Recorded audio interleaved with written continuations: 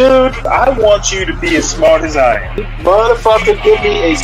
Dude, I want you to be as smart as I am. Motherfucker, give me a... Dude, I want you to be as smart as I am. Motherfucker, give me a...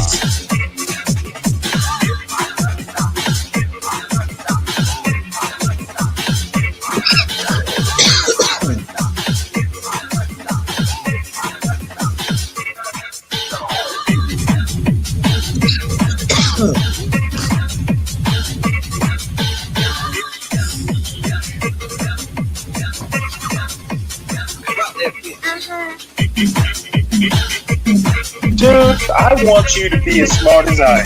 Motherfucker, give me a specific...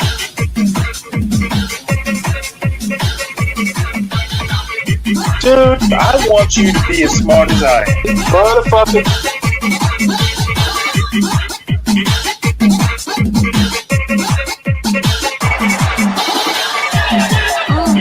Come on out, you rapist!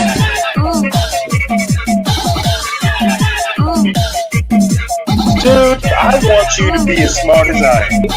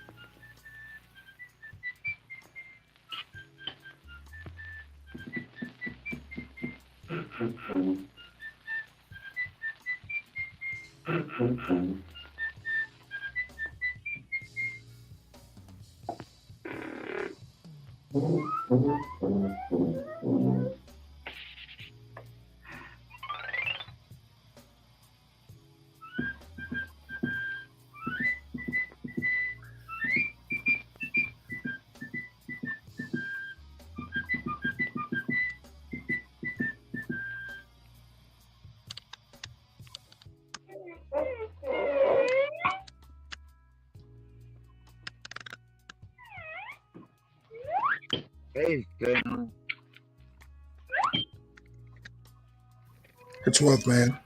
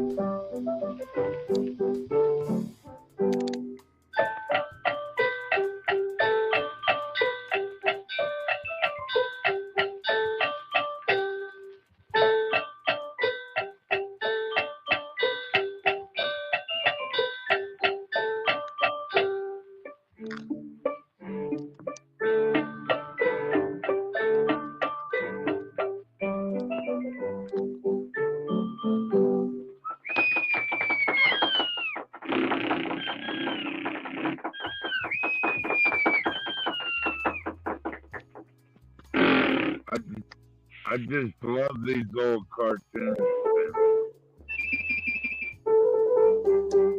Yep, a bunch of these Disney cartoons are in the public domain now.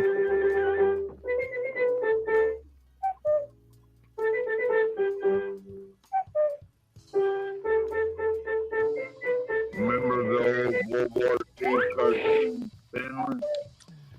I've seen them.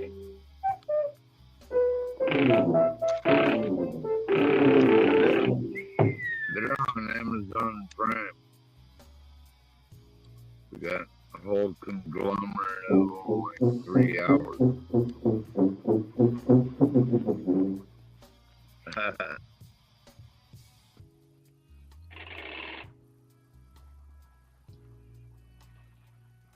And Tom and Jerry, remember those, Stanley? Yep. The Tom and Jerry cartoons? Those were fun.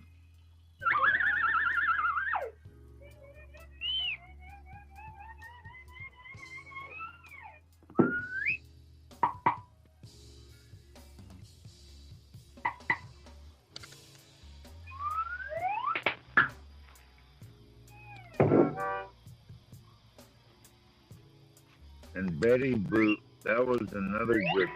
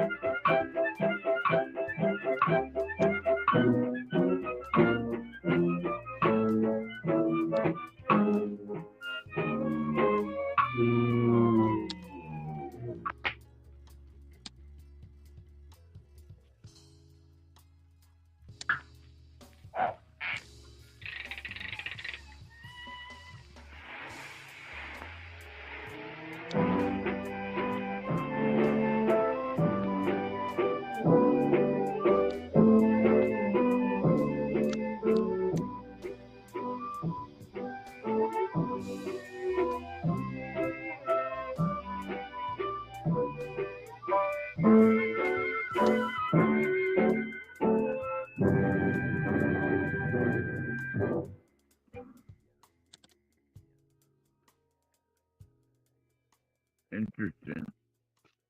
Yeah, I miss the old cartoons, Stanley. They don't have Yeah, I that had a today. bunch of these. I got an email from an organization called Internet Archive, and didn't realize that several of these Disney cartoons have been put into the public domain, including Steamboat Willie. So I figured since I have a few of them, as the days go on, I'll play them as an introduction just to get everybody filed in to the Well, you chat. remember that they were canceling them for a long time, Stanley, because so many black cartoon characters, just like that one you just played. Like, Yeah, well, there's some that are still, like Song of the South, um, which if I've seen it, it was so long ago, I don't remember it. Those aren't out like in general release, but I think you can find it. As a matter of fact, now that I think about it, yeah. I need to find Song of the South and watch it because I've actually never, well, if I've seen it, I don't remember. But anyway, this folks, welcome in to the Stanley versus the World show. Let's see, I see Stank out there. Some other people out there that I haven't chatted yet. This is a walkabout in Madrid. There are a bunch of these walking around sort of videos around European cities. Oh, yeah. And I'm sure there's some American cities too that I haven't come across yet, but they're kind of good to play, as general conversation or panel conversations go. I've actually never been to Madrid. I had a chance to go years ago because my father attended I think it was the one of the Olympics, they had the Olympics there. Maybe it was 1992 or something. And it happened to be that I was in Spain at a Navy base, and my father was in Madrid. And where I wasn't that far, but the schedules just didn't align. So I missed my chance to go to Madrid, but I've been to Barcelona. So I guess that's good enough. Let's see, what else do we have here? I've got a bunch of news articles, like a ton of them actually, all Trump related in one way, shape, or form.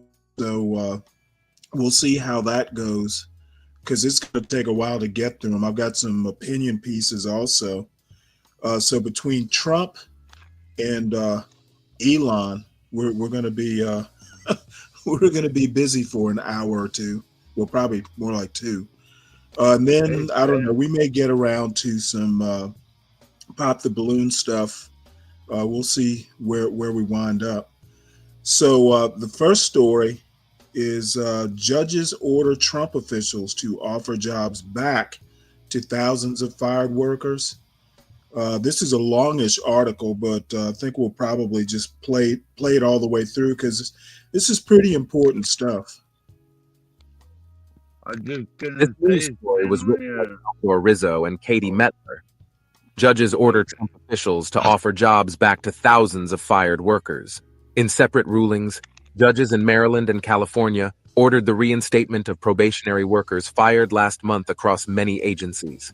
San Francisco. 2 federal judges on Thursday ordered the Trump administration to immediately offer jobs back to thousands of fired probationary workers as they imposed separate, broad roadblocks on the administration's efforts. The rulings, in Maryland and California, mark the most significant challenge so far to Trump's campaign to shrink and reshape the sprawling 2.3 million person bureaucracy. Ugh. Trump would now have to appeal and win in 2 separate legal cases or seek Supreme Court involvement to get his workforce reduction effort back on course. In Maryland, U.S. District Court Judge James K. Bredar required 18 federal agencies to rehire any probationary employees they had terminated since January 20th, when Trump took office, and to submit reports to the judge by March 17th, outlining compliance with his order and naming each reinstated employee. His ruling came in response to a multi-state lawsuit accusing the federal government of illegally terminating tens of thousands of probationary workers, arguing those firings were conducted in an opaque way that has overwhelmed state government support systems for unemployed workers and caused economic harm. Hours earlier in San Francisco, U.S. District Judge William Alsup said at a court hearing that the Office of Personnel Management, which serves as the federal government's human resources agency, had no legal authority to direct the mass firings in conference calls and written communications last month. He added that individual agencies could downsize their staffs by following the steps laid out in the Federal Reduction in Force Act, a process that administration officials have already put in motion. The government's effort to cut its workforce, championed by Trump's billionaire advisor Elon Musk, has sparked mounting legal and administrative challenges across the country. The lawsuit in federal district court in Maryland came from a cohort of 20 Democratic attorneys general nationwide. They argued that the Trump administration had falsely categorized mass layoffs as terminations based on poor individual performance, which gave the government much more leniency to swiftly fire people, when they were actually a reduction in force, part of the administration's plan to restructure and downsize the entire federal government. Under federal laws and regulations dictating the RIF process, the federal government is required to offer additional job protections for military veterans and give certain employees an opportunity to do a job similar to their eliminated one elsewhere in federal government. Those guidelines also require the federal government to give a 60-day notification to affected states, so local officials can set up rapid response teams to support the surge of unemployed residents. But the Trump administration did not do that, the states said. Bredar, the judge, had signaled at a recent hearing he was likely to agree, noting to a Justice Department attorney that the case was not about whether the government can terminate people, but if those terminations were conducted legally. At one point, Bradar quoted the Silicon Valley mantra embraced by Doge head Musk. Move fast and break things. Move fast? Fine, Bradar said. Break things? If that involves breaking the law, then that becomes problematic. The precise number of probationary employees who have been fired remains unclear. At the hearing in Maryland, Bradar repeatedly pressed a Justice Department attorney to provide a figure, and he responded, "I don't know." The Democratic attorneys general estimate the figure is about 24,000. In his ruling, the judge cited the impact to states. Lacking the notice to which they were entitled, the states weren't ready for the impact of so many unemployed people. They are still scrambling to catch up, he wrote. They remain impaired in their capacities to meet their legal obligations to their citizens. Alsup's decision in San Francisco came in a suit filed by labor unions and advocacy groups over the mass terminations and covers workers at the Departments of Agriculture, Defense, Energy, Interior, Treasury, and Veterans Affairs.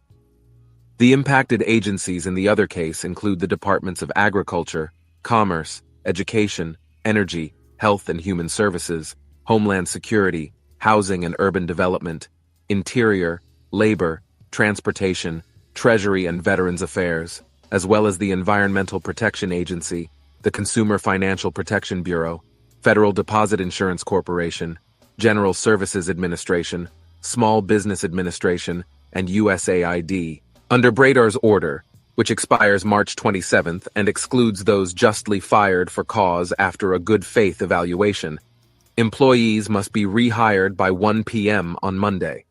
The judge scheduled a preliminary injunction hearing for March 26th. Alsup also granted a preliminary injunction Thursday that bars the Personnel Management Office from directing future firings of probationary staff, extending a temporary restraining order he had granted last month. After the initial ruling, the agency revised its guidance and emphasized that the power to terminate employees rested with each individual agency. Trump has since shifted his tone, telling cabinet secretaries that they should be the ones to make cuts, using a scalpel rather than a hatchet.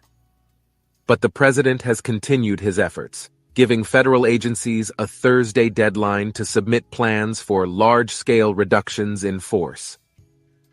Hours after Alsup's ruling Thursday, administration attorneys filed court papers saying they would appeal. A former specialist from an Agriculture Department field office, who was fired along with other probationary employees in February, told The Washington Post he will continue interviewing for private sector jobs because the federal government is too unstable as an employment option. The former employee, who spoke on the condition of anonymity for fear of retaliation, said that in the weeks it will take to bring all the fired workers back on board, he is worried about being terminated a second time as part of the agency's reduction in force plans. At the hearing in San Francisco, Alsup castigated a Justice Department attorney, arguing on behalf of the Trump administration for submitting sham documents and stonewalling efforts to gather facts and testimony. Incensed that the acting office of Personnel Management Director Charles Ezell refused to testify in court Thursday, as the judge had previously ordered. "I tend to doubt that you're telling me the truth," Alsup told Assistant U.S. Attorney Kelsey Helland, the lone Justice Department lawyer arguing at the hearing. "You will not bring the people here to be cross-examined," the judge said. "You're afraid to do so because it would reveal the truth. This is the U.S. District Court. I've been practicing or serving in this court for over 50 years, and I know how we get to the truth." The ruling lands as the Trump administration faces dozens of legal challenges to agency dismantlings, funding cuts pushed by Musk's U.S. Doge service, widespread firings of federal workers, and new immigration restrictions. Many of those suits are still in their early stages, but judges have temporarily blocked some of the administration's moves. The latest came Thursday, when a group of 21 Democratic attorneys general sued to stop the administration's gutting of the Federal Education Department, accusing Trump of exceeding his authority. An attorney for the unions and advocacy groups said at Thursday's hearing in San Francisco that some agencies moved to reinstate fired probationary employees after Alsup's initial order February 27th, including the National Science Foundation and Centers for Disease Control and Prevention, while the Labor Department canceled some terminations that were about to happen. However, most of the agencies have not rehired people, the attorney, Stacey Layton, said. This action by OPM made Swiss cheese of the federal agencies at every level. An attorney for the coalition of plaintiffs, Danielle Leonard, argued at the hearing Thursday. This action was intended to cripple these agencies, and that is what it has done. Justice Department attorneys representing the Trump administration maintained that the Personnel Management Agency never ordered federal agencies to fire employees and was only offering guidance, despite the fact that multiple human resources officials from the IRS and National Science Foundation and the Departments of Agriculture, Defense, Energy, and Veterans Affairs have said OPM ordered them to dismiss their probationary workers, according to court records. One of those officials, Tracy DeMartini, was the Chief Human Capital Resources Officer at the IRS until she was placed on administrative leave, shortly after Alsup issued a restraining order last month. Her statements had come up in court, and the judge cited them in a written order. Hey, Tom, how you doing? I'm doing fine. How are you? Pretty good. I just went ahead and cut that article off. I think we all get the gist. And Mr. DiCaprio, $5,000 reparation checks. Is that what those checks are? I had no clue. Only $5,000. I don't think unless Congress appropriates them. Excuse me. Unless Congress appropriates that money, don't depend on it. The way things work is Congress, specifically the House of Representatives, control the quote purse strings. So keep waiting for that. Let's see. I keep hearing about that, but I haven't heard exactly how it rolls out, who gets it, none of that stuff. Well, I think at this point, I guess it's just a rumor, but DiCaprio has already put a down payment on a car, expecting that $5,000. So let's see, what else have we got here in Trump land? I can't stay very long. I just kind of stopped in to say hi. Okay, well, I'm glad you did. I got a ton of news articles here. I just kind of collect them over the day. So at some point we'll get to more fun stuff. But I don't know. I have a thing for news, and this is a good time to kind of go over what's actually happening. And since the news is all Trump all the time these days, maybe I'll just start calling it the Trump cast. You had quite a crowd in here last night at one point. Yeah, we left to center people every now and again. People get interested in when we're drinking beer and having fun. Yes, I mean, my service provider decided to have what they called a planned maintenance at like 12:30 Spectrum, and I'm like, well, if it was planned, why didn't you tell me about it? Well, usually those maintenance things take place at usually around 3:00 in the morning Eastern time, because it's midnight on the West Coast. So I don't know what they were thinking. No, and it's the same here, but it's normally 3. But this was a physical, because I left to go somewhere, and I saw this giant spool of 5-inch in diameter cable. So I think they were physically making some maintenance changes. Do you have fiber optic? Yes. Okay. Yes. Yeah. And well, at least they got it back up working. I was chatting with the ladies, and all of a sudden, I did not realize T lived in Dallas. Oh, yeah. And we were. So she was serious when she said you could buy her a drink. Yeah. Just kidding. Yeah, that's fine. It's just never going to happen. You got a husband. I don't buy drinks for married women. You can get shot. Yeah, and especially in Texas, I would imagine. Well, whatever. But be honest with you, I'm not in a lot of places where even the opportunity to purchase a drink is, Oh yeah, on that's the right. table. So, but I was going to say, I'm going to drop the link to your show from last night. It was actually, I had no clue that George Carlin was ever kind of like a quote straight comedian. yes, So it was definitely everybody who's interested in comedy in general, and several people are in this sphere. Definitely, you'll want to catch this. It was excellent. So, yes, congratulations. and a new theme song and everything. Oh, love the theme song.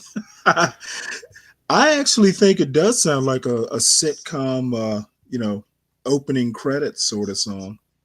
Yeah, I guess it. Yeah, it struck me as kind of an Al Green sort of a song, but it I love it. I'm pretty happy with it. But George Carlin, he was in the Air Force. Yeah. Not very well. I mean, he got a general discharge, and I think he was court-martialed 3 times. I don't think he was ever. Yeah, nothing criminal, but he got all sorts of reprimands and things of that nature. And then when he got out, he was really straight, as you saw. And there's video of it online, but he was still a very funny comic. He was making like $250,000 a year, in the early 60s, which in the early 60s, that was a lot of money. Right. And at one point in time or another, he went through this sort of transformation and became very, very, at the time, he was extremely liberal. Mm-hmm. I think as time went along, he sort of acquired some beliefs in the human race that sort of transcend any politics. He was very nihilist, but he went through all of that, all of those changes, and he was actually arrested at a Lenny Bruce show. That Lenny Bruce was he just in the audience, or was he like opening act? Yes, he was in the audience, and police were sort of taking Lenny Bruce out of the place, and everybody in the club, because Lenny Bruce was getting arrested for indecency and all that stuff, for just doing his act. And all of the people in the club were following the police out, I think relatively peacefully, but they started sort of rounding people up, and they asked him for his ID, and he told them he didn't believe in government identification. And so they threw him in the car with Lenny Bruce. So the two of them that were in the same vehicle. But George Carlin, but people that like words, I think should like George Carlin. He was very good at skewering the language, and right. Have you ever done a show on Lenny Bruce?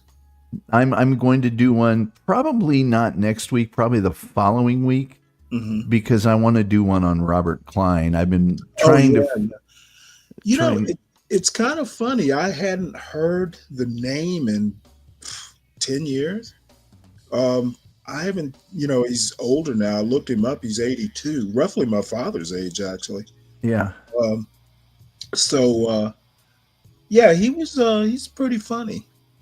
Well, he did a lot on Watergate when Watergate was going on, but he is difficult to track down online in terms of actually contacting him.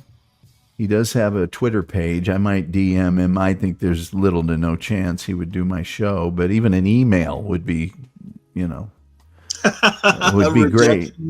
A rejection email? Even a rejection. And look at tropes. Oh, tropes. but Robert Klein actually has been in a lot of TV shows.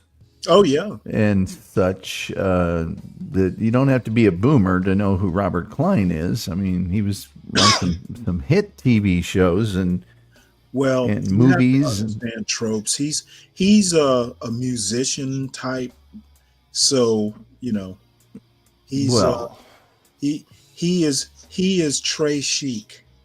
he should know the legendary "I Can't Stop My Leg" bit. Then you remember that one, Robert Klein? Oh yeah, he would play this song because he would play the harmonica pretty well. Sometimes he had accompaniment, and he would be standing at the mic and stomping his leg, and then "I Can't Stop My Leg" was the whole point of the bit. I'm not doing it justice, obviously, but anyway, Stank D, can you just not exist so we can listen to the news? Is that okay? He only exists when the news is read. Otherwise, he reverts back to the chat. He's another one that's got these insults that are like, No, he's tropes. I'm sorry, Stank D is okay. He's just a troll. I've never seen one single thing of note that he has posted with any information or any benefit to anybody in the world but his sixth grade sense of humor. And well, his most poignant or salient posts are when I'm late. Like if I'm 30 minutes late starting the show, he will be the first one to tell me about colored people's time. So that's hilarious. He is useful for berating me about being late. Well, you mean he's my substitute mother. You mean the thing that he doesn't know what it's going to be about and that doesn't cost him any money isn't starting on time? What a tragedy. Yeah, well, it's an unpaid, unskilled job. So, what can you expect for free? Being a room troll? That's his unpaid, unskilled job. Well, among many, being the host of this show is unskilled labor. So, well, at least there's well, that's not true, and at least there's some payment. Oh yeah. Well, I tell you what, I didn't even realize I'd fallen asleep on the damn show, and I almost never do that. But yeah, I kind of pushed the limits because the 12-hour show. Then hell, let's keep going. yeah. I had a really good time. Some people, Ruby, I hadn't seen in a while.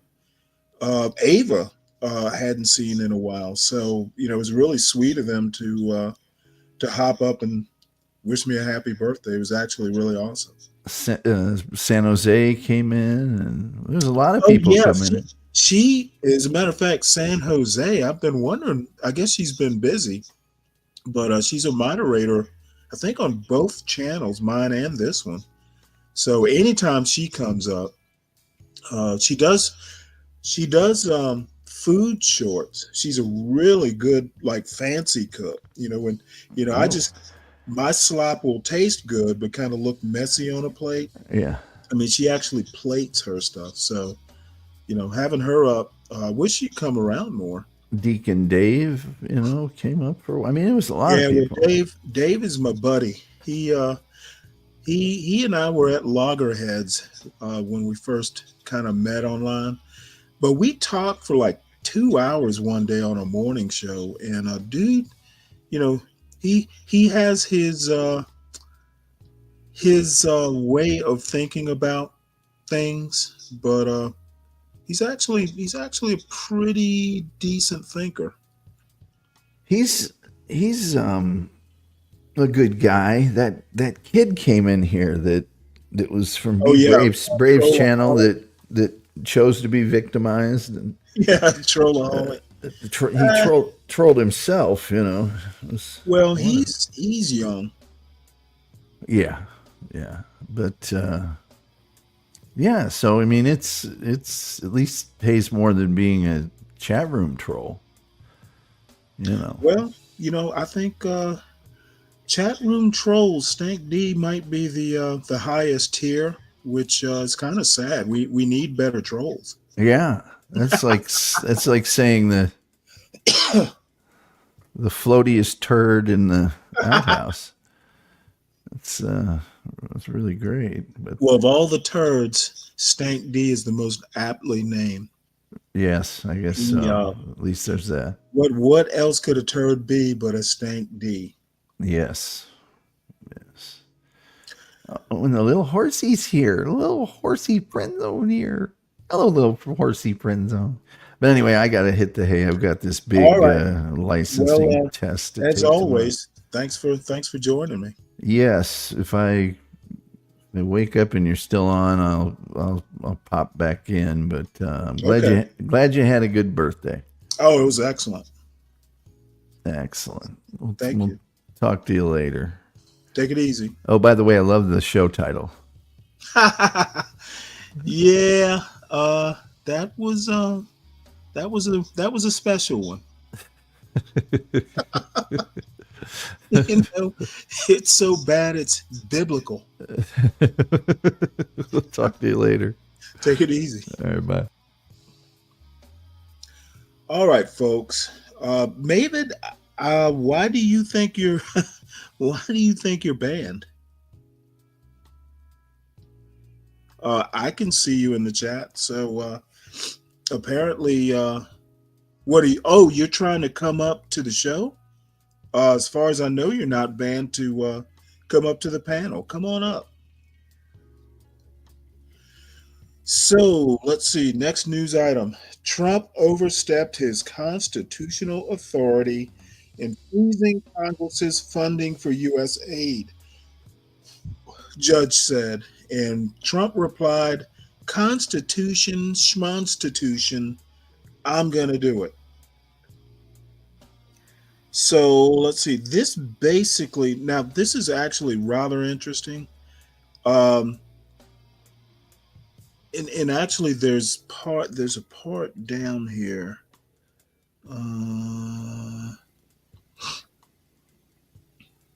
Well, I'll just read the whole thing, I guess.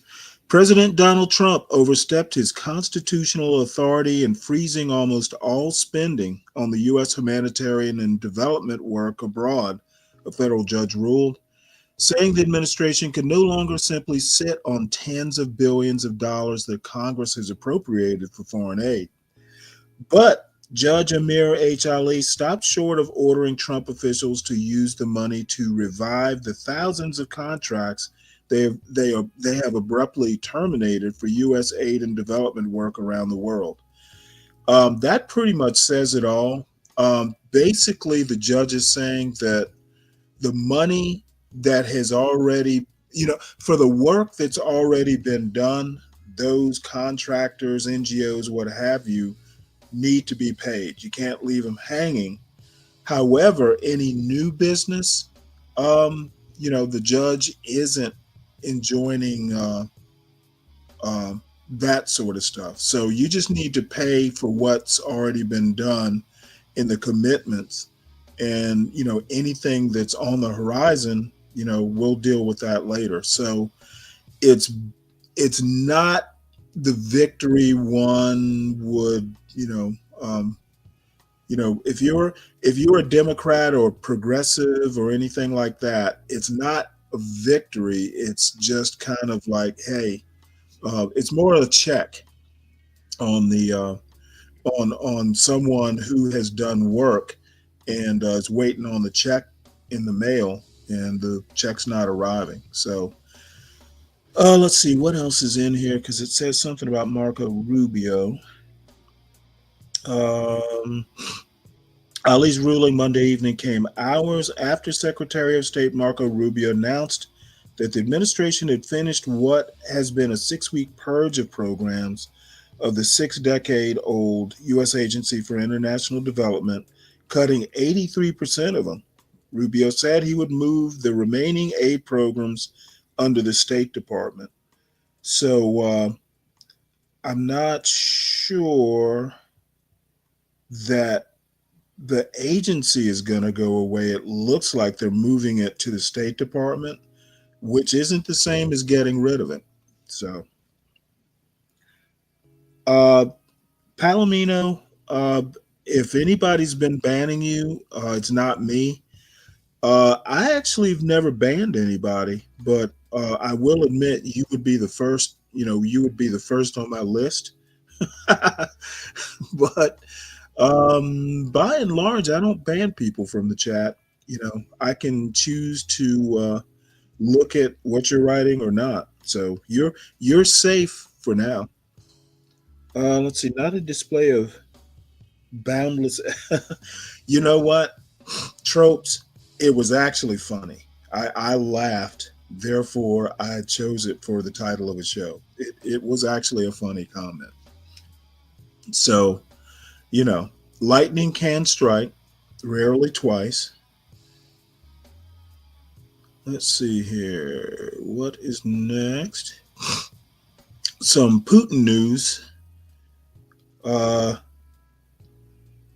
Well, that'll be later. I'll play this video after this. This is from CNN.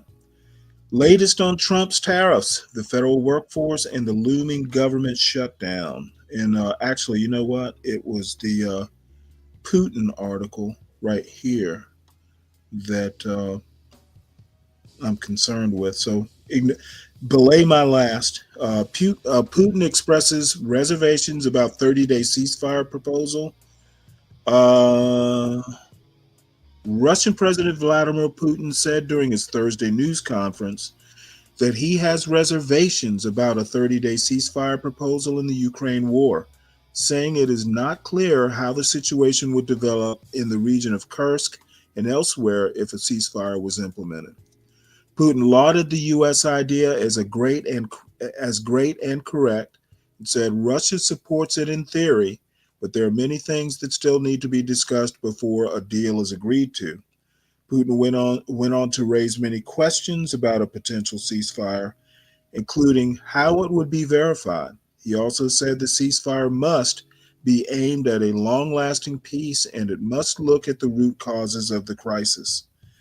The root cause is you invaded a sovereign nation. How much deeper do you need to go? It's not the first time Putin has urged eliminating what he calls the root causes of the war, and the Kremlin has previously claimed the current Ukrainian government is part of the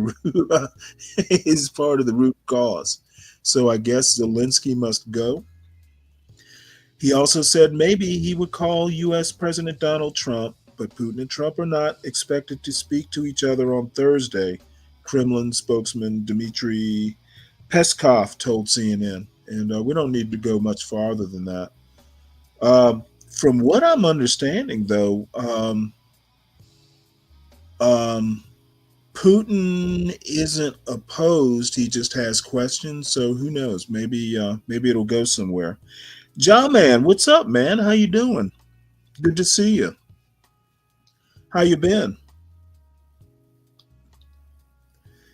Excellent to see you. So that's that Putin story.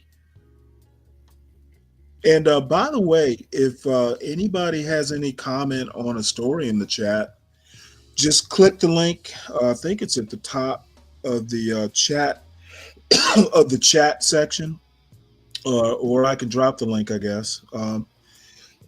Feel free to come up and check my anti-MAGA stance.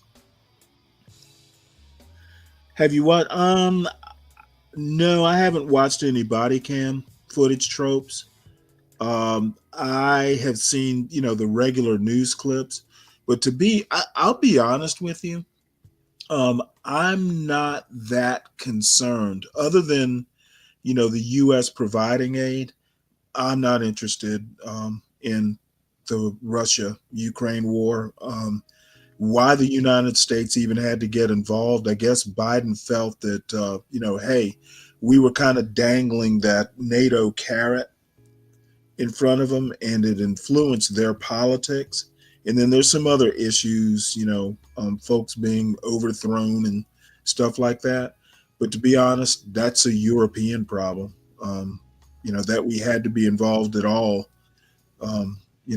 for me is a concern. But since we are, you always have to do the best you can do if you're going to take up doing a job.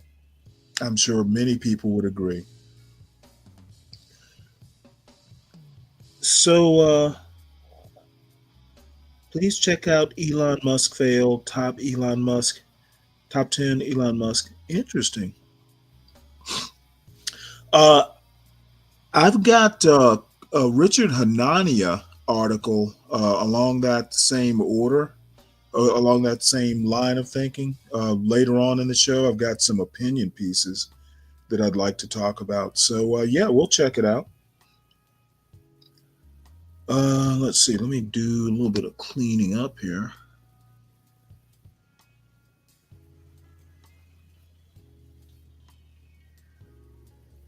Get rid of some of these tabs. All right. Trump asks Supreme Court to allow him to end birthright citizenship. I don't know how that's going to happen because the Constitution is pretty clear on the topic. Essentially, what Trump is doing is he's trying to amend the Constitution via executive order, and executive orders don't carry the force of law.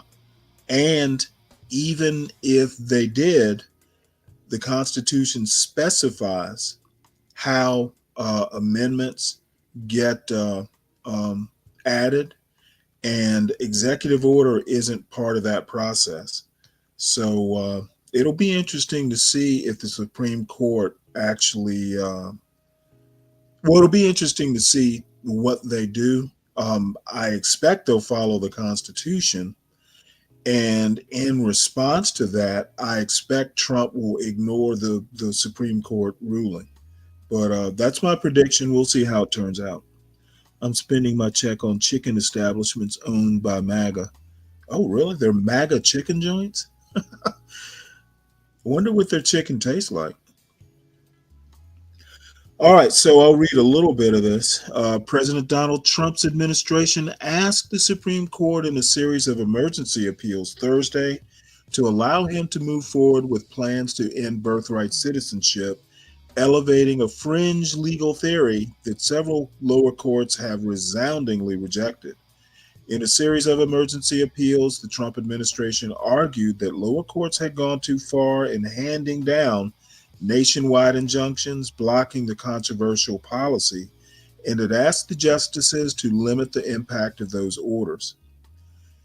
A federal judge in January described his executive order as blatantly unconstitutional and blocked its implementation. Days later, a judge in Maryland said that Trump's plan runs counter to our nation's 250-year history of citizenship by birth.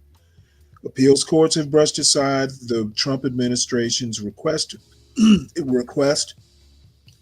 to pause lower court rulings that impose nationwide injunctions on an executive order he signed on the first day of his second term. Just an aside, now that Republicans, well, I call him a Republican, now that MAGA is in office, they want to flip the script. When they were out of power during the Biden administration, the Fifth Circuit in Texas, everyone was happy on the MAGA side with nationwide injunctions from a very specific district. Basically Texas was ruling the country via the Fifth Circuit. So now that MAGA's in office, when the Democrats want to do nationwide injunctions or federal courts, appeals courts or what have you, apply nationwide injunctions, all of a sudden they want that ability to be ended. So I'm not necessarily against ending it, but if they end it when they're out of power, they're going to probably want it reinstated. People, real inconsistent in that way, kind of like the Democrats wanting to end the filibuster. They wanted to end the filibuster because they wanted to get their way. Joe Manchin, Ryan's hero, Joe Manchin, um, basically opposed it. He and Kristen Sinema, which was a good thing because, either the filibuster goes away and never comes back, which means whoever's in power gets their way, or the filibuster stays as a check for both parties. So, it's natural that the two kindergartens want their way. What's up, Kelvin? So I'm going to read. I'm going to read the rest of this because the 14th Amendment stuff is worth reading. For more than 150 years, courts have understood the 14th Amendment's text to guarantee citizenship to anyone born or naturalized in the United States, regardless of the immigration status of their parents. A landmark Supreme Court precedent from 1898 affirmed that reading of the law, and the modern court hasn't signaled any desire to revisit that holding. Who brought up that case from 1898? Was it you, DiCapriono? I forget the name of the case now, but it's the one where the Chinese guy who was born in the United States goes back to China, and the United States won't let him back in, saying, questioning his citizenship. And the Supreme Court said, yep, he was born here, therefore he is a citizen. Now, this court, the conservative court, Supreme Court, has signaled, their willingness to ignore precedent, capriciously, I guess. So the trick, that legal theory they talked about is basically centered on the word jurisdiction. Basically, their contention is if the parents of the child born here are citizens of another country, that country of their parents actually has jurisdiction over the child. But the problem with that, in practice and de jure, by law and by practice, anyone who's within the borders of the United States is subject to American law, and the Constitution is part of that, law framework. So the jurisdiction argument, like this article says, is a fringe legal theory. Let's see if the Supreme Court bites on it. I expect they won't, but if they do, we'll deal with it then, because that's going to be huge if the Supreme Court allows that kind of unconstitutional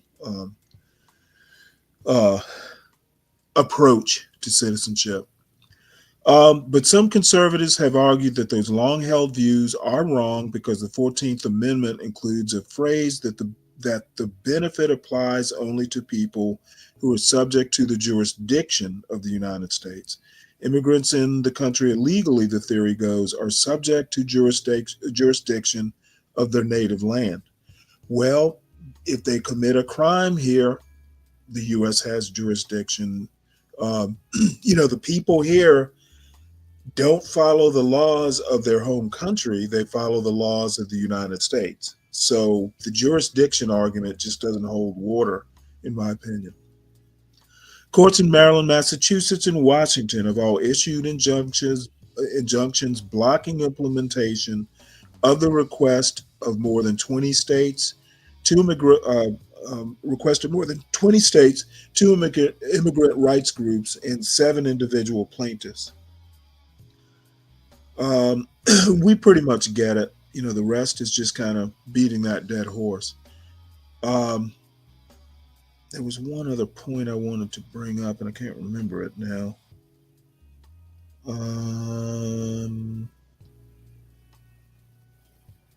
About the courts. these are federal courts. Okay, the federal by definition implies a national, uh, governing body, or a third of the national authority. So I don't know that I agree with limiting these injunctions that federal courts apply. I think it's perfectly reasonable for a federal court to impose a national injunction. And I mean, there are good arguments on the other side of that, but I don't tend to buy them. Yeah, Wong Art Kim. Yep. Thank you, because DiCapriano, before you brought it up, I'd actually never heard of the case. So see, some of you do actually help me with my knowledge base. Okay, Trump stands by tariff plans after threatening EU. I'm not going to bend at all. Let's play this video. It'll save me reading the article.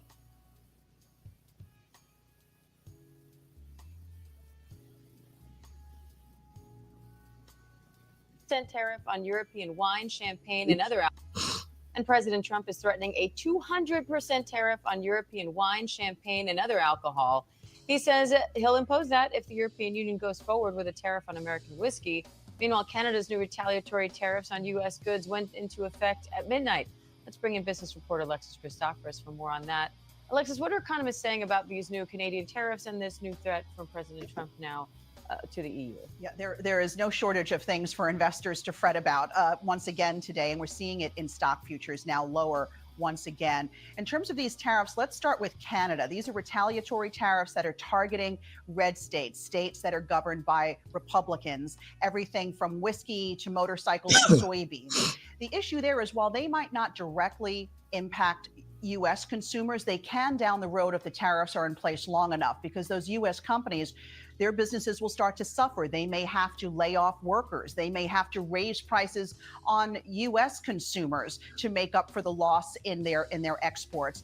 And then, of course, 200% tariffs against EU's alcohol, beer, just adding to the worry that these tariffs are going to implode inflation as we move forward. Now, a new inflation report just out shows U.S. wholesale prices were unchanged in February.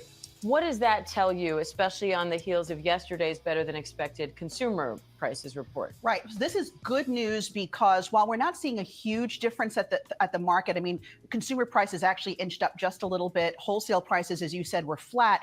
The hope is that those wholesale prices would trickle down to consumers. We're not seeing that right now, and probably won't for a while, because so many businesses have taken a hit because of the inflation. They're not running to pass any kind of savings off to the consumer. But, you know, this is worrisome with all of these tariffs now going in place. What does this mean for inflation going forward? At least we're at a semi-good place. Inflation's not rising at the same time tariffs are being put in place. But of course, what does this all mean for the Federal Reserve meeting next week on interest rates? Most economists expect them to do nothing, as they too try to figure out what these tariffs will mean for inflation in the long run. So what are you watching for in the markets today? We want to see if there's any reason for stocks to rally. If they do rally, economists are saying it's called a technical bounce and not something that really has legs and will last, because the truth of the matter is these tariffs have, and also a possible shutdown for the government, just a dark cloud now over the market. Until we start to see the smoke clear, there's really no reason for stocks to rally in a meaningful way. All right, Alexis Christoforous, thank you.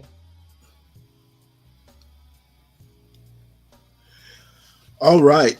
Speaking of the government shutdown, I'm not sure if I have a story. Chuck Schumer, the minority leader in the Senate, Democrat, New York, says he will vote for that budget that's coming up from the House.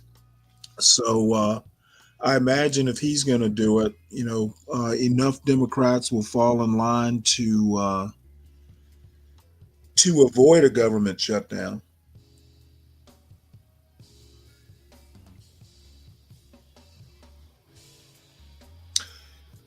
So next on the docket, U.S. aid employees told to burn or shred classified documents.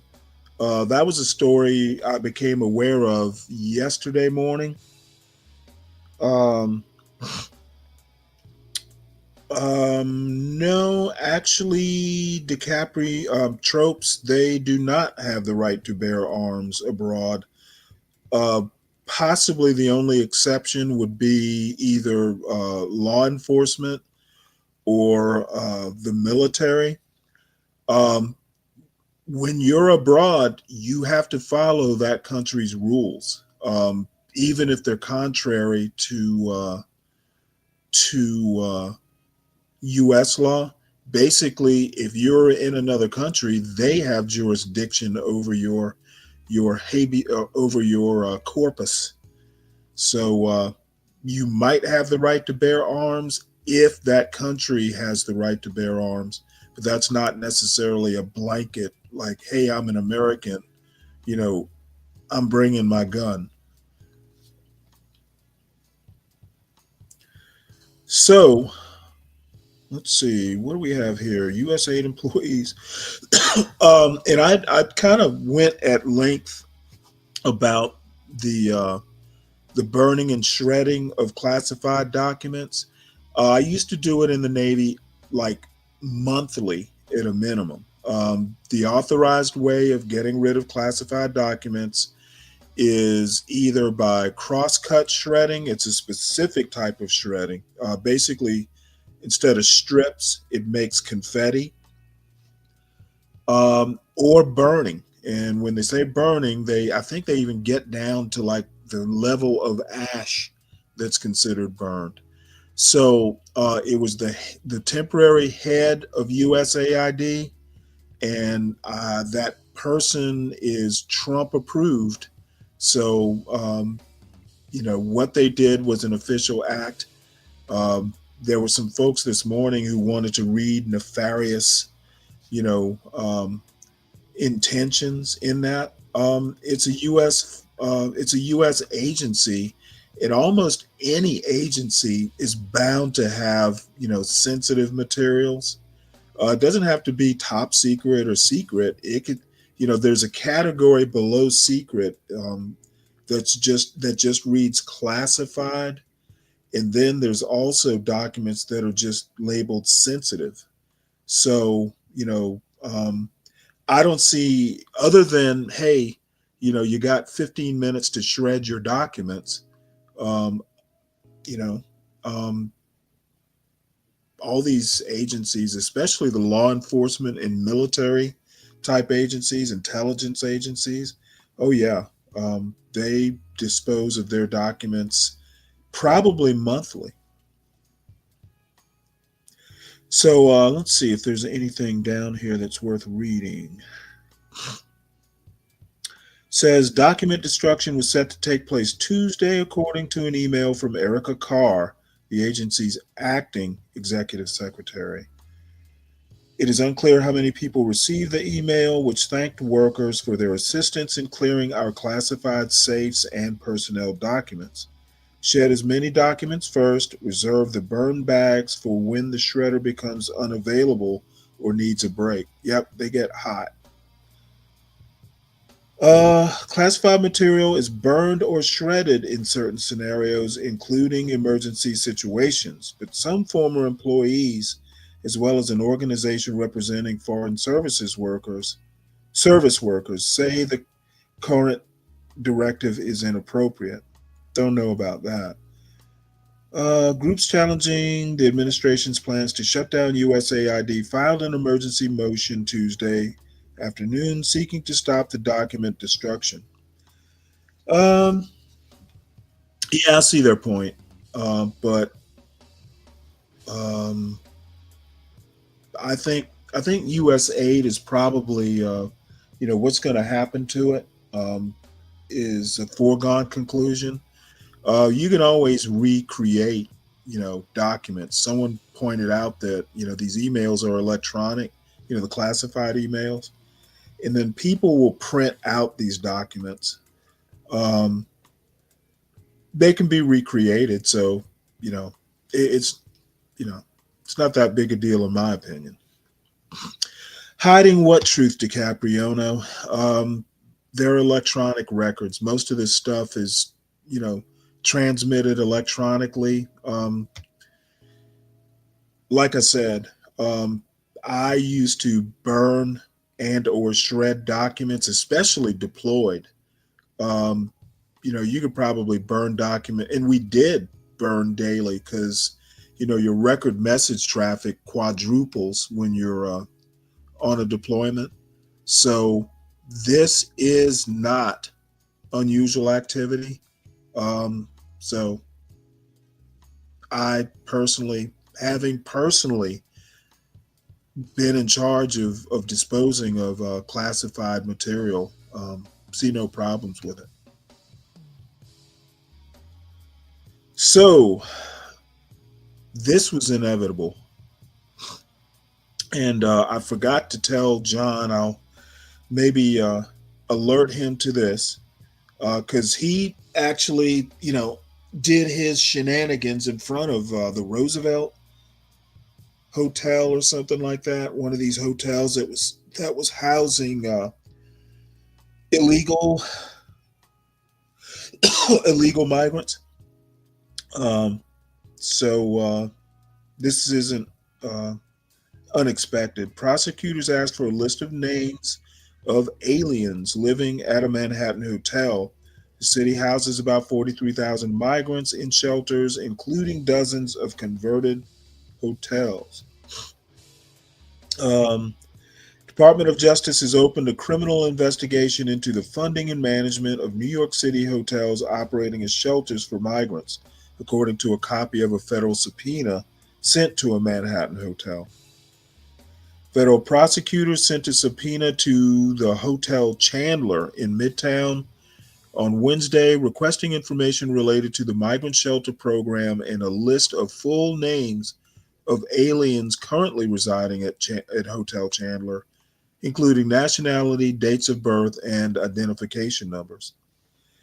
The subpoena requested testimony and evidence from the hotel related to an alleged violation of federal immigration law. It asked the hotel for the names of entities and individuals responsible for the funding and management of the illegal migrant shelter program, as well as any contracts or agreements related to it. Interesting thing, there's a Homestead Act, I think of 1978 or 9, that requires the U.S. government to provide shelter for anyone declaring refugee status or asylum. So it's, that's one of the reasons comprehensive immigration reform needs to be done. Some of these laws need to be changed or updated. And, the idea that we need to secure the border, then change the law. I don't know. I don't know why both can't be done simultaneously. Let's see. Is there anything else in here? New York City, which is housing about 43,000 migrants in shelters across the city, including dozens of converted hotels, had not received a subpoena as of Wednesday, according to an official briefed on the matter who spoke on the condition of anonymity. So I don't know. Apparently the Chandler Hotel is the only one. Maybe there was a reason for that. Liz Garcia, a spokesman for Mayor Eric Adams, declined to comment, saying, "We cannot comment on any type of federal investigation."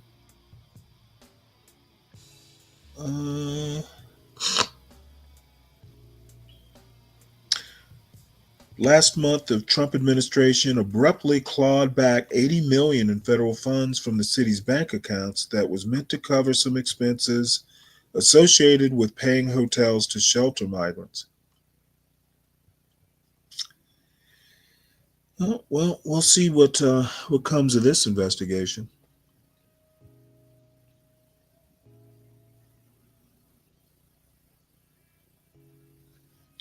Let's see. Document shredder trucks shredding documents. Nothing like shredding documents before they get fired. Well, 12th man, um, what do you want them to do? Leave the documents in their desks, just kind of in the wind? Getting rid of the documents means that they can't wind up in places they shouldn't wind up. So again, you want, all these documents are not one of a kind. They can be reproduced. Most of them come from emails. So this is not a big deal. Now, hey, there's a chance that something gets shredded that would be juicy, but it's pretty routine to shred documents. Even transferring, offices, going from the 5th floor to the 8th floor, cleaning up, your desk, you may want to shred or burn. So, it's just, for the conspiracy theorists among us, this is just fodder, for a juicy new conspiracy theory, I guess. Okay, Democratic attorneys general sue over gutting of education department. The department that won't go away. Let's see. Trump administration cut about half the agency's workforce, saying the move would enable it to deliver services more effectively. The attorneys general called the layoffs reckless and illegal.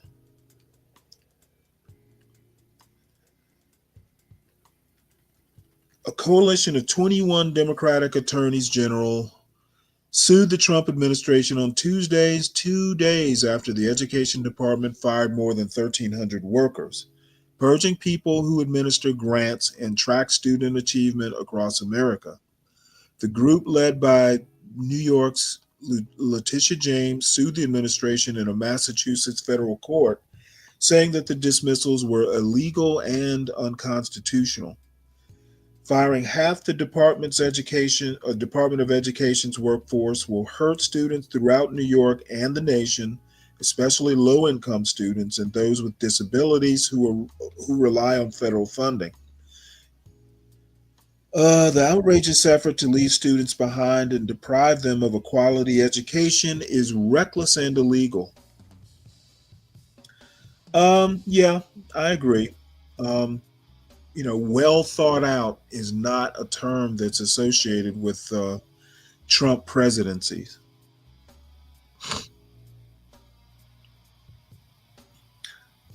Let's see. Did officials pay to play for federal money at the detriment of citizens? DiCapriono, I have no idea what that means. The United States does not need people to administer. Okay, no, I think there should be an education department. Block grants to the states for education. Yeah, we can do that, but the state that's 50th in the nation, generally it's either Mississippi or Alabama, I guess. I'd actually rather the education department hand out that money. Having just block grants sitting around, Brett Favre or somebody will wind up taking it and building volleyball courts or volleyball stadiums. The education department has its faults and its problems, but I wouldn't say corruption at the state level would be one of them. And, as a black man, I'm not that big a states' rights guy.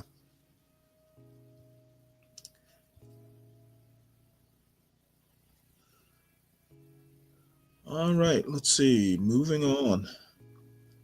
Trump demands major changes, speaking of education, in Columbia discipline and administration rules. This is actually an interesting article. Basically, Trump is doing what MAGA and Republicans in general have wanted to do for decades.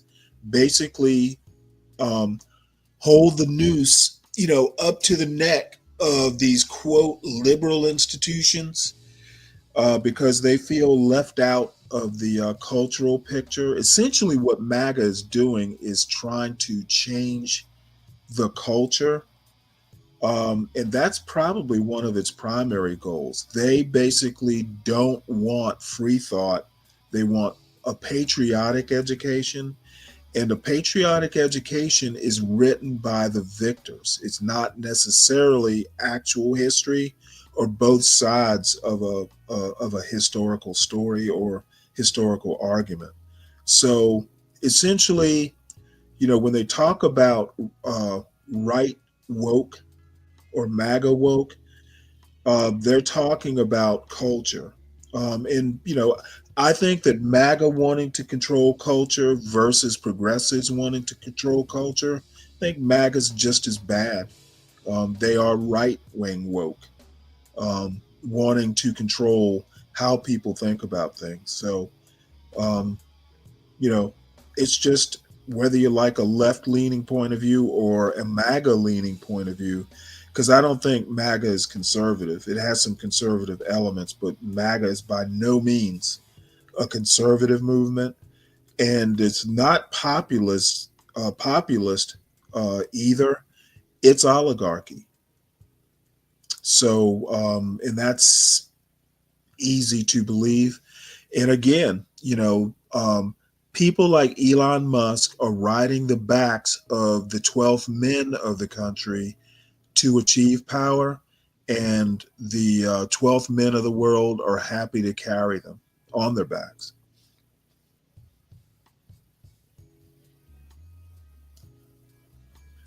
It's a pretty good hot take, isn't it, 12 man? All right, let's see what this says. The Trump administration on Thursday demanded that Columbia University make dramatic changes in student discipline and admissions before it would discuss lifting the cancellation of $400 million in government grants and contracts. It said the ultimatum was necessary because of what it described as Columbia's failure to protect Jewish students from harassment. The government called for the university to formalize its definition of anti-Semitism, to ban the wearing of masks intended to conceal identity or intimidate, and to place the school's Middle Eastern, South Asian, and African Studies department under academic receivership. Basically, they want to take control of the academic narrative in cultural studies. We expect your immediate compliance. Officials from the General Services Administration, Department of Education, and Department of Health and Human Services said in a letter. They said that since the Trump administration had announced it was cutting the funding, your council has asked to discuss next steps. The administration demanded a response in its letter within a week as a precondition for formal negotiations regarding Columbia University's continued financial relationship with the United States government. Let's see, there was something else in this article that I found interesting.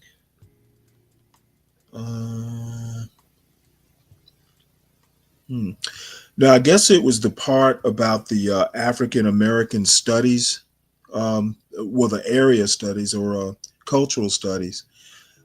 Essentially, MAGA just wants to get in there and, basically black out or redact anything they don't want people to know. And again, one of the well springs of culture is the universities, especially Ivy League or elite universities. So getting their tentacles into what students are taught is just, a primary goal of MAGA.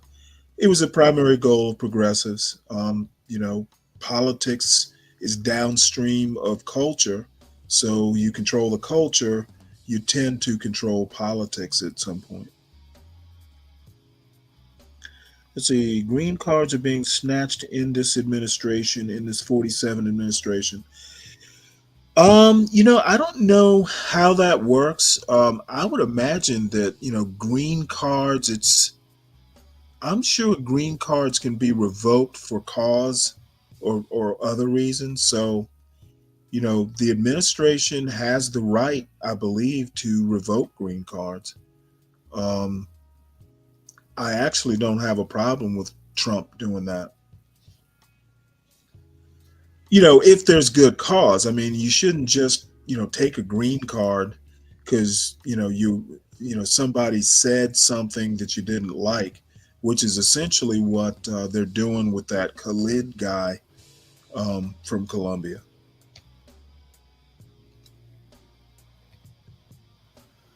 So, man, we've burned through these news stories quicker than I thought we would. Let's see where we are. All right, this is going to be a bunch of opinion pieces. I've pretty much gone through the news I wanted to talk about.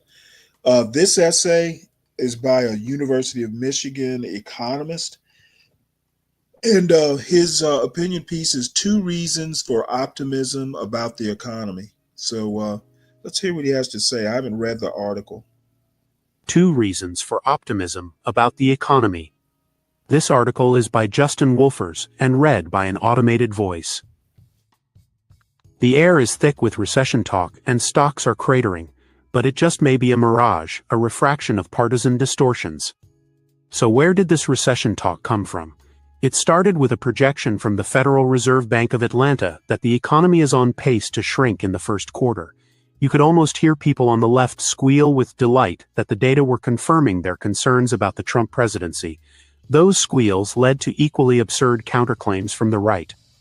But this projection, which the Atlanta Fed affectionately calls GDP now, is not a typical economic forecast, and it doesn't actually tell us much. It's a mechanical tool used to hoover up economic numbers as they become available, to try to squeeze out underlying signals about the country's economic health. It usually works quite well, but in certain circumstances it can misfire. That's what appears to be happening now. The problem is that the GDP Now calculator has been fed the worrying data about a bump in imports, as people bought imported goods in anticipation of a price rise, but it hasn't yet been fed other more reassuring data on personal consumption and business investment, which will also get a boost from this surge in import spending. When it does, the calculator will start to give more reliable signals. This glitch was pretty obvious to many economists, and indeed late last week, an economist at the Atlanta Fed owned up to it, suggesting, in a somewhat indirect central bankerly way, that much of the bump was actually gold imports, and that most people may be better off ignoring this measure for now. But news like this is too hot to be ignored in a polarized environment. For possibly the first time ever, the Atlanta Fed X account went viral. Many critics of President Trump jumped on its forecast. Senator Alyssa Stotkin of Michigan added a recession warning in the speech she gave as a Democratic rebuttal to Mr. Trump's address to a joint session of Congress last Tuesday. The Trump session was born. Of course, that's not where the story ends. Elon Musk seems to have convinced himself that this recession sighting was actually caused by the Department of Government Efficiency, the initiative he leads cutting so much government spending. The reality is that Mr. Musk's role in the economy is far smaller than he imagines it to be. The $30 billion in receipts, claimed by Doge as cost savings, a number that may be far overstated, is only 0.1% of U.S. annual output. Other pro-Trump forces then pinned the blame for the recession that isn't yet happening on former President Joe Biden. Scott Bessent, the Treasury Secretary, recently falsely claimed to have inherited a private sector in recession. It's been growing just as healthily as the public sector. On Fox Business, instead of celebrating a healthy jobs report, the host Maria Bartiromo instead wondered if it was a sign of Biden's recession. All of this is happening against the backdrop of Mr. Trump imposing tariffs and tanking the markets, then pausing them, then repeating the cycle. Obviously, this is no way to run an economy. Perhaps a downturn has started to feel inevitable, as the White House began to describe a recession as necessary medicine. In his address to the joint session of Congress, Mr. Trump dismissed concerns about the impact of tariffs as a little disturbance, Mr. Besant declared the economy would go through a detox period. On Sunday, Mr. Trump predicted a period of transition, and when asked whether he expected a recession, refused to rule one out, responding, "I hate to predict things like that." The uncertainty alone is alarming. But let me share two simple reasons for optimism. First, the hard numbers tell us that the economy is in very good shape. Unemployment is low, output is growing, and inflation is down close to normal levels. We don't yet have many hard numbers about the economy since Mr. Trump became president, but we do know that employers have kept adding workers to their payrolls. Unemployment claims remain relatively low, and there have been no major external economic shocks. It's almost impossible to believe the economy is in recession, given that 151,000 jobs were created in February. Second, the single best determinant of the future health of the economy is its current health. While many factors can buffet the economy, they're notoriously difficult to forecast. And so in the absence of solid evidence that the future will be worse, it's usually best to keep predicting more good health.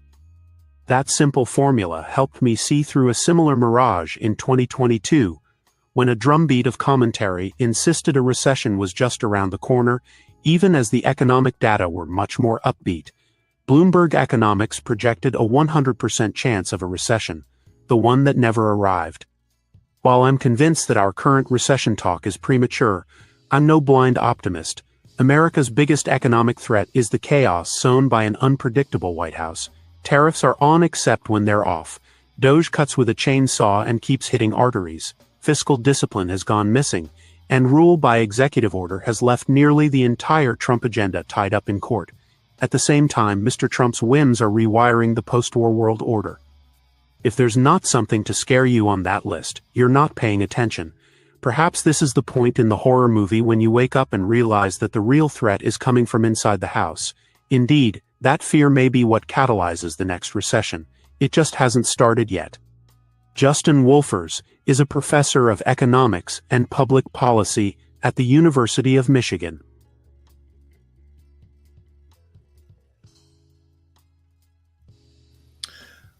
Yeah, the other day I was looking at some clip on YouTube, and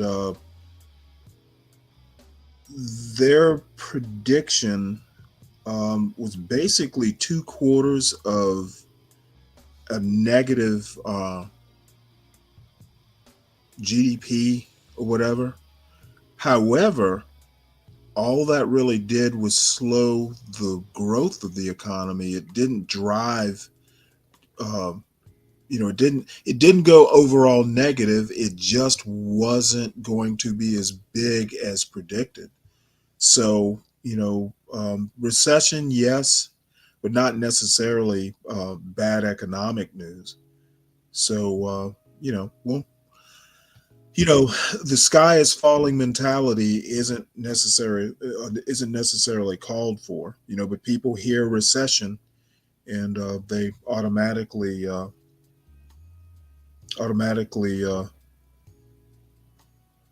do knee-jerk reactions, which I guess is redundant. All right, so Doge makes its latest errors hard to find. And DiCaprio,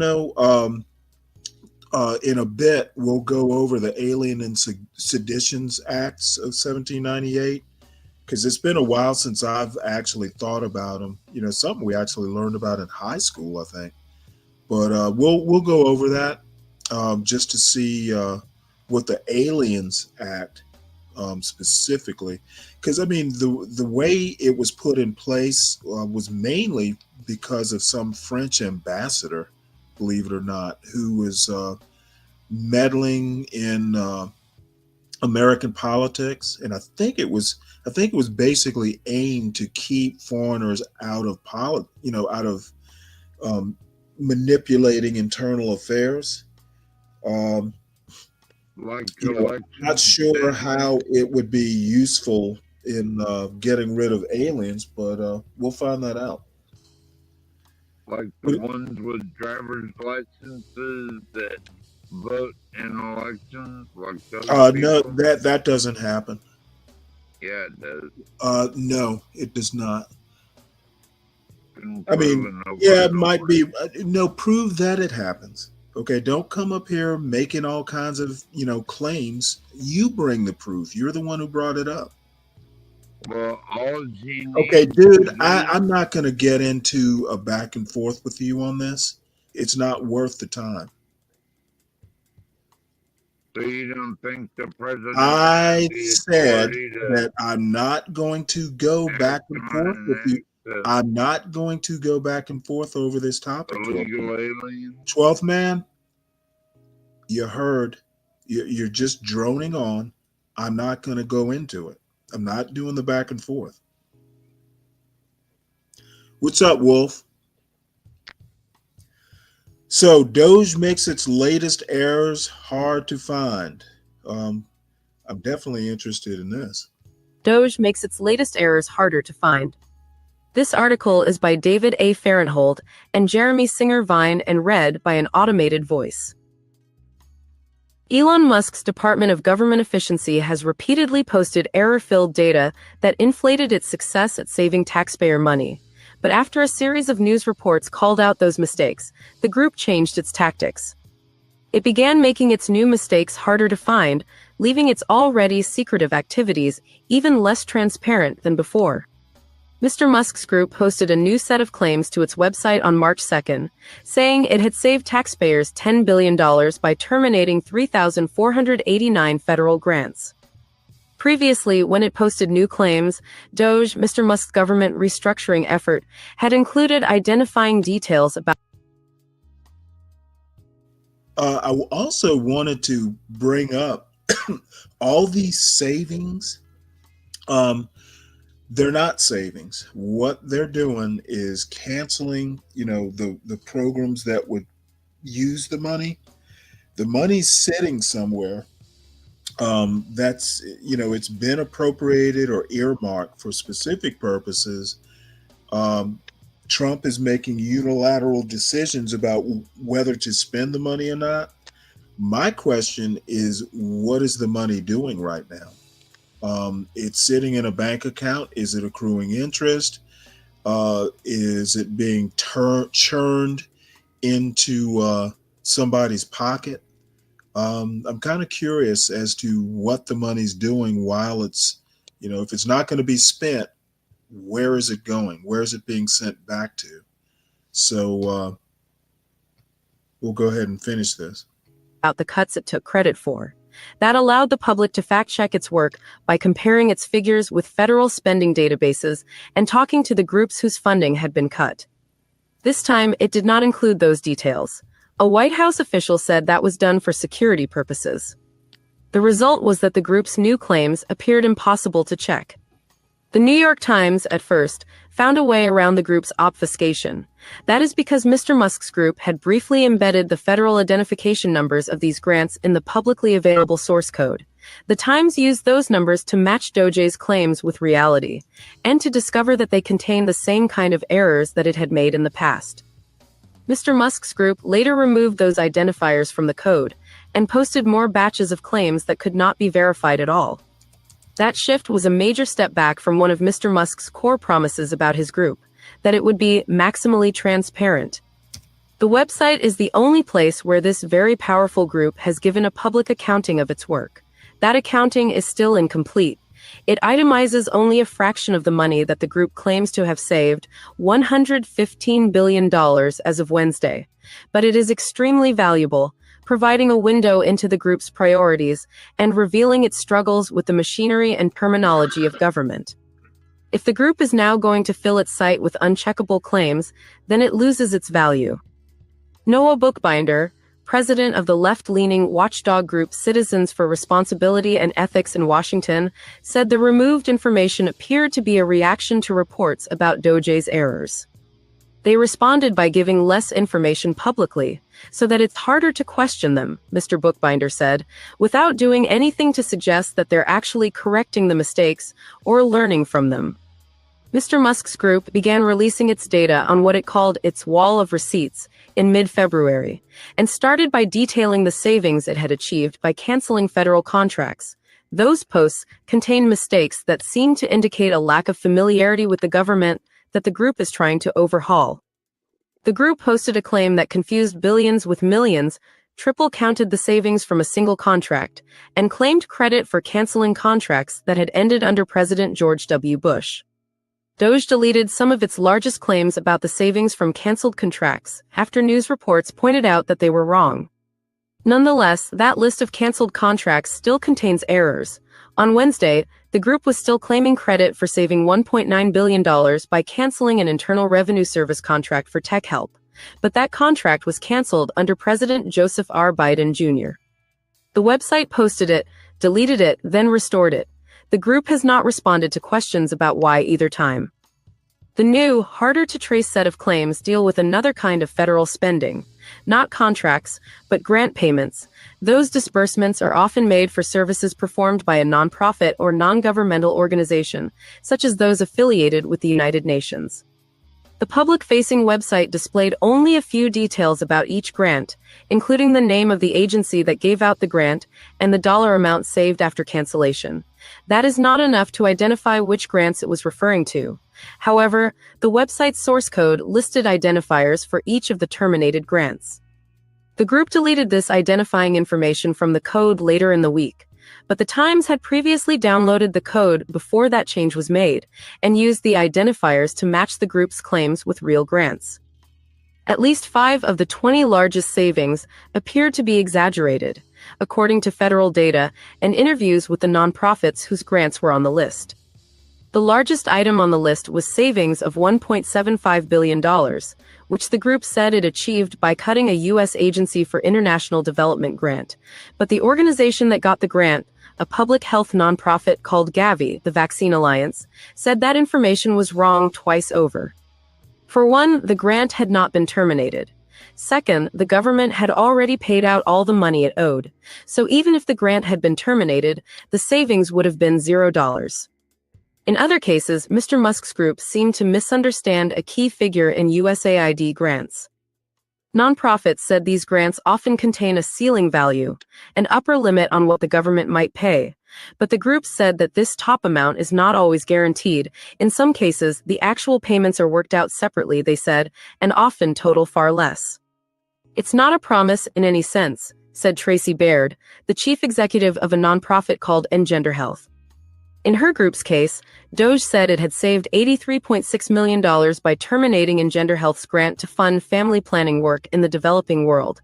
Ms. Baird said that Mr. Musk's group seemed to have wrongly treated the grant's $89.8 million ceiling as an IOU. In reality, she said, the government had promised her group $1.2 million in funding, of which her group had already been paid $500,000. So the real savings of terminating her group's grant was about $700,000. The White House official said that it was still important that Mr. Musk's group terminated these contracts because they might have resulted in more spending beyond what had already been promised. It is important to highlight contracts are canceled to save money in future fiscals, the White House official wrote in an email, meaning fiscal years. The official asked not to be named to discuss the details of Doge's work. But Ms. Baird and other nonprofit executives said it was incorrect to say that Doge had saved money that the government had not yet agreed to spend. It could have been savings, but only if it could have been spent, she said. We had no promise of it. The wall of receipts list of canceled grants has now grown beyond the initial set that the Times was able to fact-check. At the same time that the group removed the grant identifiers, it added another 2,800 entries. Descriptions are forthcoming, the group's website said. On Wednesday, a week later, the descriptions were still not there, but the group published another update, which brought the total number of terminated grants listed to 7,488, totaling $17 billion in claimed savings. There is no reason that they should not be putting out the specifics and details behind what they're cutting, said Gary Kalman, executive director of the anti-corruption nonprofit Transparency International US. They are saying that they are doing things that are long overdue and widely supported by the public. If that's true, then wouldn't you want to make sure that you're touting the cuts that you make?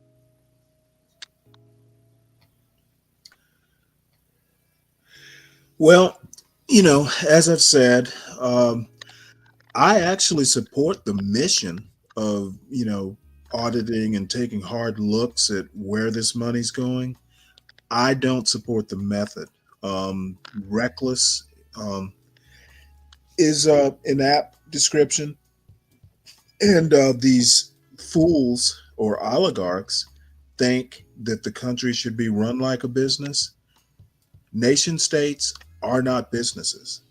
And, the slash and burn that arguably worked at Twitter does not work when real people, American citizens are not necessarily shareholders who make a profit in ownership. The profit, if you want to put that in quotation marks, is basically, having rights upheld in defense, and then protection of property. When I say rights, I guess I mostly mean property rights, which America, by the way, and it's a whole nother argument. This America was basically created to protect property. It's like its primary purpose. Well, didn't Trump kind of contradict Elon the other day? Like with the chainsaw, Trump said it should be taken with a scalpel, basically, instead of the... Okay, well, he didn't tell Elon that. He told the cabinet secretaries. One of the problems the cabinet secretaries had is, Elon was basically, saying, oh, hey, FBI, we're going to fire a bunch of you. And the Kash Patel was one of the folks who said, wait, you're not running this agency, I am. So at a cabinet meeting, I guess maybe it was last week or maybe it was early this week, Trump basically, said, hey, these firings, reductions in force, what have you, are going to be the responsibility of the cabinet heads, which it should have been in the first place. In my opinion, Doge is unnecessary. The cabinet secretaries are perfectly capable of doing it. So, Elon having this kind of unchecked power was causing friction in Trump's cabinet. And I think there's some legal ramification.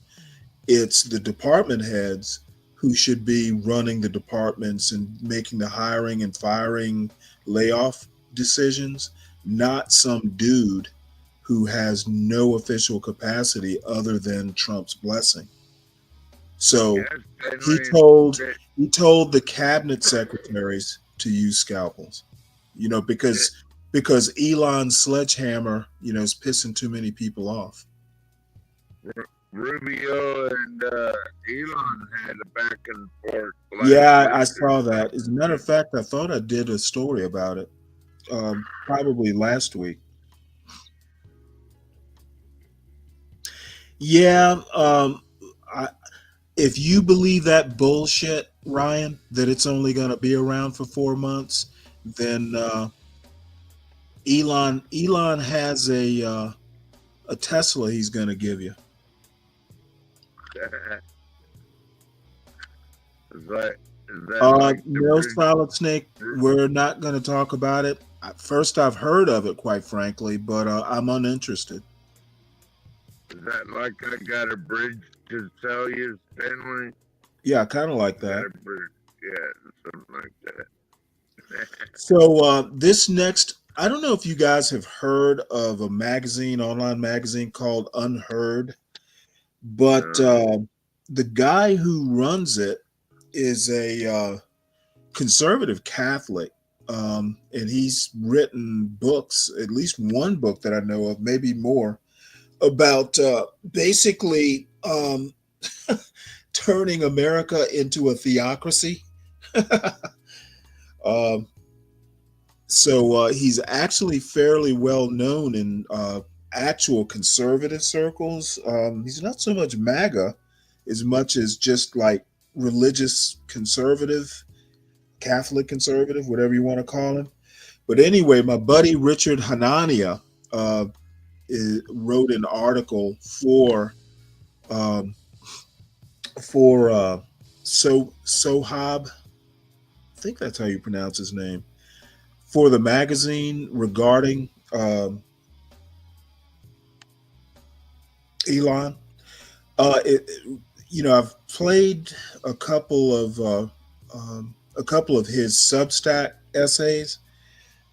This essay, because it turns out, believe this or not, Richard Hanania was a major influence on Trump's stance on DEI.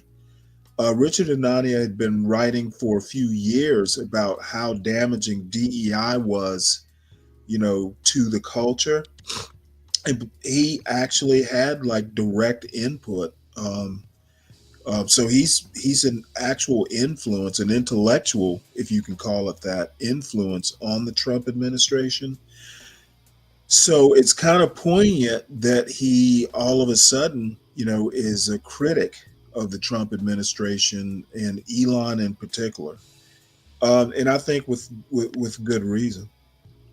So unfortunately, there's not AI. I could use the browser's AI, I think, but that's even more annoying than the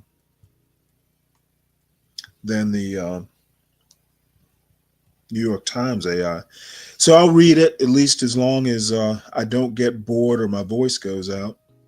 I once believed that the rise of the tech right in the tech right versus the populist right, Steve Bannon, populist, Elon, tech bro. As a matter of fact, you know what? Let me do this. Let me enlarge this a little bit more. Getting old, Stanley. You need to make the letters bigger, bro. Well, I'm going to read it on the StreamYard screen versus the actual tab, so I have to enlarge it a bit. I once believed that the rise of the tech right was going to make conservatism smarter, orienting the right towards a future of innovation and free market dynamism. The movement wields great influence on the second Trump administration, most notably in the form of Elon Musk and his Department of Government Efficiency. Policy implications have been a mixed bag, but one thing we can say for certain is that having some of the most accomplished people in business come into the tent has somehow made the right much dumber. No one embodies this paradox better than the world's richest man. And I actually have more comments on that dumbness because I'm going to fold it in. I've done several video essays on the topic of theory of stupidity, the 5 rules of, human stupidity, that sort of thing. And this is basically in that theme, how really smart people and accomplished people can still do stupid stuff. So stupidity isn't necessarily correlated to intelligence. Though I don't know, that's probably an arguable point too. But no one embodies this paradox better than the world's richest man. He who controls Twitter, now X, exercises a vast power over the culture, and the website is now the personal playground of Musk. As a prolific tweeter with some 219 million followers, Musk would have a powerful voice if he were just a regular user who could amplify certain accounts. As it is, he has also changed the tone and ideological tilt of the public square toward his preferred direction through measures like revenue sharing and the algorithmic derogation of links, meaning if you share a link in an X post, far fewer people are likely to see it. To say Musk is biased in his posts or that he shows a disregard for the truth doesn't come close to capturing the constant stream of nonsense he blasts out to the world. By the way, this is a conservative, quote, intellectual who's making this criticism. He is, in theory, on the same side as Musk. This isn't a matter of being biased or getting things wrong like CNN occasionally does. His feed is more in the neighborhood of InfoWars, where Alex Jones will typically point to a document that actually exists to make wild extrapolations about what Democrats or globalists are up to. Musk is somehow more reckless. The things he regularly promotes lack even the kind of nexus to something based in reality. Even that kind of I nexus. don't know about that. Okay, well, it doesn't really matter what you know. I'm just reading someone else's thoughts. He approvingly retweeted a tweet about a story pertaining to hundreds of thousands of illegal immigrants being on the voter rolls in California. Yet the link in the original post he himself shared was to a Snopes article debunking the claim. Musk has also falsely asserted that federal disaster relief funds meant to help Americans were redirected towards housing illegal immigrants, even though the two are completely different programs. When a pro Russian account claimed that Ukrainian President Vladimir Zelensky had a 4% approval rating in Ukraine, in contradiction to all reputable polling, he was fact checked via a community note, which caused Musk to flip out and charge that the system was being gamed. These aren't Hold on, isolated Stanley. incidences. Things like this happen all the time. It was proved by the CBO that It might be reasonable to suspect that someone as successful as he is must just be playing dumb online while displaying a hidden command when it comes to policy. Yet, even if you're sympathetic to his goal of reducing the size and scope of government, as I am, focusing on firing federal employees is just about the worst possible way to achieve that end. Fewer people working at the Food and Drug Administration, for example, doesn't mean regulators getting off the backs of pharmaceutical companies trying to bring drugs to the market. Instead, it makes drug approval processes longer and more arduous. Or consider Republicans have tended to oppose student loan forgiveness, but now cuts at the Department of Education may lead to there not being enough workers to collect debt. Put another way, Muskian methods may be enacting a de facto version of former President Joe Biden's policies. Federal employees are a small part of the budget, and Musk's assertions that huge savings might come from uncovering waste, fraud, and abuse is not taken seriously by anyone who has looked into the issue. He has spread false claims about dead people collecting Social Security that were based on a misunderstanding of a government database. All of this, even before getting to the question of how much of what he has been doing will hold up in court, with many of his moves already facing legal setbacks. Musk is not alone. Other members of the tech oligarchy close to the administration have regularly spread false and misleading information, albeit on a much smaller scale. The venture capitalist Mark Andreessen went on the Joe Rogan podcast a few months ago and made claims that were somewhere between vastly exaggerated and completely false about the Biden administration debanking its enemies. During the election season, a prominent venture capital investor asserted that there was massive voter fraud going on in California based solely on a text message someone sent him. All of this means that even for those of us who are true believers in the capitalist system, it has become clear that the traits that make one successful in business do not necessarily transfer into governance, nor do they equate to having sensible or even reality-based views on policy. Amen to that. The U.S. is not a business. Sure, successful entrepreneurs must have a high level of intelligence and a decent work ethic, but if Musk and other tech titans who have come close to the Trump administration are any indication, they seem to have other traits that imply they should be kept as far away from political power as possible. You take a sip of water here.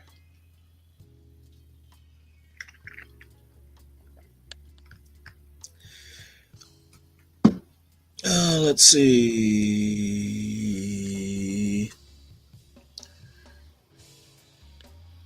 I think what they mean, Ryan, is if it was 40% before, it's going to be less than that now. So thank you for that irrelevant comment. In a well-functioning market economy, assuming we're not talking about an exceptional case like a firm that peddles a highly addictive or otherwise harmful product, profit tends to be straightforwardly related to improving social welfare. People pay because they want a good or service given conditions of scarcity and their own subjective preferences. Markets also take into account how workers are treated, the well being of suppliers a business deals with, and an endless number of factors and interests that influence how capital and resources are allocated. Government, in contrast, doesn't have a similarly crisp measure of success. Sure, there are metrics that guide policymakers, such as GDP and the unemployment rate. Yet, leaders are expected to consider the long term health and well being of a society. They are supposed to respect rights and uphold fundamental values, even if we often disagree about what those values are. As Musk goes on a firing spree and seeks programs we can kill, we see that in the absence of a widely agreed upon metric for success, he has decided to choose ones that will serve his private purpose. The fewer government employees and the less money government is spending, the better he thinks he's doing. Again, even if you're a libertarian, this is a dumb way to go about achieving libertarian goals. Doge has the word efficiency in its name, but efficiency is hard to define and measure, so employees fired and money saved have served as lousy proxies. Note also his influence on the latest congressional budget process, which was focused on reducing the page count in the legislation. Of course, even in terms of Musk's chosen metric, success has been limited. As a government official, even a high-placed one, lacks the freedom of a CEO. Congress won't let Musk touch the true drivers of government spending, namely entitlements and defense. Musk appears to know this, but doesn't seem to care when he's making exaggerated claims about what Doge can and has accomplished. Grasping for metrics that are as useful as profits and losses in business has clearly led him astray. Note also that even when he finally acknowledged recently how much of government spending goes to entitlements, he felt the need to lie about these programs and say that they are so the left can attract illegal immigrants into the country. Compounding the problem is the information bubble in which Musk has imprisoned himself. On X, his engagement is overwhelmingly with con artists, conspiracy theorists, and grifters. He now follows Cathurd, a man who believes in every conspiracy theory from anti-vax to chemtrails, and whose ignorance and sycophancy towards Trump are legendary among regular X users. When the Trump administration tried to stir up social media influencers by giving them the Epstein files, the results were so ridiculous that even many MAGAs felt compelled to say so. Yet Musk was still spreading the narrative that the deep state was thwarting Trump's attempts to get to the bottom of the issue. Understand that there is a hierarchy in terms of how insane MAGA influences are, and even among them, Musk pushes narratives that only appeal to the worst. I don't know. I think we pretty much get the gist of this.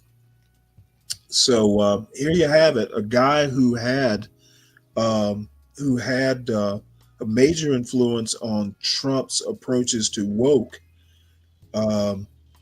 is finding major fault with Trump, the Trump administration. So yeah, it's starting to happen. People are starting to see what sounded good this summer is not so good once applied.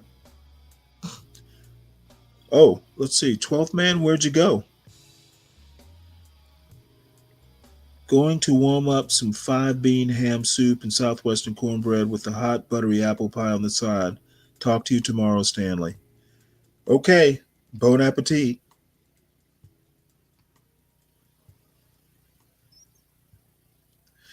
So I have to admit, it makes me smile to see these folks who were so into Trump, kind of starting to sour on the buttermilk that that he's feeding us or giving us to drink. All right, well, this is Yasha Monk. He's a historian.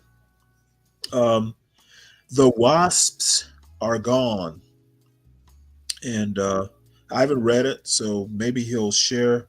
Maybe he'll share as to why they're going. Highly concerning. Oops. Musk's interference in Let's see here.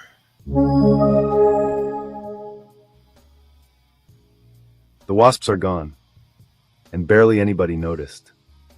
By Yasha Monk. For much of its history, the United States was ruled by white Anglo-Saxon Protestants.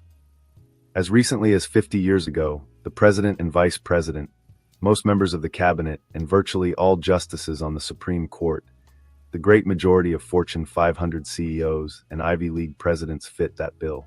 Even if you applied the restrictive definition for who qualifies as a WASP that would then have been widely assumed, a large share of the most prominent Americans would have hailed from that group.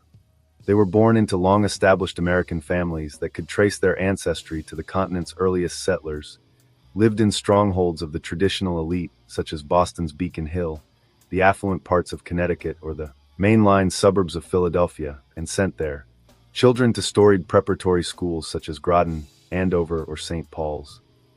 When I first arrived in the United States, less than 2 decades ago, the assumption that WASPs were the true rulers of America remained widespread, and there was still some real grounding for it. In politics, their ranks comprised the president, the vice president, the Treasury Secretary, the Secretary of the Interior, both the Senate majority and minority leaders, and at least a good dozen senators.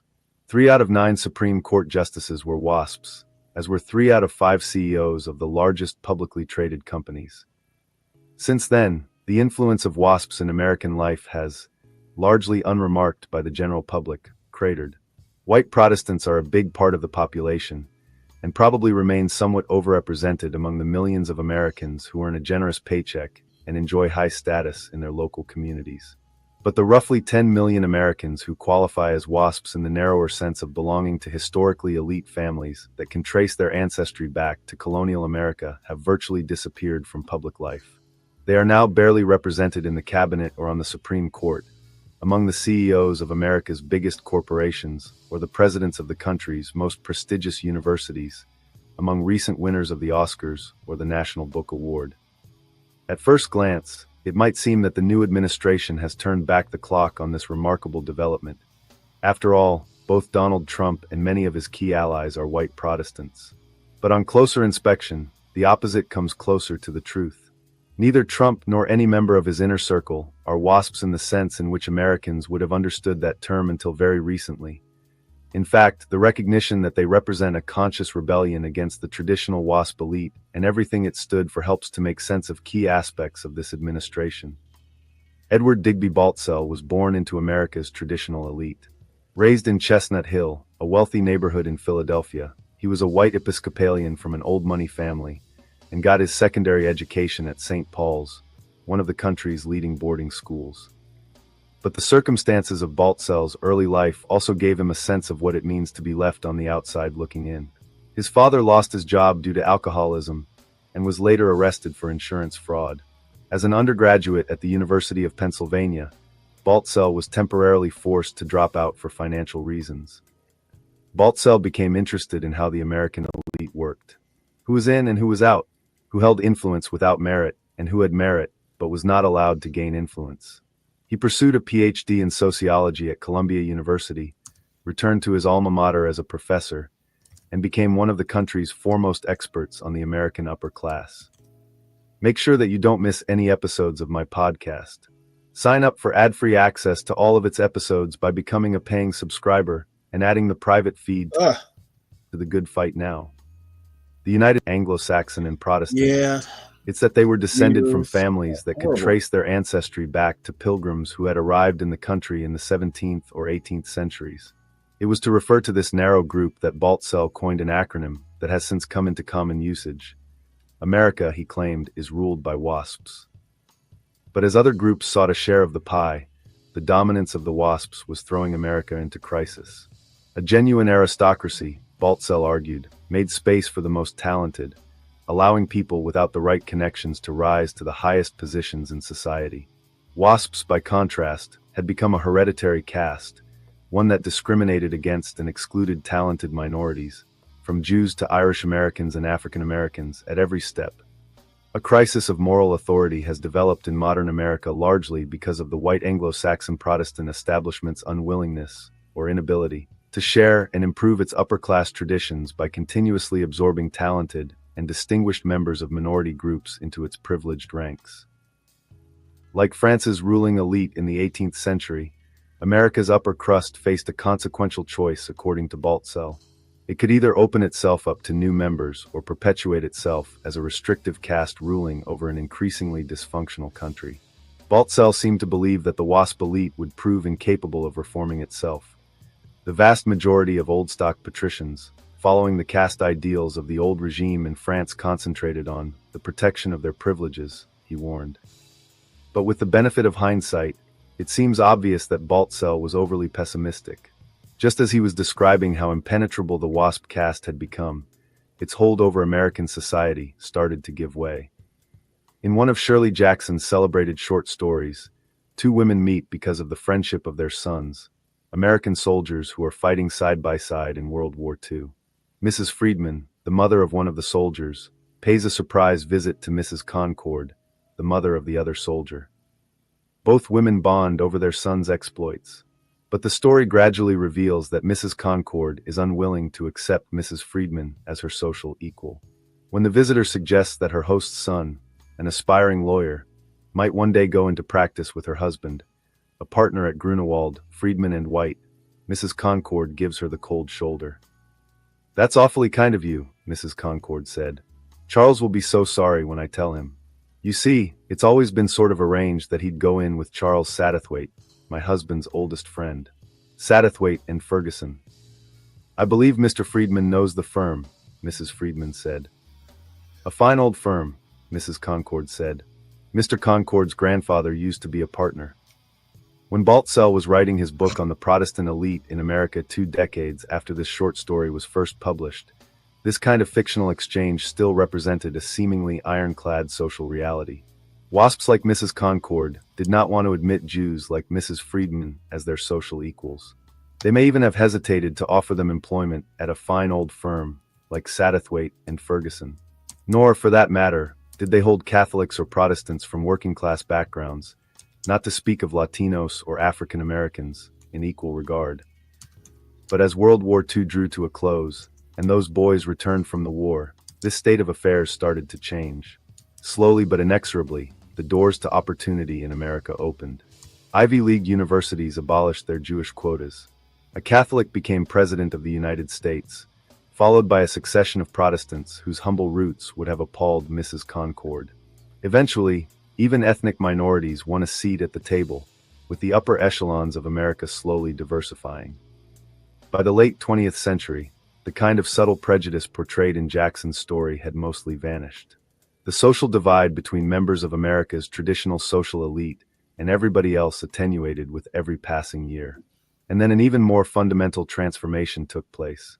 The striking thing about America in 2025 is not just that the descendants of Mrs. Concord would no longer regard the descendants of Mrs. Friedman as their social inferiors.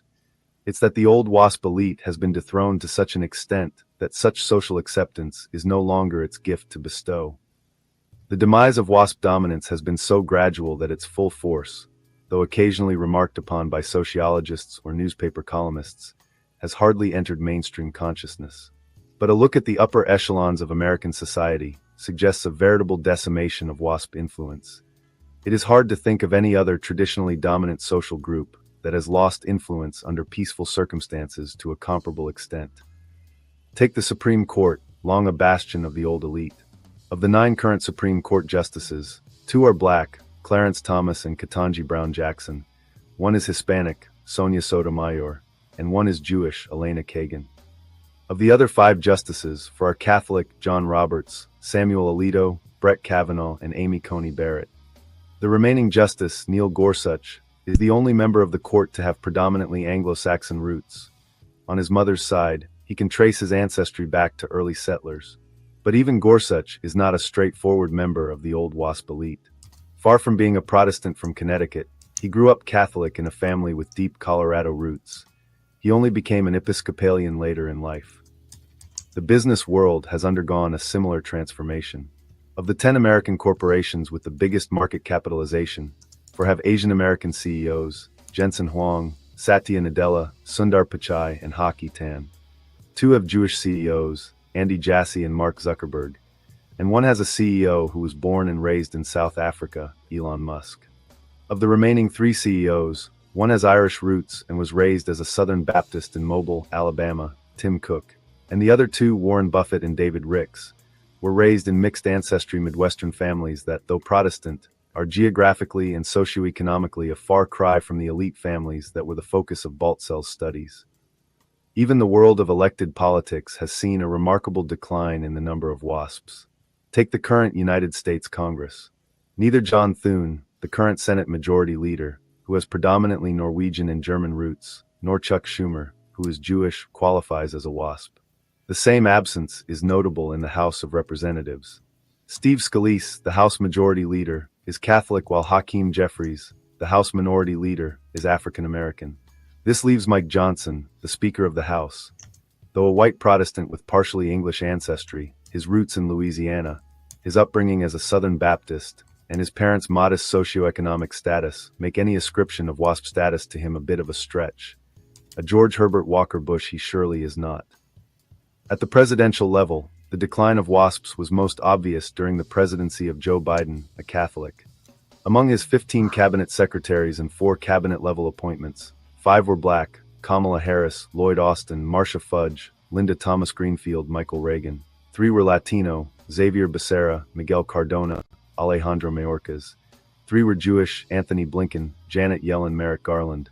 2 were Asian American: Julie Sue Catherine Tai, and 1 was Native American: Deb Haaland. Of the remaining 5, 4 were Catholic: Tom Vilsack, Gina Raimondo, Jennifer Granholm, and Dennis McDonough. The only white Protestant in the entire cabinet, Pete Buttigieg, grew up in the Midwest as the son of a Catholic professor at Notre Dame and converted to Episcopalianism as an adult. Superficially, the Trump administration might look like a return to a world in which WASPs played a larger role. And it is certainly true that, beginning with the president himself, white Protestants hold vastly greater power in the current administration than they did under Biden. Depending on how you count, up to 10 out of 19 current cabinet-level officials are white Protestants. But that makes it all the more striking that WASPs in the traditional sense are effectively absent from this list. Most are clearly excluded by their ancestry. Hegseth has Norwegian and Bondi Italian roots, for example. By their upbringing in Appalachia, J.D. Vance, or the Mountain West, Doug Burgum, or by the low socioeconomic status of their parents, Linda McMahon. It is unclear that a single member of Trump's cabinet would neatly fit Baltzell's conception of the WASP elite.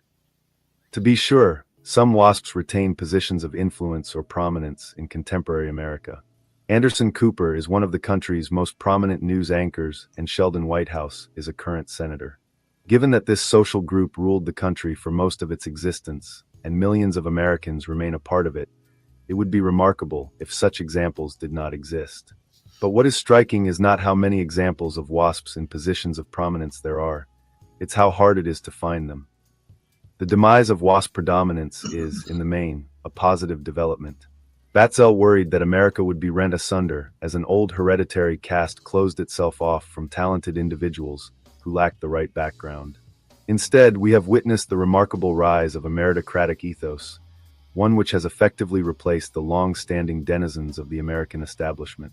His wish that the upper echelons of American society would come to discriminate on the basis of the distinguished accomplishments of individuals, rather than classifying men categorically on the basis of their ethnic and racial origins, has been realized to a greater extent than Baltzell could have imagined. WASP's astonishing disappearance from leadership positions in American public life may also be a positive augury in a second sense. Over the past decade, a number of political theorists and social scientists have started to worry that there is little precedent for a democracy in which a ruling ethnic caste gracefully steps aside once its predominance is challenged by a coalition of hitherto marginalized groups. This suggested that America may run into serious trouble as the white majority shrinks as a proportion of the population, giving rise to a country that is majority-minority. As Danielle Allen warned after the infamous Unite the Right rally in Charlottesville, the world has never built a multi-ethnic democracy in which no particular ethnic group is in the majority, and where political equality, social equality, and economies that empower all have been achieved. The state of American democracy looks more imperiled today than it did when Allen first expressed these worries. There is also good reason to suspect that it will prove easier for a traditional elite with somewhat porous boundaries like the WASPs to disappear than it is for an ethnic group whose boundaries have traditionally been violently policed, like whites in America, to give up its dominance. And yet, the comparatively smooth manner in which WASPs gave up their traditional role in American life is at least some reason to hope that dominant elites can, under the right circumstances, relinquish their privileges more peacefully than has widely been assumed. But for all of the undoubted benefits of a more meritocratic America, it is impossible not to worry that the demise of the old WASP elite has also left America deeply disoriented, a point that David Brooks has repeatedly made over the last years. As he wrote in 2018, "We replaced a system based on birth with a fairer system based on talent. We opened up the universities and the workplace to Jews, women, and minorities. University attendance surged, creating the most educated generation in history. We created a new boomer ethos, which was egalitarian, blue jeans everywhere, socially conscious, recycling, and deeply committed to ending bigotry. You'd think all this would have made the US the best governed nation in history. Instead, inequality rose, faith in institutions plummeted, social trust declined, the federal government became dysfunctional, and society bitterly divided. The older establishment won World War II and built the American century. We, on the other hand, led to Donald Trump. The chief accomplishment of the current educated elite is that it has produced a bipartisan revolt against itself."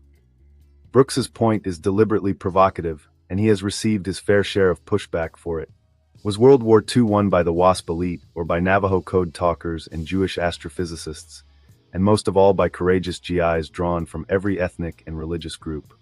But as the new administration, led by Protestants who feel no sense of belonging in the traditional American elite, sets out to take an axe to every norm, rule, and institutions on which the old order was built, it is hard not to think that he may be expressing something important.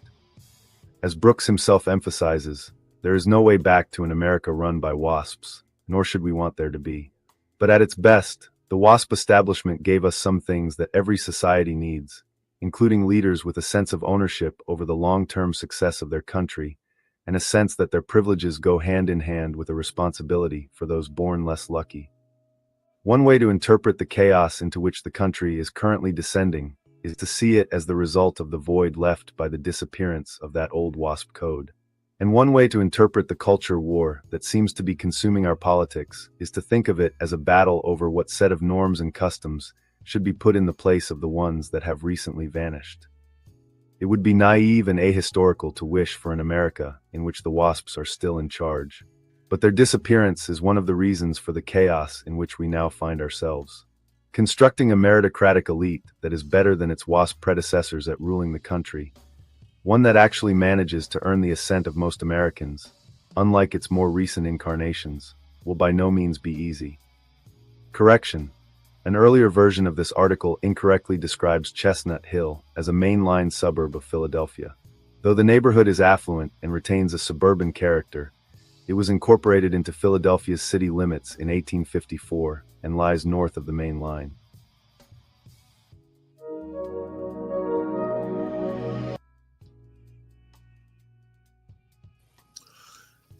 Some pretty good observations there. I found a video that kind of talks about the specific point of multi-ethnic democracies by the same author, Yasha Monk. Let's see.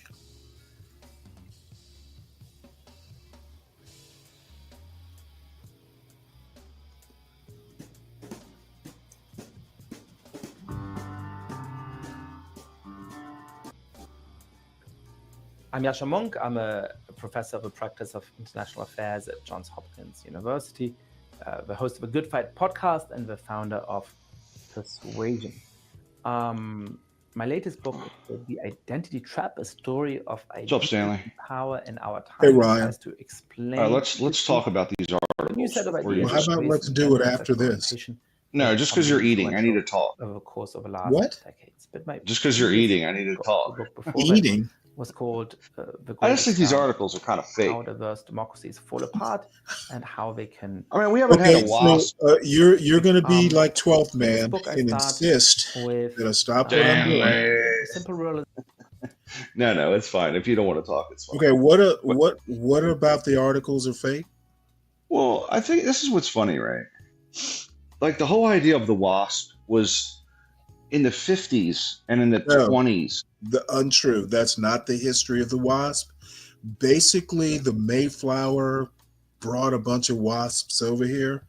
I know that. So it's kind of an arbitrary term, but essentially all the founding fathers were I know that. wasps. Well, it was very So the anti-Catholic. history doesn't start in the 50s, is my point. No, I didn't say that. I was saying the argument about the WASP, like being the dominant number one in society, has been, they were arguing about this in the 50s, right? They were arguing about it back in the 1750s. And, As a and they matter were, of fact, as a matter of fact, this argument about wasps and ruling class has been going on a long time. since 1607. But I think the thing is, I mean, I'm in a state that's I'm in Maryland, right? Which is like the Catholic Central. Like the Catholics of Maryland were always a big deal. Well, yeah, it was founded as a Catholic haven.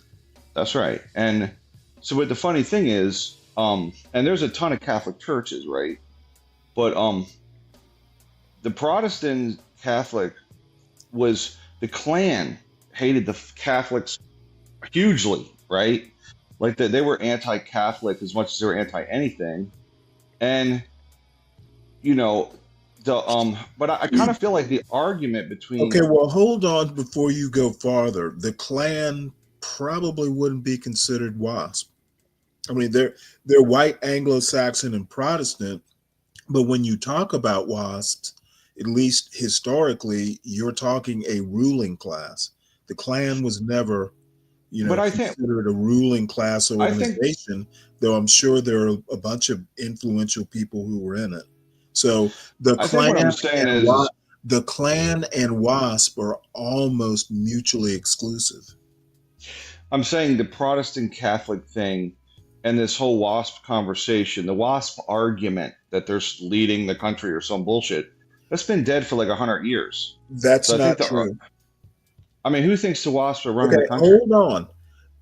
Before you come up here and start talking this half-cocked historical lesson, you actually need to go and do some research and know what you're talking about. Okay, the argument has been going on up to now. Jews will not replace us. That's a WASP argument. Okay, dude, you know what? I know that was I don't want to Stanley, even hold on. argue. I'm not going to even argue. That was happening in the 50s, though, not now. It was happening Okay, in the 50s. and it's still happening, is my point. I mean, they have replaced them. Okay, the argument has been going on since 1607, the Virginia Company or whatever it was called, where ruling class people were plucking poor people out of workhouses and waifs, street urchins, and sending them over as indentured servants. That WASP argument has been going on since pre-America. It still goes on, and the latest iteration is a Tucker Carlson type. It's a type who basically wants to,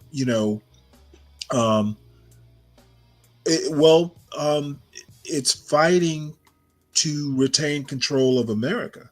Okay, they don't have control. They haven't had that's control what of all America in a long this, time. the DEI and affirmative action arguments that it's discriminatory against whites and white males specifically.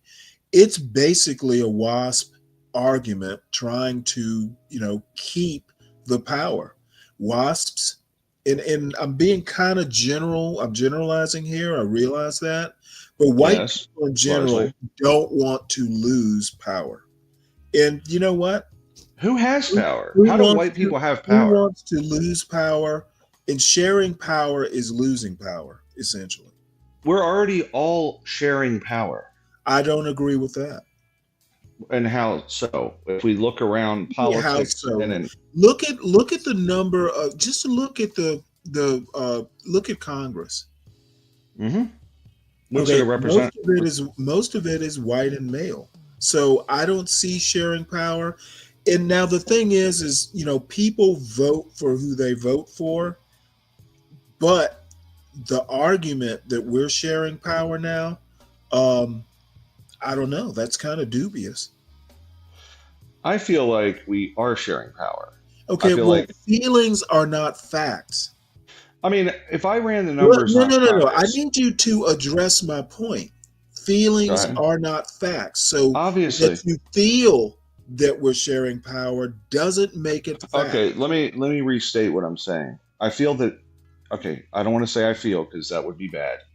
If I were to do the math on Congress and separate it out by demographics. I just did it for you. You're talking about?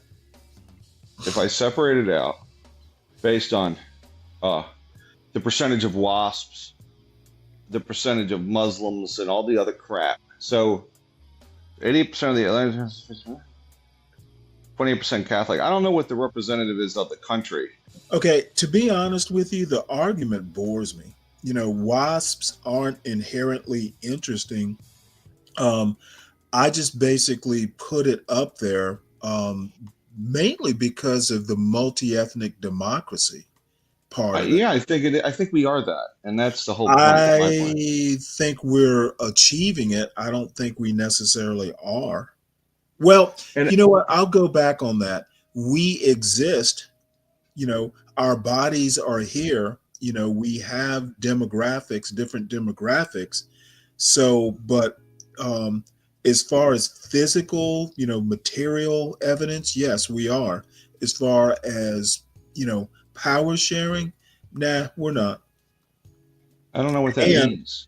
And the kerfuffle about Obama being the first black president is another proof. Okay, this DEI bullshit. I don't know what that means. What do you mean by Obama? Bullshit. What's Obama have to do with this? Pretty much. Well, you know what? Let me explain it to you. This bullshit pretty much started when Obama became president, and who but Trump wanted to question how a black man could become president when he was born in Kenya or some bullshit like that. That whole birther movement was essentially white men in particular questioning how this could even happen. Now, that's my opinion, but I think I can support that opinion. I don't think you can.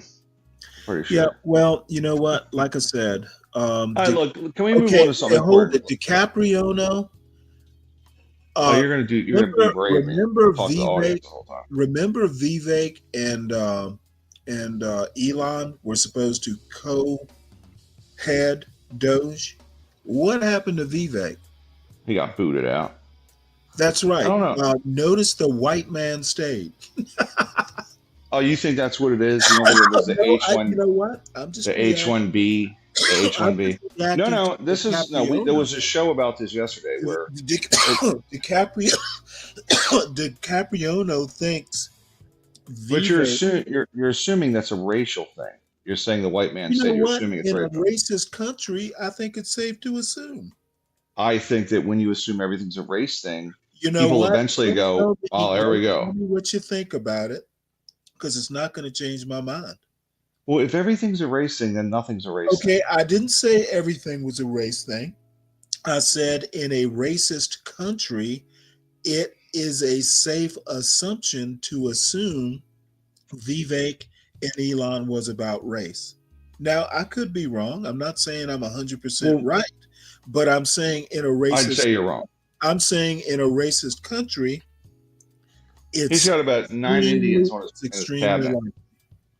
He's got Indians strewn about the cabinet. So I'm pretty Okay, sure he's cool with the Indians. you're conflating, confounding, whatever it is you do, Ryan. Well, I You just think always that squirm away from the point to other points. no. My point was the WASP conversation was dead 50 years ago. And you would be wrong. I mean, I mean, demonstrably wrong. You've got the Jews will not replace us is the mating call of the WASP. Okay. Oh yeah, the wasps are screaming. I'm hearing about the wasps every day in the news. I mean, Okay. I don't even hear about the word wasp anymore.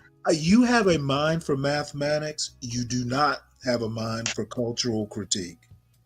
Well, explain to me. So, number one, And the I've always Catholics. said, and you are the most recent example, economists make the worst cultural critics, social critics, etc. Stick to your bean counting. Well, so that was a critique of me and my methodology, not the argument. Yes. Well, explain this to me. We were talking about this WASP issue, and I know, and I saw a movie. It's a movie about Harvard and not Okay, wanting to. I don't look. Just an aside. Go ahead and talk about your movie, but I think movies are the last place I go to form opinions about culture. Well, it was just about the skull and bones at Harvard and the Jewish kid and blah blah blah, right? And the whole thing about WASP is they were, it was anti-Catholic initially, but now I think that if you look amongst the religions, the largest religion in the country is Catholic, the number one religion in terms of the most membership. Protestants are cut up. You have, evangelical. You have what is it? Methodist. The largest single group is the Catholics. So the WASP thing is kind of gone. You could call me a WASP, but am I a WASP, Stanley? Categorically, I'm a WASP, but I sure as fuck ain't from the money. Before you asked me that question, I hadn't really thought about it. But let me tell you something that you like to pull along with your panel buddy. Oh, I never owned slaves. Oh, I grew up poor. That's not an argument. That's an anecdote. Okay, and this argument by anecdote that people insist on doing does not work with people who actually know how to think.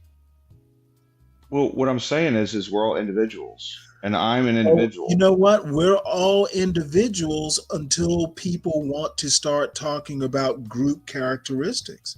Okay, America goes back and forth. Stanley. No. Don't interrupt.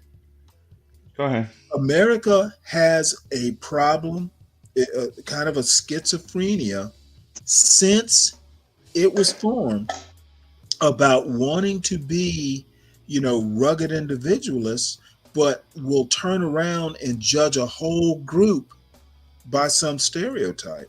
America flip-flops back and forth depending on the situation. So you telling me your opinion about individualism, yeah, it's easily counterbalanced by stereotypes that we so easily embrace. Okay, so you stereotyped me today like 2 times so far. No. I'm not stereotyping you. I'm literally have been listening to your arguments for months. Okay, well, I don't think it's a stereotype. You literally wrote it's all about the maths or something like that. Don't math. That's right.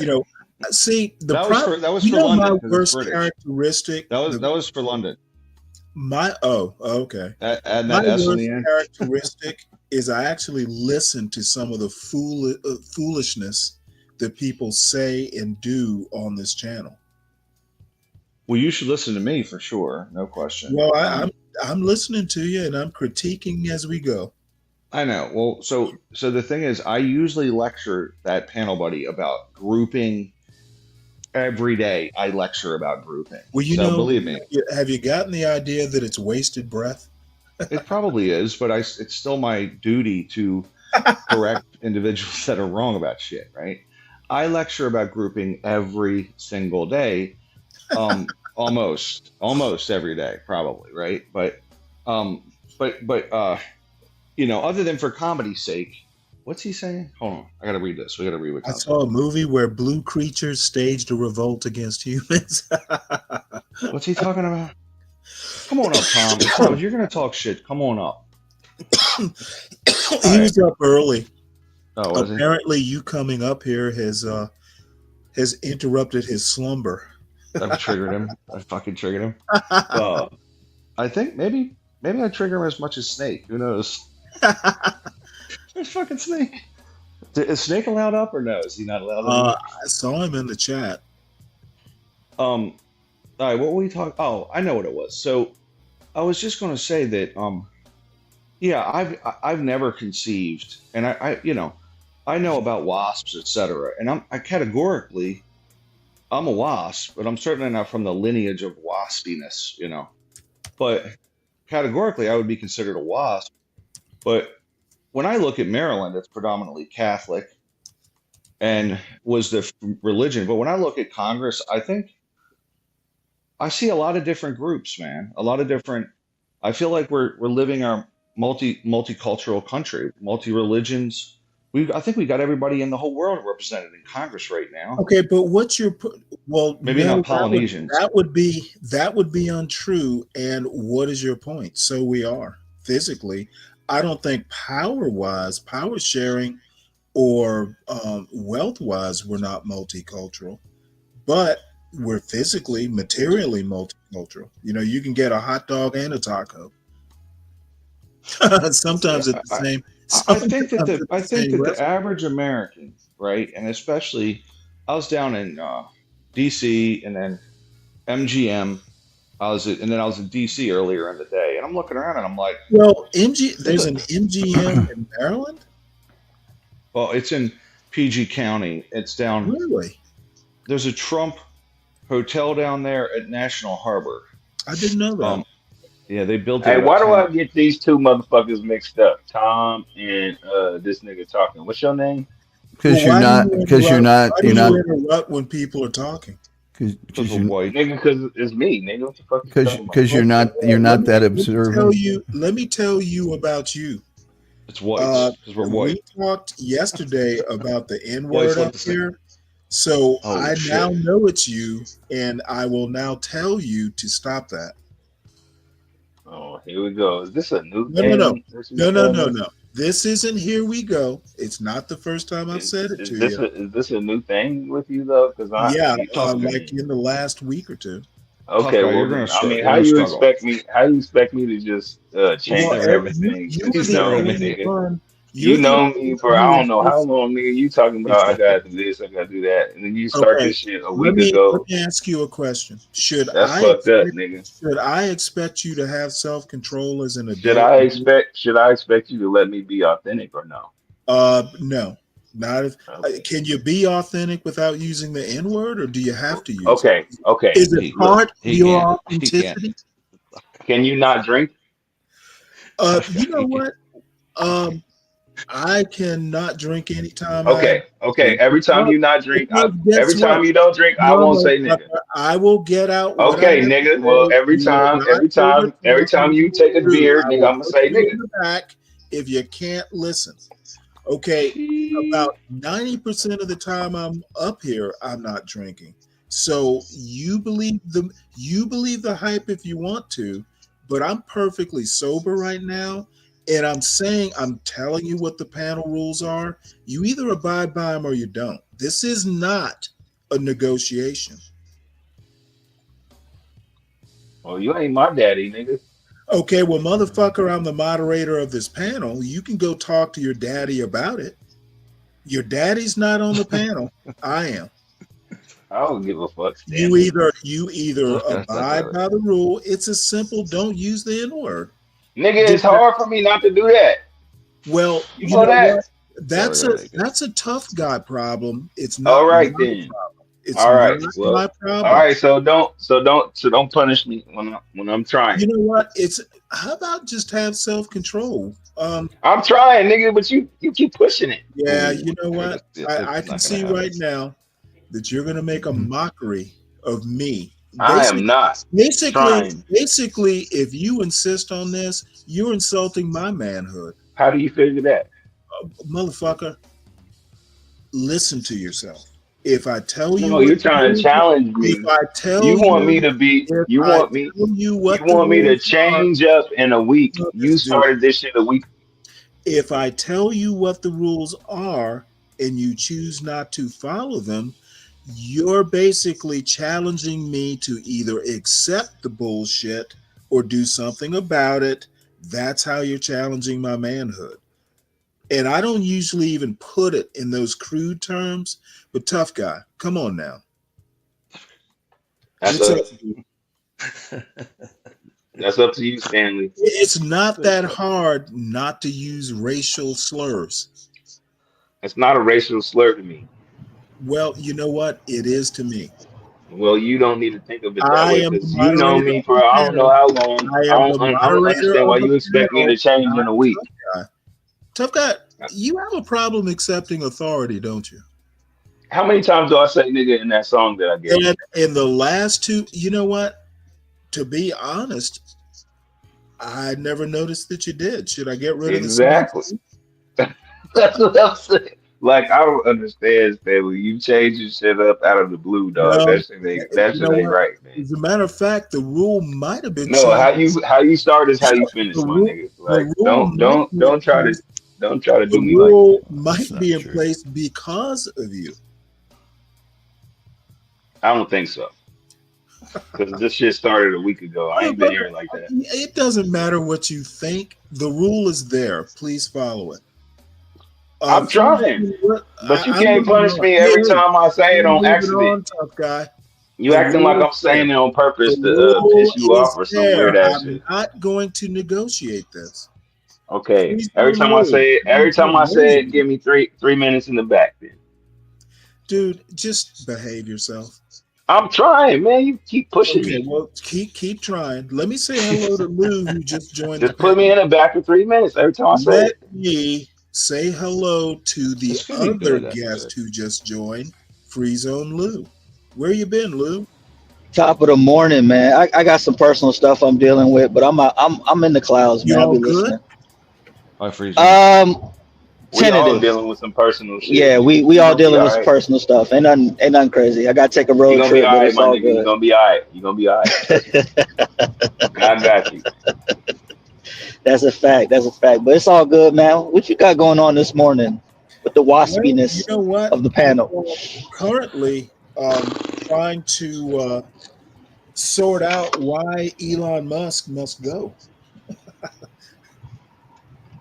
No, currently, Stanley was telling me that I can't say nigga on this panel, and he just changed that shit a week ago. And he ain't start off like that, but now he's trying to change shit. No, And he's trying to I make didn't me feel start off. bad because he Well, started with a new ass rule and shit. Like I'm just supposed to just adhere to it yes, immediately. Like, damn, give me a chance to wean off of it. Shit, nigga, you know me for I don't know how I long. have to wean you off of racial slurs. Yeah, nigga, I mean, damn, why you doing me like that, player? Yes. You know what? I don't know whether to be sad for you or mad about it. Why you doing that to me out of all people? To me though, to me, nigga, like why are you doing that to me?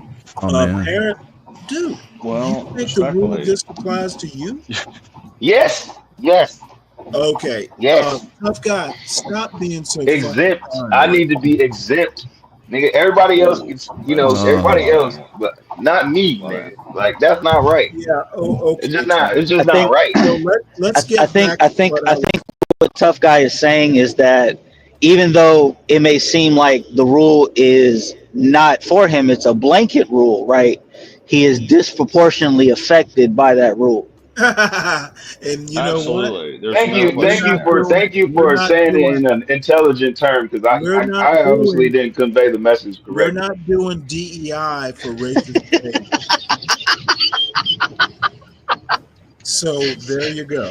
But That's true though. Trump has declared DEI is but over. it's funny, Stanley, that you usually DEI is understand me, over but on he race. understood DEI for everything. racial slurs It's is funny that crazy. it's funny that he Only actually thing I understood what agree I'm with Trump saying. on, MAGA baby, USA, USA, USA. You know what he's saying, Stanley. You know what All I'm trying to slurs say. matter, Stanley. All slurs matter, man. We That's gonna right. protest. We gonna I'm protesting. protest. I'm standing, goddammit. Fuck that shit, nigga. This If you thing over here stand, says, if you don't stand for hey, I'm something, you'll standing. fall for anything. Nigga matters, nigga. Straight up, Stanley. Hey, we gotta go to court over this one, You Stanley. know Straight what? up, nigga. You know People's what? court, nigga. Guess what we're not going to do? Go to court. Oh, nigga, come on, man. Okay, well then leave me alone. Don't you can fuck with everybody else, but not me. No, I'm not going to make exceptions. Okay, well, like I said, if you don't That's like it, put me in the back for 3 minutes every time you catch me. again, But you're it might be frequent or often until I'm able to, no. It will. You know what? It will be frequent. Actually, I think it's a good idea. And often, but not on this panel.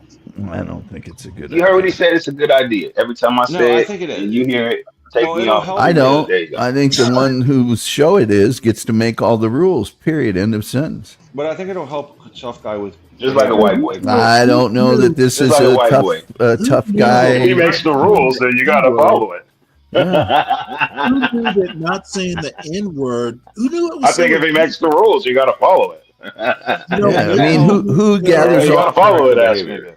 Who gathers Shut your all? ass up, nigga. Who gathers all the articles? Who does all the work to make the show? It's We not. don't need Joe cheerleading ass There you pom-poms go. over here. No, doing it's flips not and cheerleading. I got somersaults, my nigga. own show, and if you Twerking came on and my shit. show and talked like Popping that, you'd be your ass gone and over there, banned over there forever. on the over there on the panel twerking and shit. Shut your ass up, trying nigga. to be a white liberal. Don't be backing that ass up over here, nigga. Shut your ass up with your gay ass. Nigga. Hey, I know you're feeling your oats since you don't have a roommate anymore. Hey, don't be But mad at me. I got a Step it show. up. I got a show, I don't give and a I fuck do what all the show work, and you'd be out for I good don't if you give- broke the I don't rules. give a goddamn. You act like this boy. is your playpen. It's not. You're a boy, I can't say it. little boy. You know Boy, what? did you call me boy? Yeah, I did, boy. Isn't that a problem for some people? Well, maybe that needs to be. I curse like a. I curse like a. It starts with the N word, and then you can't say nothing. You see how they do, That's tough right. guy. First you can't say the N word, and now all of a sudden it's boy. Did you say boy? Now you can't say boy. I can't say boy. It's me, I just man. hey man. Everybody got a problem every time I say something. I just ask a question. My name's Tom. My nephews call me Uncle Tom every day. How do you think that makes me feel? Hey man, I ain't trying. But the whole thing is, Stanley, no, I ain't trying to like say it purposely. So I don't know why you fucking with me like that. Stanley That's a does bigger not issue. have time to explore intent. It's just better not to use the word at all. And Okay, I can understand that, but that's your rule you just made up. You can use euphemisms. You trying to involve me in your new shit. Okay, That's fucked up. goddamn it! That's all You I'm know saying. what? You're over talking me, and that's gonna piss me off too. Ain't nobody over talking your big ass, Stanley. Tobin said or wrote, tough guy. Stanley said ninja is acceptable. Euphemisms are fine. Shut up, Kelvin. Ain't nobody asked your punk ass nothing. All right, Anyway. so in any case, I'd like to get back on topic if possible. What you talking about, Elon Musk? Talking about wasps. We're talking about the wasps. And I'm assuming Elon Musk might be a wasp. I'm betting he is. But anyway, now this specific he's video, probably Dutch. I think he's Dutch. He's Netherlands if he's South African. well, By I mean, Netherlands. they're all Anglo-Saxon. I mean, they're all Germanic. Well, not okay. Hold on. Not according to the article, because they said that one dude was from Scandinavia and Germany. The one Thum. So I think they're talking about the British white Anglo-Saxon Protestant definition. Okay, Anglo-Saxons. I don't think they were just limited to England.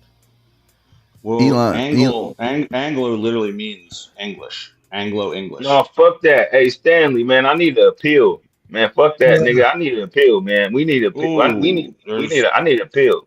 Hey, does anyone want to take does anyone want to take any bets on Tough Guy making it up here? How about you? I'm not. How about you? How about you? How about you? You cannot say it. Over How about under? you shut up? This is between me and Stanley. What's the over under? I'm just saying. Well, wait, what? Hey, say that again. Why do white boys always be trying to get in the middle of black people shit? Nigga? It's not. Shut your ass up. There is nothing. There is nothing. Ain't nobody asked your white ass about nothing, nigga. This between me and Stanley. It's an open panel. I just think it's funny. It's an open panel. Leave me alone, bro. With your big head ass. All right, can we get back to this multi-racial Moby Dick looking ass nigga? Yeah, go ahead, man. His point is kind of an important one, that there's never been a multiracial democracy. So, America, is kind of in uncharted territory here. And the other thing is that, WASPs and white males specifically getting pissed off is basically going to be, kind of volatile or could be. So, you'll hear people like Glenn Lowry and even John has said it, if white people get mad, we're all cooked. So, there are people who kind of acknowledge how volatile, this can be. So, this is like an Ibrahim Henry argument. It's something to be aware of, at least. And, hey, tell Kim to come on the panel, man. We need a woman on the panel, man. Come on, come on the panel. You know what? Kim. Why should I have a woman endure your tendency to racially? Because I actually would. It would change a little bit because there's be a woman on the panel. Elon describes himself as a cultural Christian, whatever the hell that is. You know, when San Jose show up, how do I act? I act like a man should act when a woman is around. Yeah, well, this isn't your locker room. This ain't no locker room, nigga. Yeah, that's what I just said. So what are you talking about? You can go be jocular somewhere else. Be with the band. Jocular. What the hell is jocular? You wouldn't be in the locker room. You'd be with a band. You'd be with the band kids. Hey man, don't hate on the band players. I fear the band is what brought you the music that you hear in the background. So shut up. Background keyword. And has come up here to clean house. Well, it's not. It can't be in the front ground. It can't be in the front ground if we talking, yo, big head. Hell no. Hell no. I came up because someone said they wanted a woman on the panel, and I was like, London. Thank morning, London. Good morning. Appreciate it, London. We appreciate a woman's voice, especially your accent. We like that. Well, I like that. So morning, London. Thanks. Hi, London. Good morning. Good morning. Tough guy. That nigga tough guy code switched like a motherfucker just now, didn't he? that man's whole dialect changed. It was like, hey, London, how He went from Stanley, hey, why the fuck I gotta keep saying all this, to all of a sudden he's, it feels great to have such a wonderful woman on the panel. Thank you this morning, London. Turned into Brian. He knows what jocular means all of a sudden. Yeah. turned into Bryant Gumbel all of a sudden. Right. Well, top of the morning, London. And they got an accent and everything. Shut up. Y'all stupid. It's all Al Roker with it. Hey, man, I like women, nigga, so shut the fuck up. Oh, man. Tough guy. I know there must be situations you're in when you prefer not to, or you can't use the word, whether it's, you being around an older relative or you mean when at you're church at work. and shit? Yeah. It's best for me not to speak. I got into my auntie over that shit, man. I don't know if I told y'all about this. One time I was talking to my grandpa, right? And me and him, we talk about like grown man shit. And so I think he had me on speakerphone or something like that. And she might have walked by his room or something. And she was like, I can't believe you talking like that to grandpa and all this other shit. And I had to like kind of check her. I'm like, look, me and grandpa, we men. You might have overheard some shit, but that wasn't for you. And that wasn't for you to come at me like that. I'm not 12 years old. I'm a 40-year-old man. What the fuck is you coming at me talking about anything? You don't pay none of my bills. If I go through anything, are you gonna pay a bill for me? And you said She this was was a quiet. relative? She was quiet. She was quiet. And I said, and then she tried to come at me with all this church shit, talking about, this is like a blood God this and God that and all that other shit. So no. this is a blood relative you were talking Yes, about. my auntie. Older Yeah. female. Ooh, oh wow. Your that family answers that dynamic is question. definitely interesting. Older female. That's tough. Did you put her in her place? Well, I wasn't trying to, but yeah, basically. Interesting. All right. She sent me about 3 Facebook church memes, and I ain't heard from her ever since. I told her, the last time I spoke to you, wait. I said the last time I spoke to you, Aunt Mignon, you took me to James and the Giant Peach. So why don't y'all look at what year James and the Giant Peach came out, nigga? Were you expecting to maintain communication after that? I mean, it ain't my fault. She don't reach out to me. He ain't going to James and the Giant Peach 2. Yeah, I mean, shit. I was a fucking child. That was the last thing I remember her. Thank you for taking me to the movies, but like, nigga, that was, you don't call me. I don't know you. I mean, you know what I mean, like that. I mean, you my auntie. I respect you, but I'm a grown ass man. You respect? How dare you try to? How dare you try to check me when I'm a man talking to a man? You overheard some shit and you want to try to check me? Like, no, that ain't how it works. I think we all have greater confidence in your ability to control your language than you do.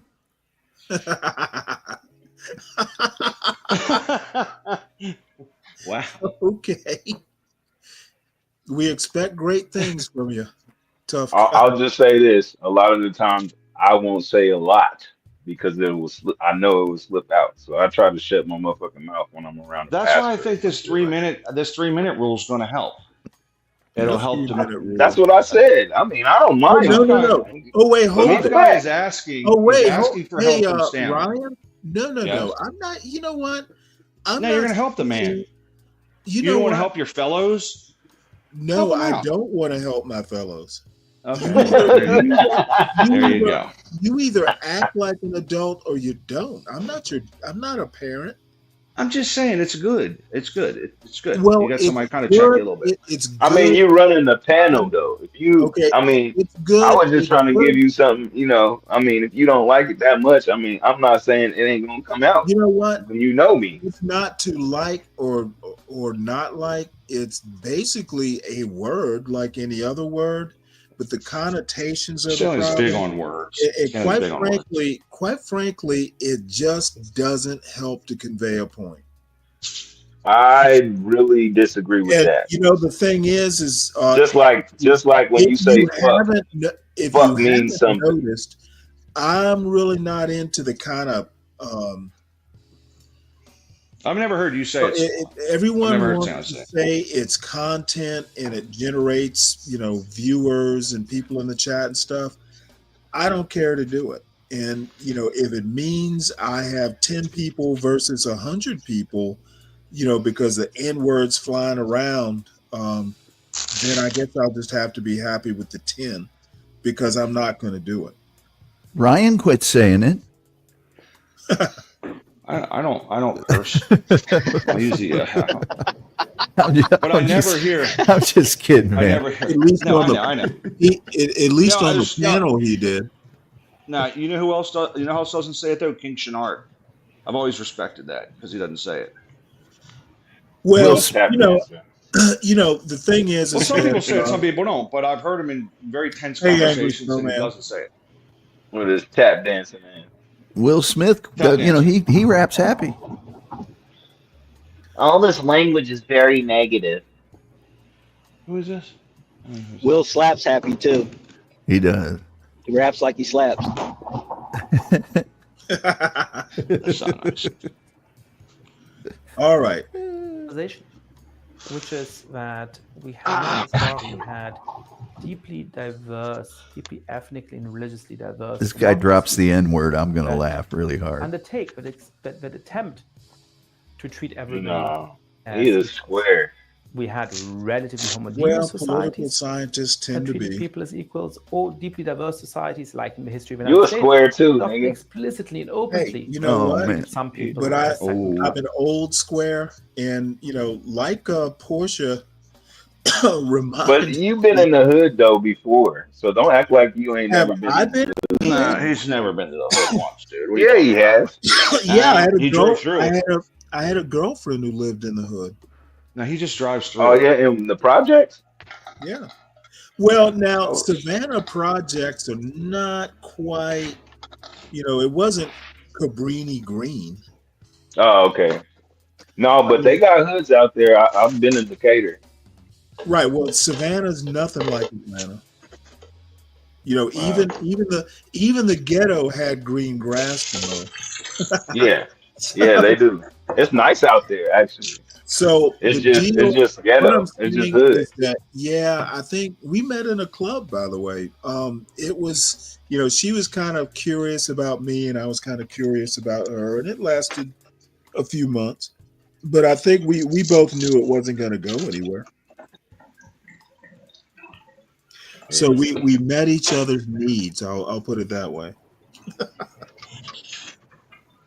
And I liked her kids, by the way. What happened?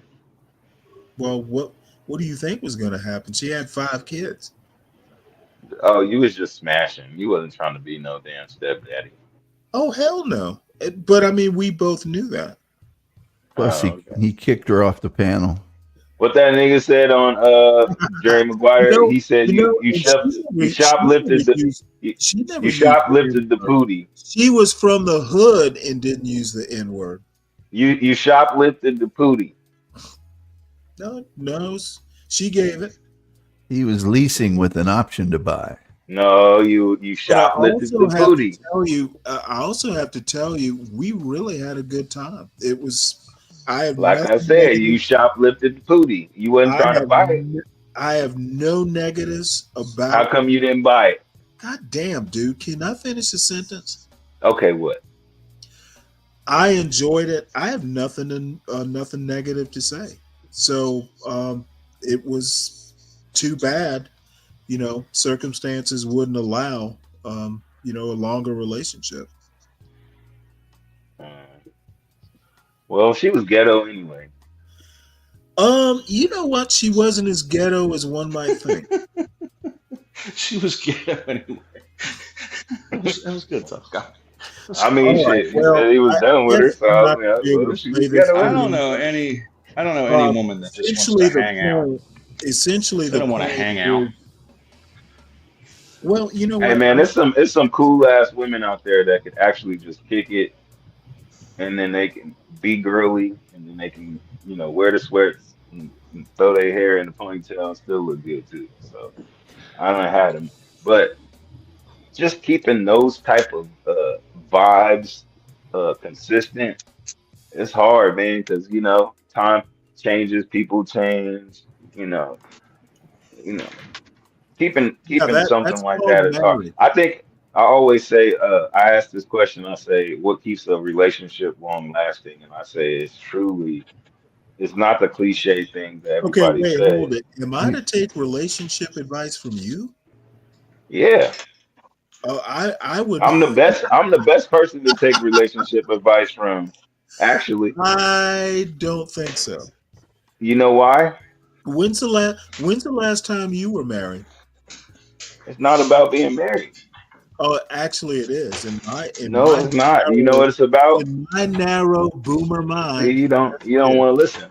So I can't tell you. I don't want to listen. I absolutely do not want to listen. Why do you keep talking? I mean, hey, Stanley, you could actually have some in-house vagina if you listen to me. You know what? I'm okay. IHV, in-house vagina, IHV. I always take car advice from a guy with a busted vehicle. Look, I'm a big serendipity guy. If it happens, it happens. Do you know most mechanics have busted vehicles? If it happens, No, it but happens. True. If it doesn't, it doesn't. bars. I'm on the. Yeah, a lot of mechanics have busted vehicles. That's because fuck they could fix are you it. talking? What? Don't you hear me? Yeah, I hear you, but he said something, I said something. Why y'all get mad at me because my voice is just it's stronger? That means I get heard. Y'all be mad at me because when I speak, I get heard. Are disruptive is why. No, I just have a voice that has authority. Have you ever stopped to think about your social skills? No, have you ever thought about that? I know that my voice is powerful. No, I have not thought about you knowing much other than music. Okay. I mean, everybody has their expertise, and you are really good at music, but you're not that good at conversation. That's not true. Okay. 3.6% of mechanics in the United States have an inoperable vehicle. Interesting. That's because they fix them at their garage. That's not a lot. Does it say they own? Just says their vehicle. That's hard to believe. It's hard to believe, and if it's fact, then oh my Lord.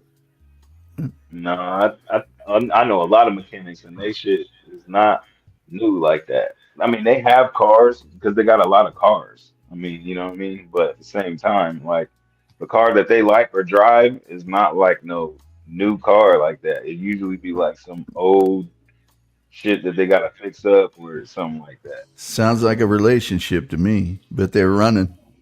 I don't know, you know. But mechanics are like that. They like to fix shit. So all right, well, I want to know why diverse democracies fall apart. Can I ask a quick question? well, I was trying to say something. See, you don't never want to listen, nigga. It's okay though. That's all right. Stanley. Was it on the topic? It was on. We were talking about a lot of shit. See, why you be doing that? My question's actually on the topic. Okay. Ryan, are you a WASP? I'm trying to figure out how many WASPs we actually have on the panel. I mean, technically speaking, I am, but I'm not You from a ain't one. bloodline. Well, wait, hold it. I'm not from a I thought bloodline you were of wasps. Italian. I'm from a bloodline of European white trash, basically. Okay, well, hold on. If you're an Italian, you can't be WASP. Well, that's not my whole family. Well, Where did London go, man? You done ran London away. From what I have experienced with you, I can't tell. So we have a mixed family. See, that We're not didn't just quite sink in, did it? It's the one drop rule. you saying us guineas are just all low class bums? Come back, London. Come back. No, I'm just saying you're technically not a WASP. Well, the name is Italian, Stanley. That doesn't make me Italian. I'm not like my name isn't Giuseppe. Okay, no, you know you're not getting my point.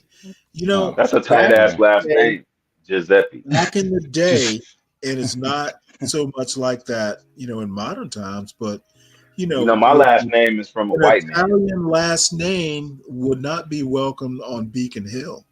Well, I got a white man's last name. Me too. Y'all know that? Hey, Stanley, you got a white man's last name. You know that? Me too. What?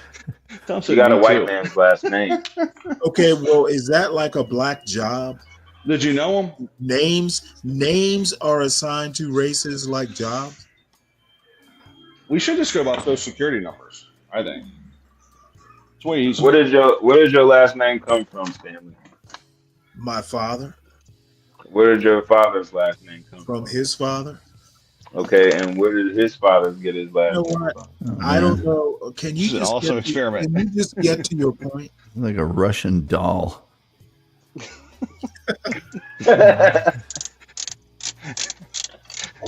Just saying, nigga. You know what I'm trying to say, Stanley. Stop playing, man. You know what I'm saying? No, honestly, Why? You got a white man's last name. You know what? And Sky is not. Sky is more of it's a unisex name. Oh no, you're saying intersex? It's like Ryan. Ryan Yeah, can what's be it? a unisex name, or Stacy, Okay, or we're talking surnames or first names. You talked about my last y'all name. ain't never heard. So Y'all ain't never heard of this guys and argument girls having the is same trying to, name, like Casey. why do I follow up this disjointed Pat. clue? I'm just saying I'm not a WASP Catholic, so No, you're a Jew. I don't know if Ryan is or not. No, I'm not. What Actually, they call Stanley it, a would be. kike. That's what they call it, kike, I right? don't even have any change in the house. Hey, why do they call it a kike, Stanley? What is a I know kike? why. I know I why. know I know why. why. I know why. Oh, Yeah, tell me because it's why. circle. Circle. The circle. What Keikel. does that mean? Yeah, it means you either, if you're a Protestant or a Catholic, I think you did an X in the box when you got here, and I think if you were Jewish, they made you do the circle, so they knew you were Jewish, and the circle is keikel in Greek, because the Greeks were running the immigration desk. I think that's why. Okay, I know the word, but I didn't know the meaning, like the depth of it. So Yep. Yeah, that's it interesting. means circular. I think that's why. That's the story I heard. Is that right, Tom? You probably know That more than is I do. correct. That is 100% correct. Fuck yeah, motherfucker! You know what? And I'm sure I'm sure You can say as I'm many That nigga F bombs as you celebrating want. over that shit. That's funny. Hey, you can't. Hey, you can say F bombs for days, but don't say the N word. and WAP came from without papers. A lot of That's right. Italians came over and they didn't have documentation. So WAP Yeah, we meant, didn't have no papers when we got up in this bitch. yep, they didn't have papers. They Without didn't like papers. all the guineas. Hey, when we got here, they didn't like us either. The largest hanging in U.S. history was all the guineas. All Italians. They hung the Italians from the trees and shit. That's a slur. You should use Gindaloon. Well, what about Dago? I don't know what that Yeah, stands you're for. definitely not a WASP. I'm not feeling about, that. Hey man, look, a Baltimore Guinea. I'm a Baltimore Dago. Yeah, his voice. Hey, nothing wrong with that. Enough.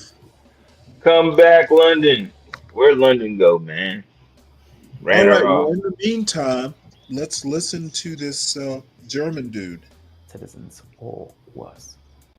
What we're trying to do now, and Man, why you care about this bald-headed looking Australia motherfucker? and parts of Asia and Latin Well, America. I don't care for him as much as what he's saying. Again, it's about why diverse democracies have never worked. Is there for something? Hey, let me back up. Building these diverse democracies will actually treat The people car or the conversation? All right, I'm back. I didn't know I was back already. In the great experiment, I tried to think about what it would take to succeed in this endeavor. You know and what? how we're If doing you it. could speak faster. And I start could speed with him the up. worrying realization. Yeah, all the that way diverse up. democracies have often fallen apart in terrible ways. They've suffered from bad forms of domination, in which one group ruled over the others. But they fragmented in ways that led to civic strife or sometimes civil war, or where they simply weren't able to get state institutions off the ground in the first place and were unable to provide basic public goods like streets or hospitals and so on. So what we're trying to do is very difficult, and if we fail in this undertaking, the price That nigga still talking slow. genocide, maybe war, the civil war, may be a terrible suffering. But when we measure where we've gotten to, this nigga's talking slow as a motherfucker.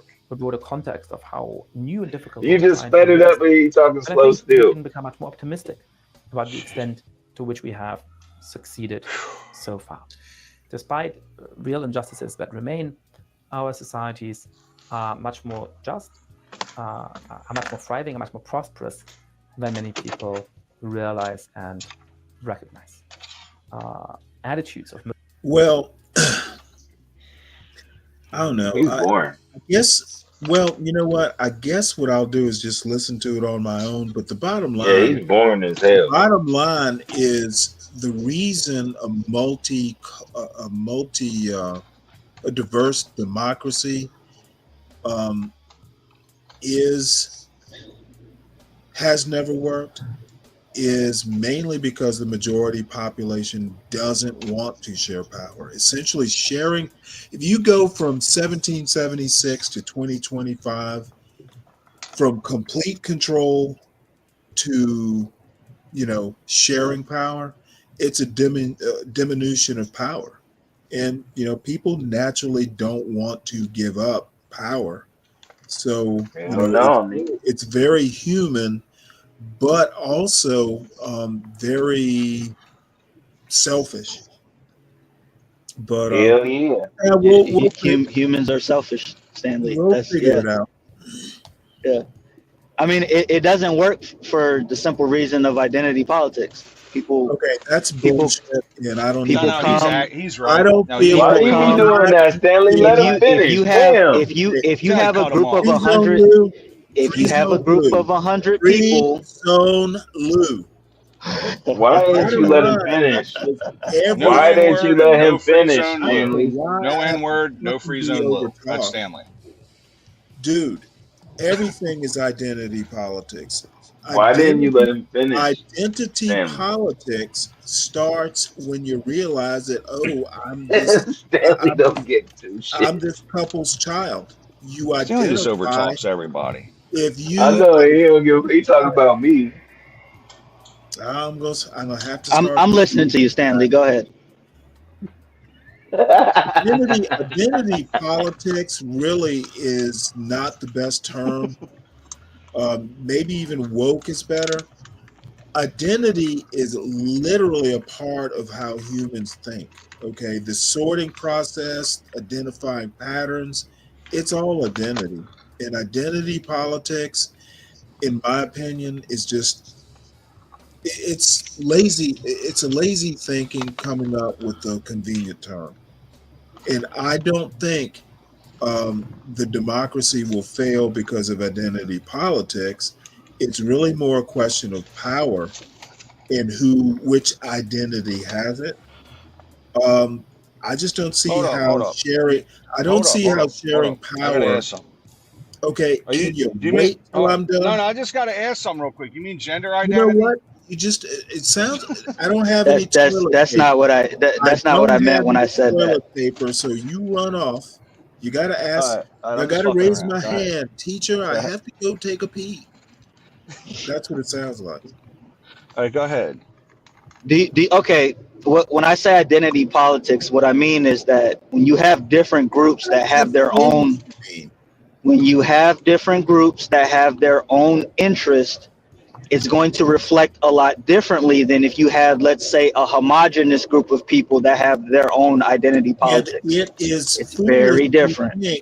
That racial homogeneity basically voids difference. It does not. No, I'm not saying racial homogeneity. I'm talking about special interests that different groups have.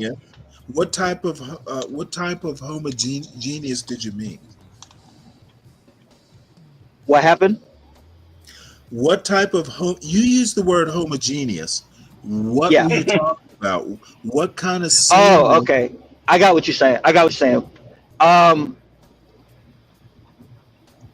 Yeah, different racial groups have different interests. Okay, so and that's why these things don't work. So you were talking racial. I was talking racial homogeneity. You're correct. Yeah. Okay, and what I'm saying is that racial homogeneity does not negate other types of identities or differences. It definitely mitigates a lot of it. I'm not even sure about that. It mitigates racial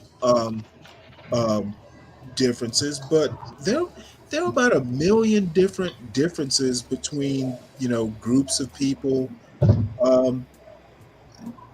a minute. I don't want to box it into the racial aspect because there is a racial aspect. But when you say homogeneity, You Yeah, brought it right. But that's not just a racial thing. That could also be the group of people along with the race. So they all come from the same place, Okay, which means well, they all those relatively have the groups of same type of people, value. those groups of Their people, history is the same. those groups of people have to have something in common to be a group. Okay, Right. essentially, they have to have an identifier that makes them a group.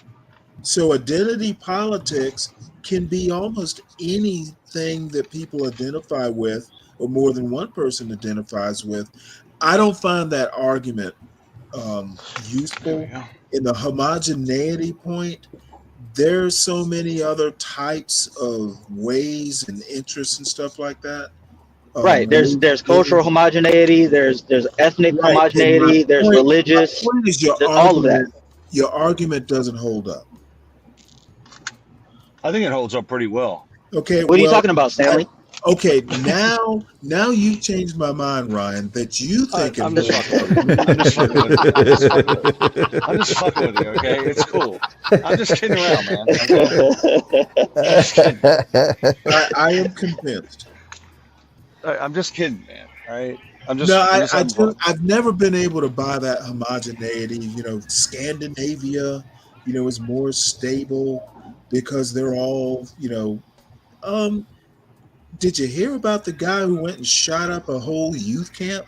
there are some people, there are differences, enough for people to lose their lives over.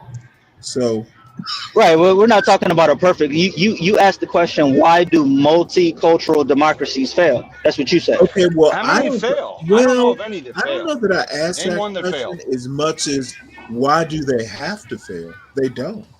I don't know that any that failed. I don't think they have to fail. Well, Which I'm not ones sure failed? there ever has been one. I'd have to go look it up. Yeah, But tell me which ones failed. There must have been one somewhere. One? We have Oh, 350 million people. There are probably many. I mean, We have democracy 350 million people. Democracy is kind of a wide tent. You can make the argument that a socialist country is a democracy. If people vote, you can call it a democracy. But I think we're doing pretty good. We got 350 million people. We're in the top. We're in the top 10 in diversity in the world. The most diverse countries on the planet are here. We're the number one GDP on the planet. We're doing pretty good, buddy. I don't know what you mean by fail. We're doing very good in Bean County, but we're not doing that good when 50% of the country disagrees with the other 50%. We give tremendous amounts of money to other countries and aid. I mean, Jesus Christ, what do you want? Economic indicators. We can't be perfect. That's not what I'm talking about. The neediest Americans have cell phones. We have everything here, man. I don't think that's the topic. Yeah, this is why I think Stanley just likes to be mad at America all the time. That's what he does. He's very anti-American most of the time. I'm sorry that you think not sucking America's dick is not being patriotic. I leave it to people like you.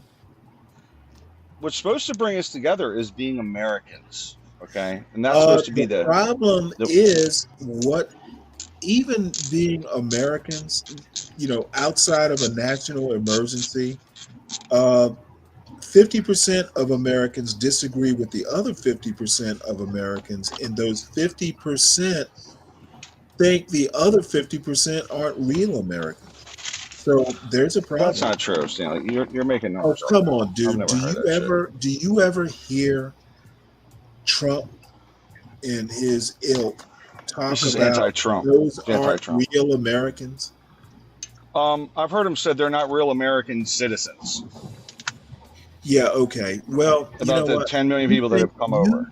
You think as you think, Ryan, and the rest of us. Did he issue an H-1B visa?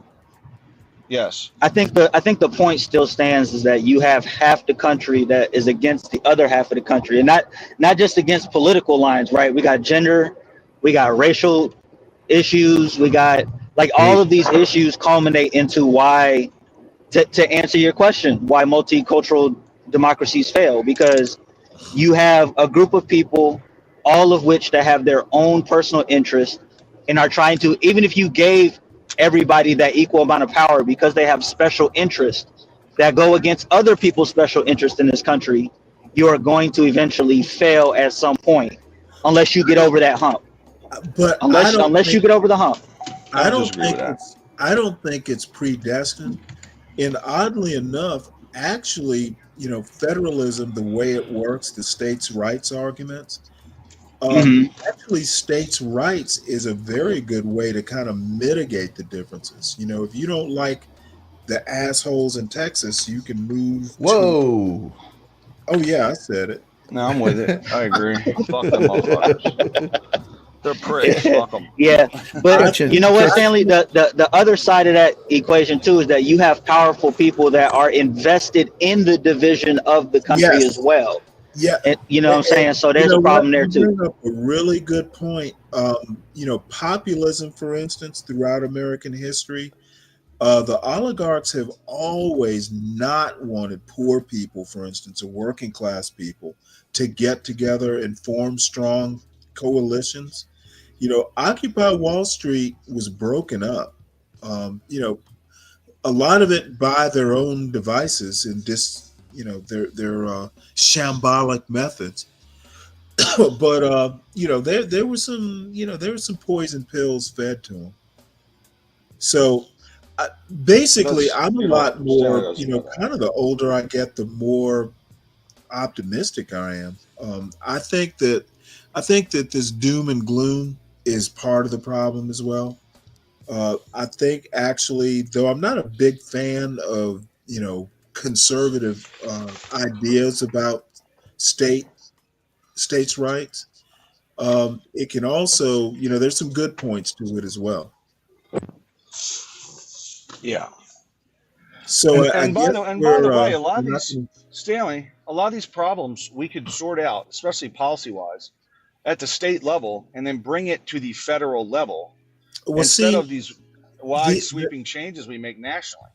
The laboratories of democracy argument has not worked more than it's worked. It should work. Hey Stanley, let me ask you a question. Part of the problem, for instance, the Fifth Circuit in Texas, the federal courts can impose their states' rights sort of attitudes on the whole country. When Biden was in office, that Fifth Circuit, Kaczmarek, I think that's how you pronounce his name. There are a lot of Texas values, conservative values, imposed on people that didn't necessarily agree. So, there's some things, in a way, I don't think it should be done.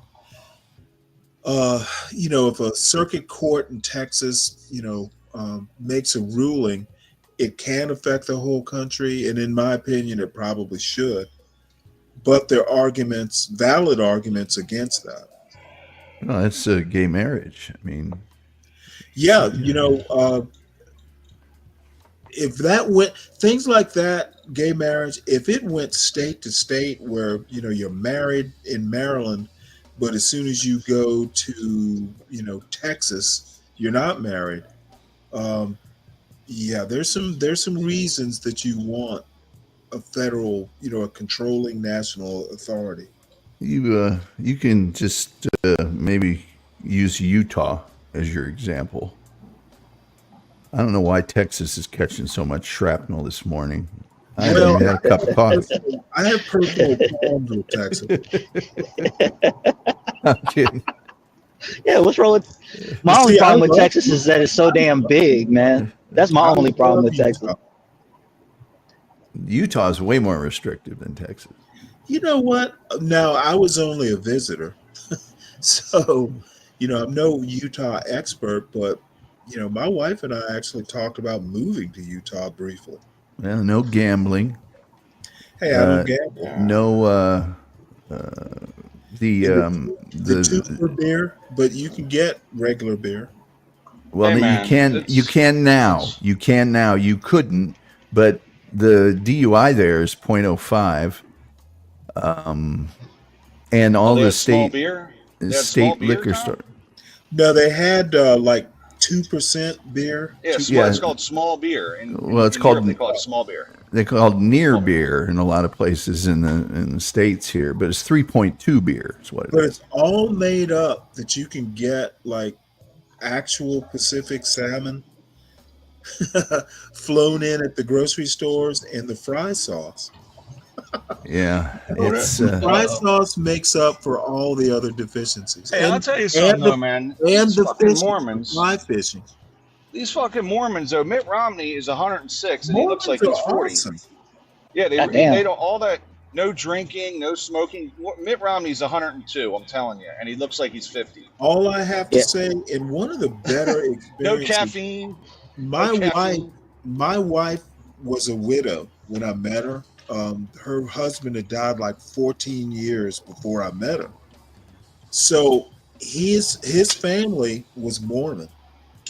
So after my son was born, he's probably 2 years old. We flew out to Utah, and I was kind of thinking, 14 years is long enough. If you meet someone else, nobody's going to really be pissed off about it. But I was, had some trepidation about, hey,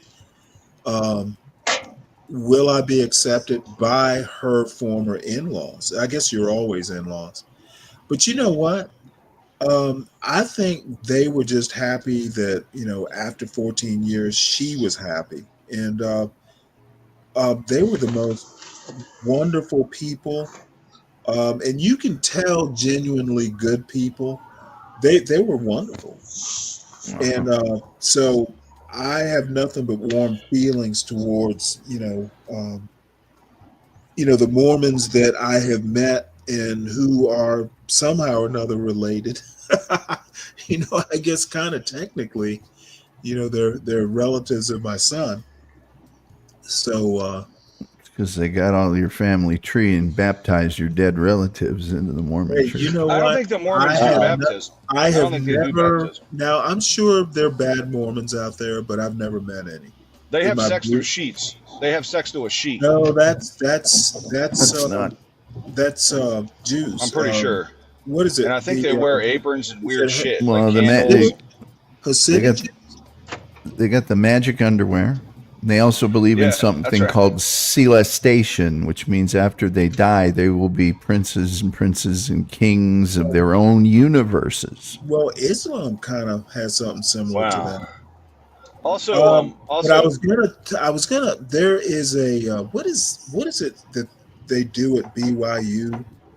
It's like it's tipping or something like that, where you don't do full penetration during sex. You just kind of play around with it and you don't move or some bullshit like that. Oh yeah, they're not messing around at BYU. You can get kicked out of school for having sex. Yeah. Or drinking, and you sure as hell will get kicked off of any of the sports teams for doing it. Where you say just I the tip, don't that's anal. understand how the football players can deal with it. I don't either. Because women just kind of throw themselves. When I was in school, I had a third string running back because they were redoing the athletic dorms. They were renovating them.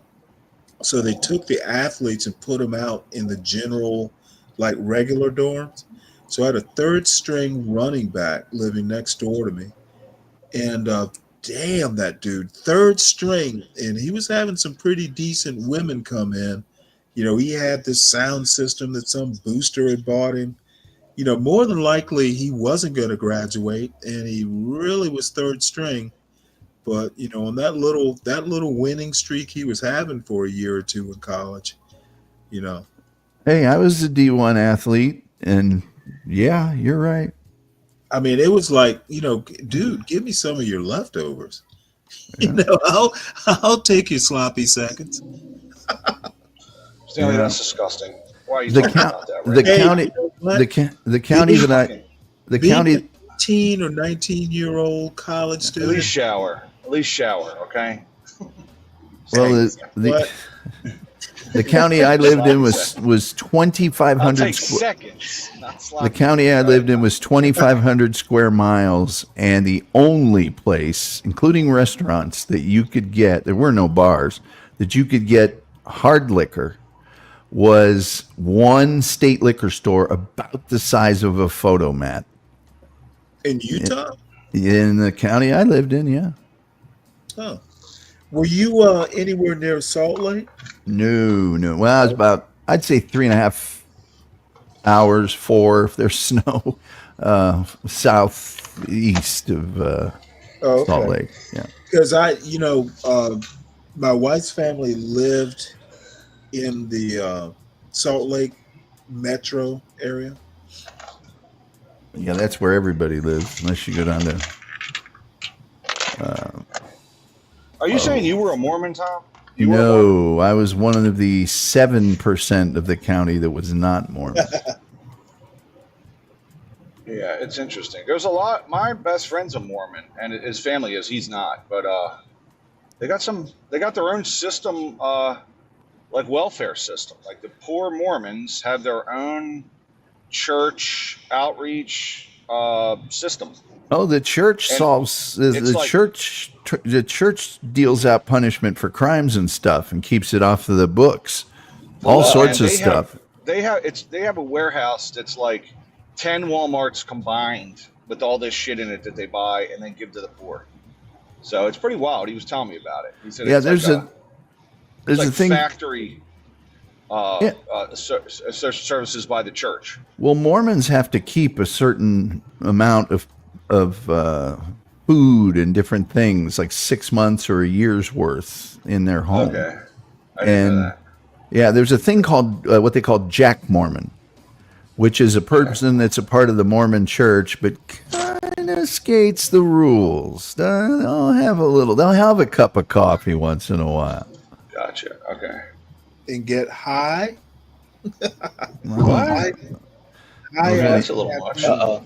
I'm sure Sheriff Gully isn't letting anybody get high in Wayne County, Utah. But if they did, and they were in a car accident, and they took their blood, and they found the metabolites for marijuana, even if it was used legally in Vegas or in Colorado, you're going to get, nailed for it. States' rights. Yep. Diwali, there are black Mormons. I think there's even a black Mormon or two these days. Yes, there are. Until 1978, though, they were classified as devils. Really? Black people? Oh, What, the blacks are? Yes, sirree. I wouldn't mind being a devil. Ask the wolf about that. He knows all about that.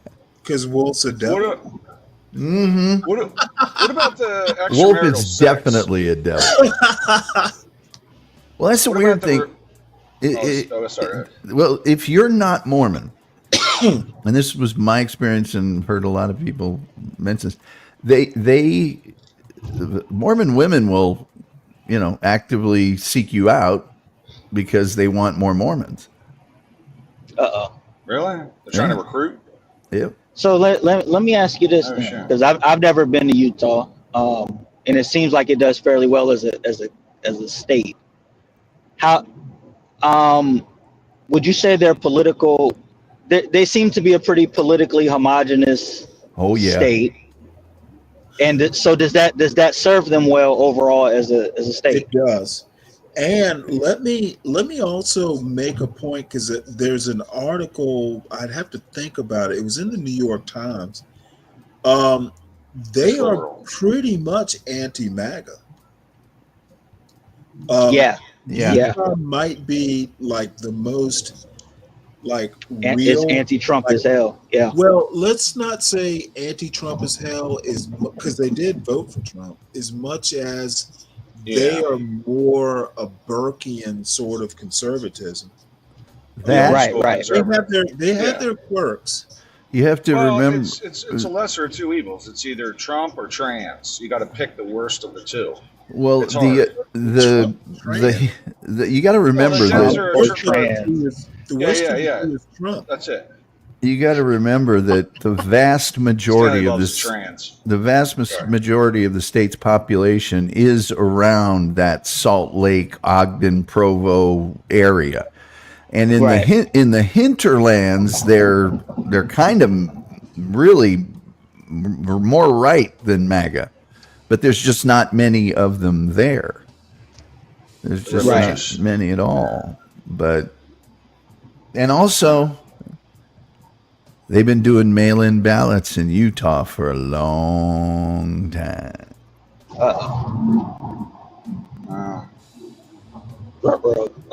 I got no issue with them. I don't understand it, and it's weird and shit, but we're cool. Right. So the question would become, if you had, let's say you had 50% of the state that came in, gained power, and they were not politically homogenous like that. Let's say they weren't Mormon. Let's say they were Catholic. Okay. How much would that affect the society? Would it lean more towards success like it is, or would that lean towards more failure? It would be. What do you mean success or failure? Economic? Can you define what kind of failure you're talking about? I mean, I guess overall quality of life. You can add crime to that. You can add education. In a general sense. It's interesting you mention that, because the area that I lived in, because it is such a small population and it's kind of a tourist area. I mean, half the county shuts down during the non-tourist season. And if you got a town with 600 people in it, and that's the biggest town in your county, it doesn't take much to swing the balance.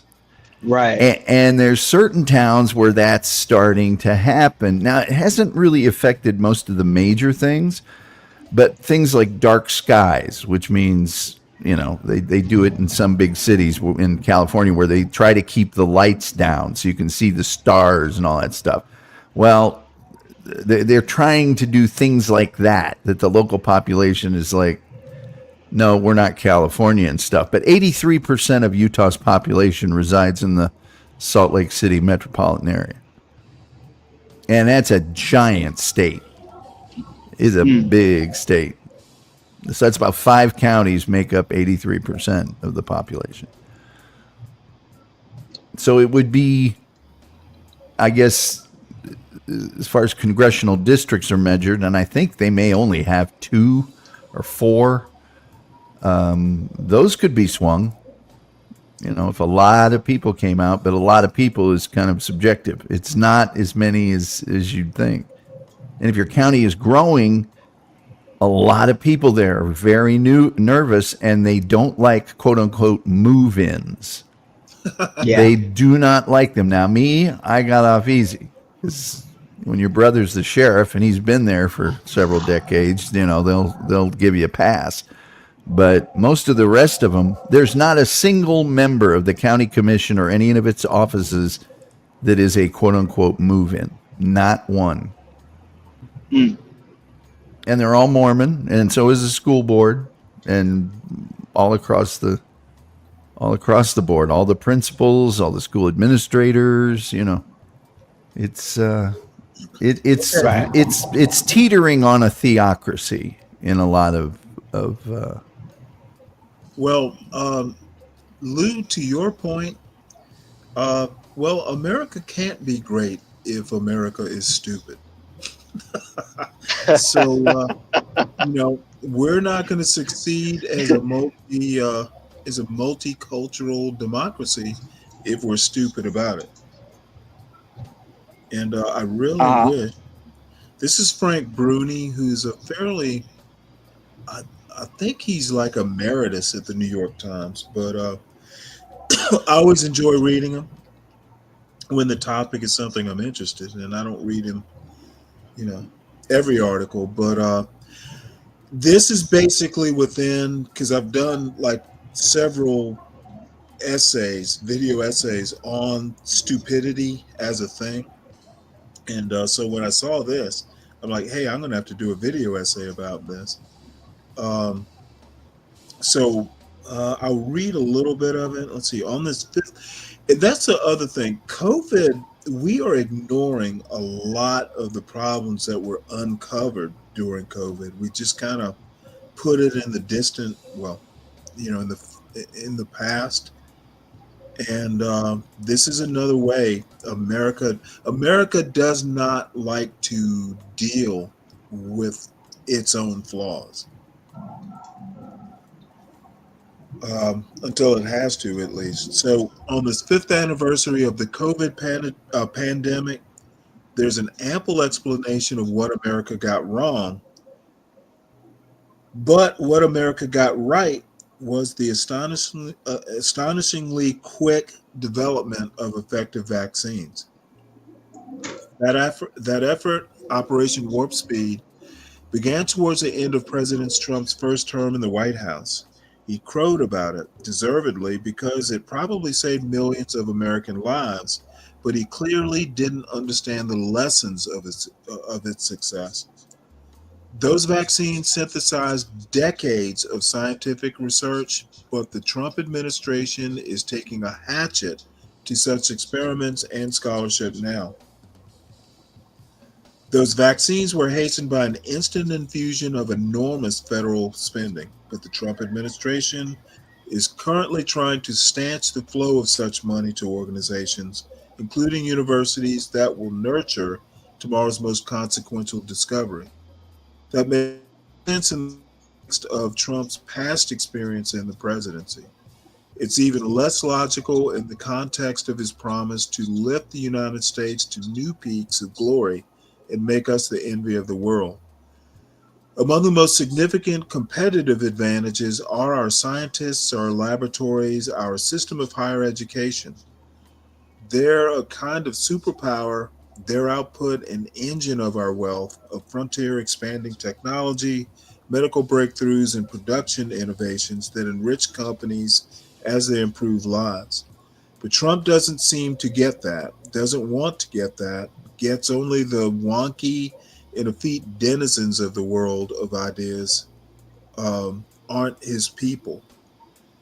Aren't guaranteed supporters, don't lavishly praise him, and sometimes dare to disparage him. They need their comeuppance, no matter how much damage it does to everyone else. That's the 50% versus the 50%. And it's not just professors ambling among centuries old buildings on ivy fringed campuses who must be put in their place. It's just about anyone and everyone involved in the existing infrastructure of education. On Tuesday, his administration announced that it was firing more than 1,300 workers in the Federal Department of Education, which had already been reduced by more than 600 workers since Trump took office. That will leave it with roughly half the number of employees it had just 2 months ago. Wow. Trump and his allies would clearly prefer even fewer than that. They have spoken repeatedly of eliminating the department, which, to be fair, has suffered over time from a fuzzy purpose, shifting vogues in a bevy of inanities. It's almost nobody's vision of government at its finest. But how would its erasure improve the shameful reading and math scores of America's school children? Touche. I think the Department of Education is neutral, actually. Administration officials don't really say, they just see it as an unruly forest, itch to bulldoze it, and have no clearly articulated plan for seeding new maples, fresh elms, or even a single scraggly Charlie Brown Christmas tree. The destructive impulse carries over to the National Institutes of Health, the Centers for Disease Control, Prevention, and the nation's universities, all of which surely have their own problems. I can speak best to universities because I work at one and have visited and written about many others, and I concede that higher education in this country has paid inadequate heed to ideological diversity, been inconsistent about free speech, and frequently fallen too hard for intellectual fashions. It has some fat in it, absolutely. What mission of its scope doesn't? But Trump and his allies aren't recommending a diet, more like starvation, austerity.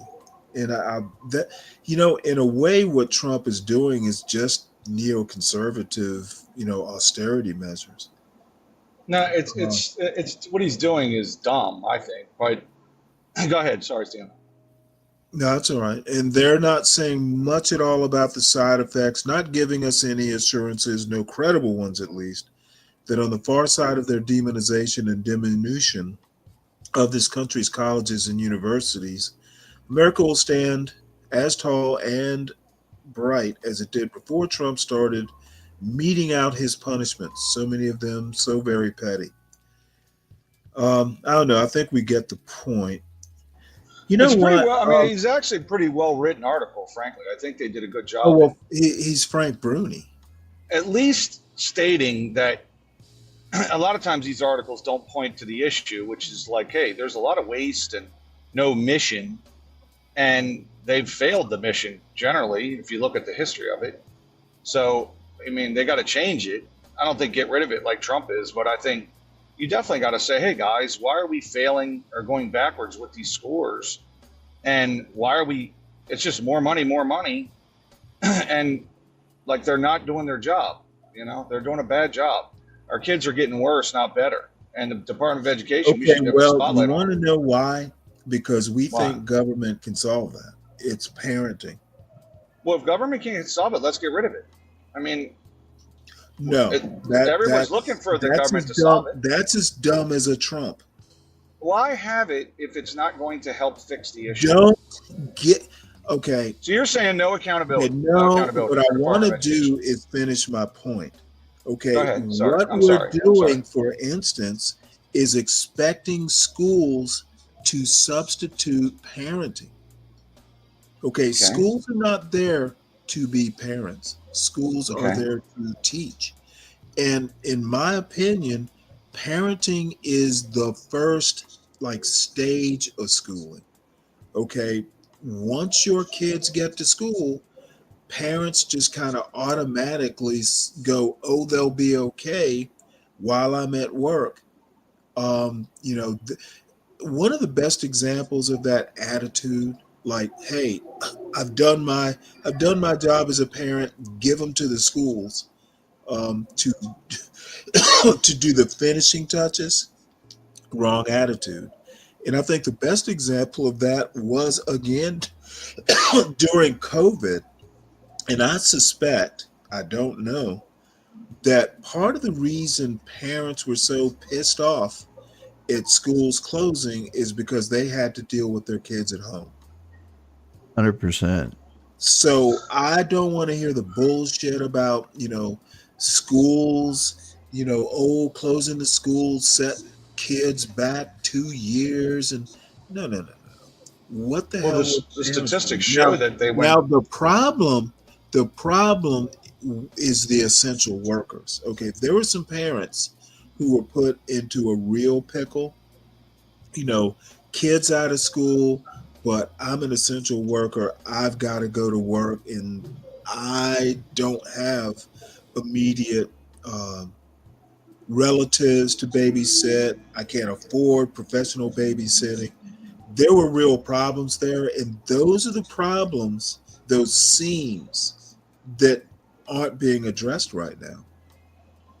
But, the parents who were lucky enough to be able to work remotely, they were just pissed off because they had to supervise their kids versus their homeroom teacher. I can tell you, it's someone that was teaching during COVID and before, I can tell within about 10 minutes which students have parents that are actively involved in their academic life and which ones don't. You were teaching during COVID? Yeah. What, remotely? No. It's when I lived in Utah. That's why I went to Utah. I'd taken so many trips out there on vacation to visit my brother. I got to know the superintendent of the schools, and I mentioned to him one day, you guys don't have a newspaper, you don't have a radio station. The only place you get the news is online at the grocery store around here. I said, you can actually put a program into your junior high and high school with a website and a little radio station that you do all the news. You would be the de facto news source for this area. And he said, would you be interested in doing something like that? And I said, sure, I would. Dang. And so I moved out there and a pioneer. And set all that up, and I got the hell out of there after COVID. But it is so, there's outliers, but man, it is so obvious which students know their parents are going to hold them accountable for their academic performance and which ones are not. And then just the giant muddled mass that it's once in a while, maybe whatever in the middle. And that's just kind of dependent on what that student likes to do. If they like history, they'll get a good grade in history. If they like English, they'll get a good grade in English. But the rest of the stuff, they go, I don't care.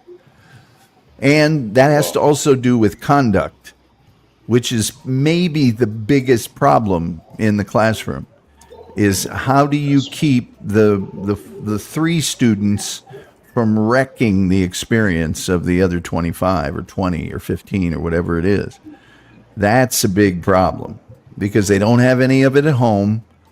And sadly, some of them ran into me. Good. And they learned really quickly. Not going to happen. And then those are the parents that come to you on parent teacher and go, you're awful hard on my, son or daughter. And it's like, really? Explain that to me. Explain how I'm hard on them. And by the way, when COVID started, we had both remote and in class. Now, the vast majority, as Stanley mentioned, wanted their kids back in the classroom, out of the house. I don't have to babysit. I don't have to do any teaching. Fine. But there was still a handful that needed to do it remotely, and we set up robotic cameras so that those at-home students, I had to wear a pendant, and that camera followed me around, and I could turn on the microphones so that a kid could speak, and all this other stuff. So when we had conduct problems for the first time ever, I was able to go, let me show you a little video of your little angel with audio. And you can see why I'm why your child thinks I'm being rough on them. And then I was able. So how shut down was Utah during COVID? Well, what happened was, I believe it was on April the 19th, we had a dance at the middle school. It was a thing. We gave out weekly report cards. We used a piece of software called Canvas. And real quick, is this like Salt Lake kind of that area? No. This is Wayne County. This is 2,500 square miles, 2,400 people. And so we had that dance. Those kids didn't come back to school after that. We were told to be shut down for a week. That week got extended by a certain amount, and we all knew if it got extended again, they were just going to fold up shop and not do it at all for the rest of the time. Then the next school year, everyone, and that was by edict of the state superintendent of schools. We didn't have any choice. But because of the sort of the political outcry, students and schools were given the option, and school districts as well. Are you going to be remote, or are you going to be in class, or are you going to be some sort of hybrid of the two? And that's what we did, was the hybrid. But the vast majority were back in the classroom. And because it is such a remote area, you're almost social distancing just by default. Everybody lives so far away from each other, except for the church. Right. And we had 0 cases of COVID for the longest time. And then we got a couple, and I think we had at the height maybe 12 or 24, and that was it. But yeah, that's it. It was kind of shut down. There were the biggest problem that we had was people coming from other parts of the state and or the country and buying out our grocery stores of certain items. They would just swoop in to the grocery store and buy all the toilet paper. And so they had to put limits on purchase quantities on lots and lots and lots of things. This is interesting. Also in the New Yorker, Ruth Marcus, who recently resigned from the Washington Post, explained that she and other columnists were confused by the Post owner Jeff Bezos's new edict that the opinion section write only in favor of personal liberties and free markets. Without further clarification, we were like dogs that had been fitted with shock collars but had no clue where the invisible fence was. That's the other thing about Frank Bruni. He will go for the love of sentences at the end of his columns, where he goes in and people kind of send these little snippets of articles out. A turn of phrase or something that's really tongue in cheek. He kind of likes to put those at the end of his columns. They're always actually probably better than the columns sometimes. Oh God. Well, I still recommend hasn't convinced me. I think he's a really good writer. No, The Department of Education, he still hasn't convinced me with his article, where it's like, why are we not holding it accountable? Holding what accountable? Well, the Department of Ed. I mean, they're spending a lot of Okay, money, what and do you we mean literally. we're not holding it accountable? For what? Why are we putting so what much is money into it? What is the Department of Education's job? What job Well, are they not doing? initially, it was to study and institute programs. It's been around a long time, by the way. And so initially, it was about studying education and making sure that America's kids were moving forward and improving. And since the 80s, we've gone backwards. So, at the end of the day, what are they actually doing? Okay, what are they doing? Totally confused. Do we just? So you said initially their job was. What is their current job? It's supposed to be the same, but they also hand out money to the Okay, states. no. That is basically saying you don't know what they do, but they should be held accountable. That's tell me I'm what hearing. they do then, please. Tell me what they do. Well, no. Why are we spending billions of dollars on this shit? This is what is so annoying. You will start off with they need to be held accountable, but you actually don't know what they should be held accountable for. And I'm not going to tell you. You have no clue what you're talking about. Why do it? You You're have just critiquing no me and not what I'm saying again, fucking like you love to clue. do. You have no clue why Why you're do we mad. have a Department of Education? You have no Why clue do we have it? why you're mad. You don't know what they do. No, but you they just have you to be think held cutting these accountable. jobs is bad. Do you and know? there's no purpose of it. Honestly, Ryan, Yeah. this Go ahead. would be brave level. No, it's not. You're calling me be Yes, brave, and that's it is. You Explain to have me no why we need clue. it. Explain you why have we no need it. clue what their job is, but yet No, they this need is to be John held Galt. You're being accountable. John Galt. You're That being is fucking the John brave Golly. logic. Okay. Well, you're just reading random liberal articles from the Times as to what Elon Musk and Trump Well, are doing. motherfucker, ask me what my theme is, and I'll tell you. What's your theme? If you can't figure it out for yourself, I know will what be the theme glad is. to. It's I will be it's glad liberal to publications. It's liberal publications. I just That's posted. I just posted the mission of the It's Department of American Education in the stupidity. section. People Yeah, what is it? like They're yourself failing at the mission. talking about what government should be doing, but you have no idea of what government should be doing. They Well, should the left the is now education attacking department. The any cuts. education department should be held accountable, but you don't know what the fuck they should be held accountable What do they for. do? They're incompetent. Dude, all I heard was initially it was studying education, and I ask you what they're doing now, and you can't answer the question. Well, I know a few things they do. I know that they implement standards. Pray tell, share your knowledge with us. They And then implement tell certain us- standards and compliances. Tell us how they're falling short and how they could be I'm held trying to, but you accountable. keep on How yammering the on. fuck is cutting 1,300 jobs holding them accountable? But why does 13? Okay, no, Cut the no, funding. no. They should just cut the funding. No, Yes, you yes, know yes. what? If you want to What talk does job about, cuts have to do if with it? you want to talk about liberal articles, I'm going to talk about MAGA intelligence. Okay, go ahead. Go ahead. It's rhetorical, Ryan. Everyone's job If can get cut today in the private liberal, sector, in the real world. If that article is liberal, apparently MAGA intelligence can't read it or understand what it says. I'm the one that said it was an intelligent article. Okay, and you're also the one who says the education department needs to be held accountable. I'm the one who asked you, well, what is their job? And you're the one who said you basically don't know. You're saying that I don't know.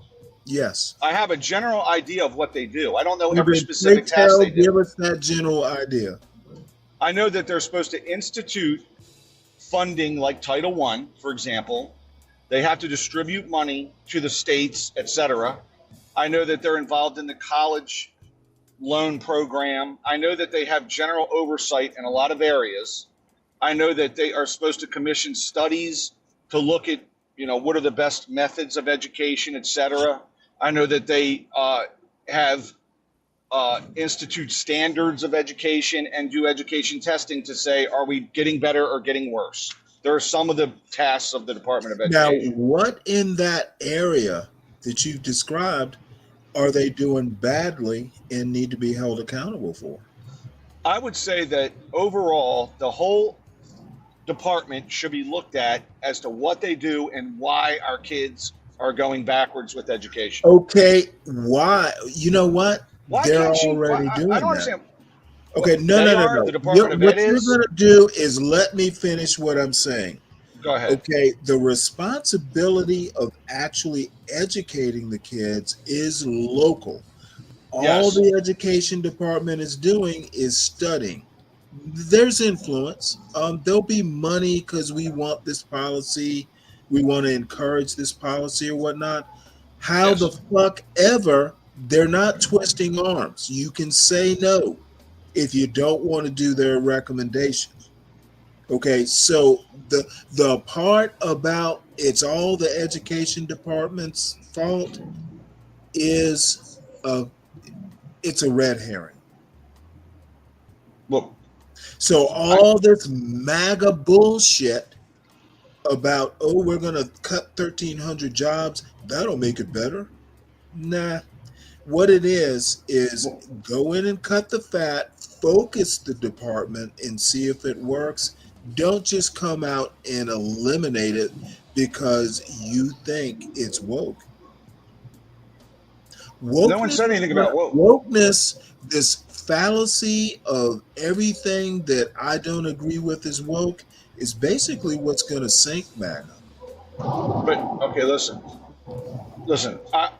I know that, in my opinion, the government in 2019, 2020, 21, 22, 24, I know that we expanded federal spending massively. Did we expand it under the Trump administration? Yeah. That's okay, then why are you just fucking focusing on the last 4 or 5 years? Well, no. Listen. Because it suits your politics as well. No, listen. Okay, Stanley, what you're doing? Can I just hear me out? Is the same thing that the left does. You're being disingenuous. No, I'm not. You don't even let me finish. You want to focus on Biden. No, but the same thing happened under Trump. Nope. Listen, based on the budget. Did it happen under Trump? Did the deficit grow under Trump? Yeah. Did spending increase? Yes. Then why are you only going back 4 or 5 years? Well, you won't let me say. Okay. No. I'm not going to let you off the hook. No, don't let. Can we just come back to this and let me finish what I'm saying, and then you can address it? Can I finish what I was saying? Please. If you just say it, bro. Don't waste time. Okay. Just say the percentage, the GDP, and the federal spending. I don't give a shit about any of that. You don't even let me fucking finish. No. What I'm saying is we've expanded the size of government. Ryan, Jesus Christ. All you want to do is bury me in beans. It's not beans, man. It's a fucking big problem we have. To you Do it Okay, for the go ahead. layman. You tell me I don't understand economics, so all I'm capable of understanding, did spending increase under Trump and Biden, and did the Yeah, because of COVID. the It's budget COVID. deficit grow under both, right? We're not even talking about the deficit. Okay, no, Both Trump. I have a point I'm gonna make. Is the answer yes, spending increased? Is the answer yes, that the deficit grew under both administrations? Yes. Can I get to the Then point of the why problem only here? go back 4 years? It's a waste. It's literally, Stanley, let's go back 20 years. In fact, we need to go Even back 50 better. years. Hey, Let's back, go back yes, 100 fucking years. absolutely. For 100 years, the goddamn The federal farther government. back, the more I'm thrilled. Awesome. 15% of the GDP. It's now 25. It's literally a quarter of every fucking dollar is federal government spending. Now, Do that you has get grown. mad Hold over on. dollars that aren't yours? Listen, let me finish. The point, no, it's not sustainable. And the point of that is we're 15% forever under that? Obama, under Trump. COVID hit, the spending blew up, and it was for COVID, and that's gone. COVID's over, but we're still spending like it's COVID. Yes. Oh, so now it's different. We're going to spend 25. One every $4 is federal dollars. You don't even let me finish what I'm saying. Look at you scurrying away from my point. What was your point? The point is we My got to get the point- spending in check. My How do we do point it? is that you want to talk about increased spending, and it happens under every president. Stop Well, whining. geez, Stanley, that's what I fucking We're- said. I didn't We're say not Biden. talking budget. We're talking education department. Okay, all the departments have to be reined in. The spending is out of control. There's and the nothing wrong Department of with Education that. is in the spending. There's nothing wrong with that. Now tell me why Elon's method is not efficient, and it's really I not. said it's dumb. really not accomplishing the goal of trimming fat. It's just fucking throwing away the whole cow or the whole steak. And I said when I opened up, the way they're doing it is stupid. And I've said it Great. 5 So times. we have no But you don't want to argument cut then, any right? spending. 1,300 jobs. Okay, yeah. You got to cut some How do you- jobs. You got to you get know rid what? of people. Ryan, excuse me. The reason I bring it up is next week he's going to be motherfucking hiring them back. I would say he probably Okay, will. getting rid of workers, then bringing them back costs money. So in essence, Doge is not saving money, it's costing money. Okay. I literally said the way they're doing it is when dumb. they take Doge to court, or they take Trump to court over these dumbass executive orders, the government has to pay those lawyers. These idiots been executive ordering the shit out of the place. A net Doge is costing money, not saving money. Okay, you're right. And guess what? Biden's budget this year was fucking genius. Well, yeah, It's of $7 course. trillion. Hey, Smart. Hey, you know what? Every time when you say Biden, do you get a little thrill in your loins? Well, you say Trump a lot. You say Trump a lot. Trump happens to be president. I mean, both idiots fucked Trump this up. happens Both to be idiots. the current president. I'm literally bipartisan saying they fucked this up, and you're like, no, Trump. Elon. You know what? You have convinced yourself that you're bipartisan, and everyone knows you're not. I'm a center-right thinker, okay? But I'm not a Trumper, and you fucking, I tell you I'm not a Trumper. You're getting wrong. But that's because you're such a radical leftist on half the shit. Well, I'm just saying. Fight back, Ryan. Let's go. Fight all back. I have to say is you better put thinker in quotes when you say that. Well, listen, I have a problem. And you voted for Trump. That's not center. Well, I was that's not a tired of the center-right lunacy, thinker. okay? I was tired of the lunacy. There are many center-right thinkers. Well, who was I going to vote for? Kamala? Okay. Kamala, who wants trans surgery for people crossing the border. As you describe yourself, there are many center-right quote thinkers that didn't I would have vote. voted for Nikki Haley if she was running, but she lost, sadly. Well, that would have been a wasted vote too. Well, why? Why would she be bad? Because Because she's center-right? Nikki Haley is a hypocrite. Okay, well, Kamala was great. Okay, Kamala was great. Okay, She's a of great course candidate. you want to go to Kamala Great when politics. we're talking Nikki. She's a fucking idiot. We're talking Nikki Haley. Who would you have me vote for? Who would you have me vote for? Kamala or Biden? Who you go for then? I had Trump and that's it. I just want you to stick to the point. I was trying. You don't even let me get a point out half the time. Education department. Yes, the education department has to be reined in. They've spent too much money and they Reined continue in to spend money. by firing Rein it all 1,300 workers. Again, I said what they're doing is stupid, and I don't agree with it. But we do have to check the spending of these departments. It's ridiculous. Okay, when you start putting a butt into No, your, I can say but. You say but too. I've heard you no, say it. all I'm saying is what they're doing, what Doge is doing, what the education department firings are not doing is being efficient. Okay, well, I know this, that It will they'll be probably taken get thrown to out of court. And it will cost money to litigate rehiring those 1,300 And nobody in the press and all the liberals don't say, hey, they've really Okay, exploded government. This isn't actually They a don't say that. liberal argument. The liberals Is don't talk about Doge- the explosion in Doge- government spending. They don't Is talk about the it. Department of Government Efficiency efficient? Listen, it's a 120-day No. contract. Answer the question. Consultants. We don't know yet. We is- don't know yet. We'll find out. Come on, dude. How about use common sense? When you fire people and the courts order you to rehire people, you got to pay back pay. Dude, That's happened. It is so fucking We'll see if it's inefficient Well, that Elon Musk is the richest man in the world.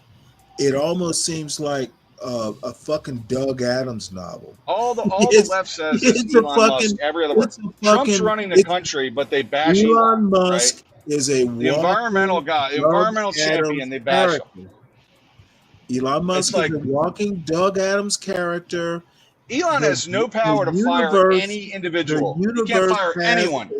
The universe has a sense of humor, making him the richest Trump's man on fired 0 people, Stanley. 0. Trump didn't has fire- fired 0 people because I'm he sorry. got dumbass Elon to do it. I'm sorry. Elon's fired 0 people. Elon can't fire people. He doesn't have legal authority to do it. Oh, He recommends who gets So fired, and Trump fires them. we're placing blame on Elon for no reason. Yes, Trump's firing them. Not Elon recommends what to do. It's a You know what? 120-day That paid is consultant, That is, I like have to KPMG, an laugh. I auditor. literally have to chuckle. It's an auditor. That's all he is. He hasn't audited shit. By looking And through what their do books, he's auditing them. auditors do? What do auditors do? They publish their audits. Elon Musk has not done any recording of his audit. He's a paid consultant, basically, is all he is. And people make it. But look, here's the deal. All the articles are about Elon because the takedown is about Elon. They want to get rid of him. Good. Left. I want to get rid of him. They should want to get rid of him. I mean, you'd think the He's an environmental idiot. lobby would be sticking up for him, but they're not. They're like, nah, let's get rid of him. They want him gone too. I mean, all the EV And funding. let me tell you the upshot of it. Trump is so fucking dumb. He fell for Elon's okie doke.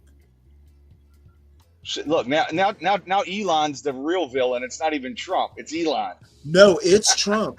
And see, the problem, All right. the problem is you and people like you want to do the bait and switch. Who the fuck I think hired Elon's smarter Elon? than Trump. Who the fuck Trump did. hired Trump, Elon? of course. Trump. Okay, so Trump is the problem, not Elon. Elon's just a symptom.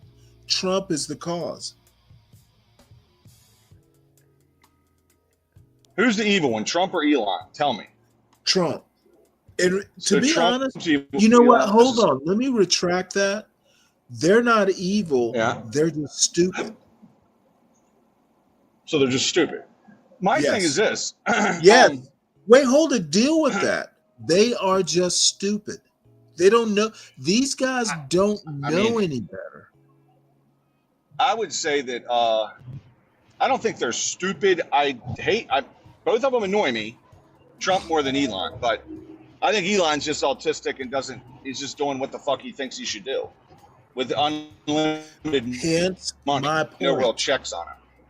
Trump is the cause. I don't know if that's stupid though. He let Elon loose. But do you notice the guns are really getting fired at Elon? Like a lot of them, like the entire press, and yet he can't. He doesn't. You know what? I notice, and I think he's not really doing anything. Okay.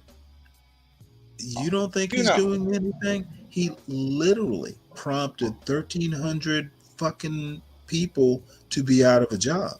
I don't care about that. I don't give a shit about government workers losing literally, their jobs. in the first week of Trump's presidency, sent out an email that ended, if you don't respond, it will be taken as a resignation.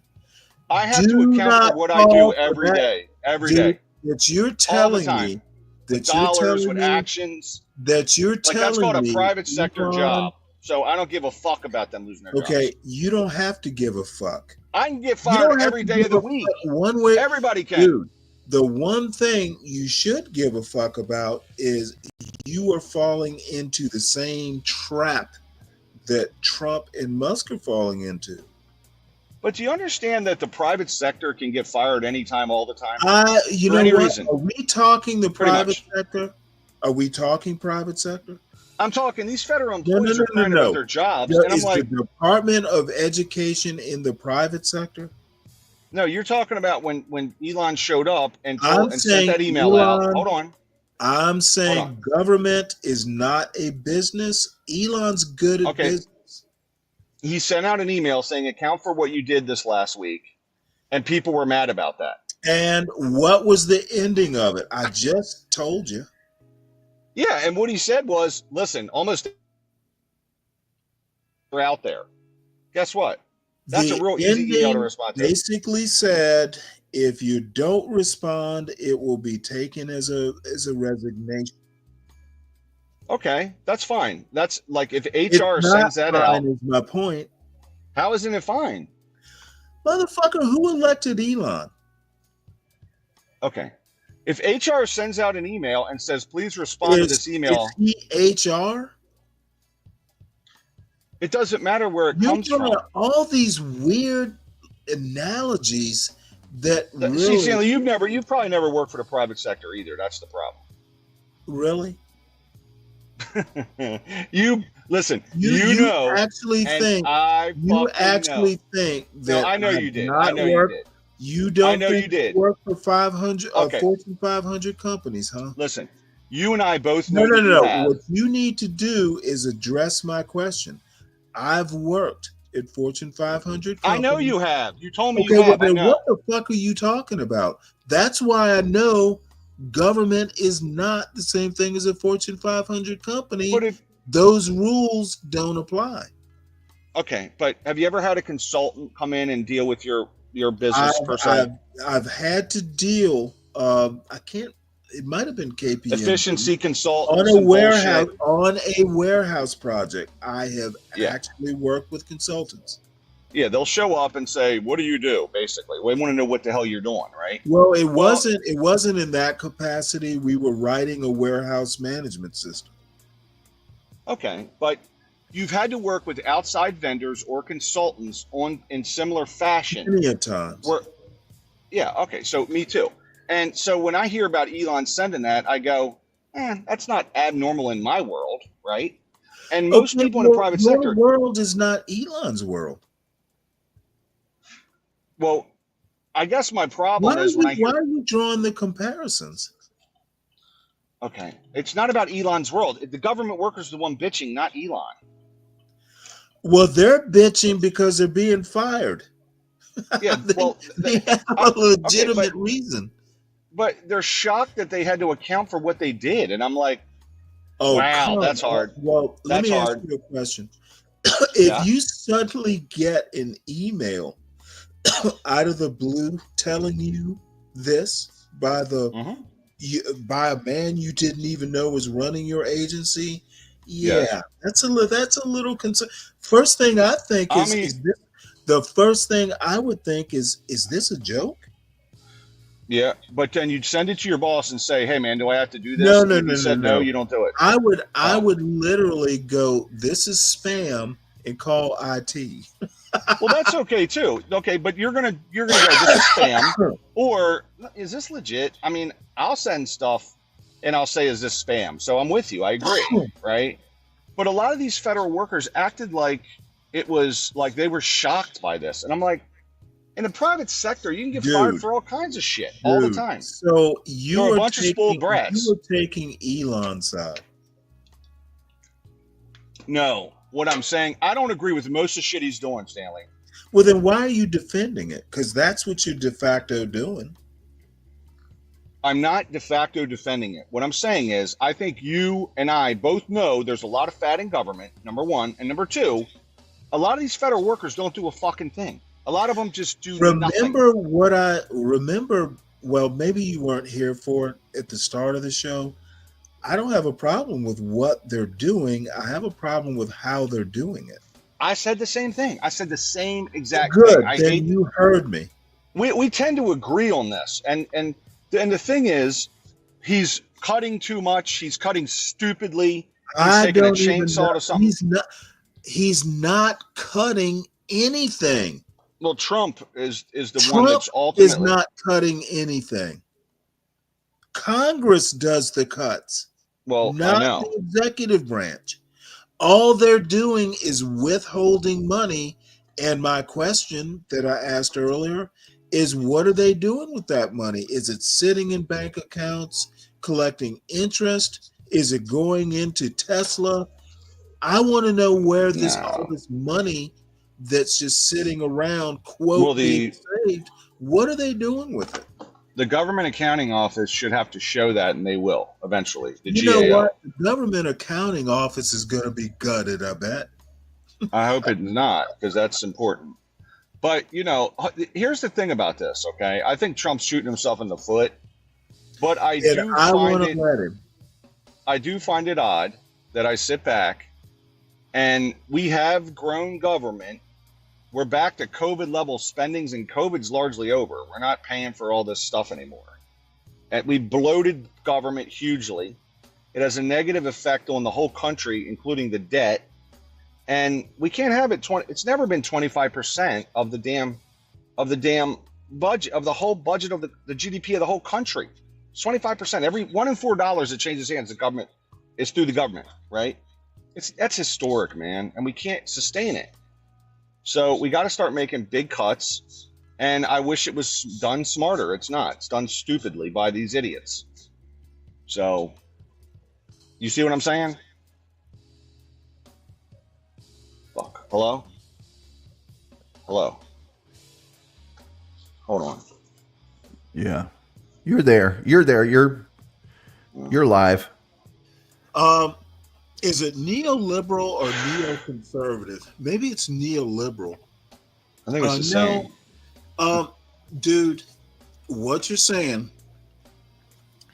is basically not well thought out. Politics is downstream of culture, and I'm going to lump economics.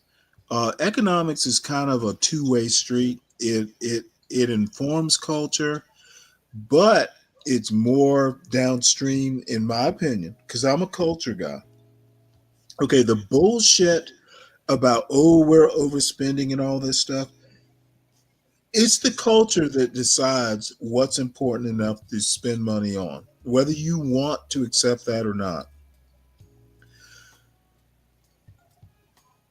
Politics and economics, it's the culture that's the problem. Okay, America is in this ditch because of how it started. Okay, it is fundamentally racist. It is anti-intellectual, and it raises people to be bad parents. Those three things right there are really the poison pills in American culture, and our politics suffers because of it. So so let me clarify this, Stanley, because that's ridiculous. So you're saying the problems with America are it's racist. Yes. It's what are the three things again? Because I don't. How is that? You weren't even listening.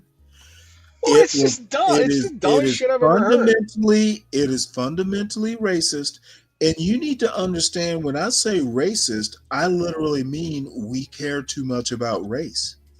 The first thing you'll ask is somebody's racially, quote, ambiguous. First thing they'll ask is, what are you? Where are you from? I don't ask that. I don't ask that. God damn it. A lot of people do. Why are you making this all about you? Because I'm better than that. That remains to be seen. Listen. Okay, I don't like it either. That's why. And by the way, banning the N-word is awesome. Let me give you my big three. It's racist, it's anti-intellectual, and it raises or encourages bad parenting. Okay. Those are the three things. I agree with you on. I agree. That's my opinion. I agree. I agree, but I don't know if that's just the secret sauce of destruction. I think it is. Yeah, most people are too dumb to even manage a bank account. Okay, I don't even want to go that far. Yeah, I think there's no accountability for people. Thoroughly is not encouraged, and maybe that's the parenting part of it. But those are the three things that I think about a lot. That I think are undermining. If you're going to be a patriot for a country that is not racist, is not anti-intellectual, is not. Well, then what do you do? Do you go fight for another country? No, what you do is vote. What you do is what you can. So you're saying don't fight for America if it's racist? No, I'm saying what you do is what you can. Okay, everybody, the left and the right think they're fighting for the soul of America. I think we're too political for sure. And okay, I also think most people are really fucking stupid. Founded via politics, so how could we not be? I don't know, but I will tell you, my issue is that even with this bullshit with this Elon Trump butchering the government and the left's response and then the right's response. What has the left's response been? I can't remember. Well, right now the left generally in their media, which we know they have their own media system. We have two different medias basically. No, I disagree with that. Wow. Okay, you can disagree all you want. It's another argument. I disagree with the way they're doing it. All I need you to do is tell me what the left's response has been. They, generally speaking, are talking about government jobs, right? A lot of people losing their jobs. Who's listening to them? I mean, I think a lot of people are concerned about government workers losing their jobs. Okay, I've heard a lot of coverage on that. Have you not heard a lot of coverage? Maybe on I that? should have just been more. You're talking about 1,300 people lost their jobs in the Department of Education. What is the left doing that anyone's paying attention to? I'm on the left and I'm not even paying attention. Well, what is all my stories are about Trump. Yeah, I don't know. I mean, from what I hear, and from what I'm like, Michael Steele was talking about people losing their jobs. He's MSNBC's I know main who guy Michael now. Steele is. As a matter of fact, when I first met my wife, he was actually running and won the lieutenant governancy or whatever it's called. I know who Michael Steele is. Okay, so he's really going to. Michael Steele is mighty goofy. Yeah, but I'll tell you something. He's a pretty reasonable guy. I mean, he's on MSNBC. He was a quote unquote Republican. I think he's pretty centered on a lot of stuff. He was also RNC chairman. Yes, he was. He got beat up by those racists in the Republican Party. Well, I think that Trump and him never. But I'm sure Larry Hogan will be joining him, and any other moderate Republicans are. They all hate Trump, and generally speaking, I'm not. They a Trump don't fan, hate but- Trump. They just don't want him to govern. Well, okay, I think it's easy to say. Like Mitt Romney doesn't like Trump. You know, he's not a Trumper, right? So, I mean, Trump's kind of fucking crazy. A lot of his dumb policies, like all these stupid tariffs and shit, I don't like either.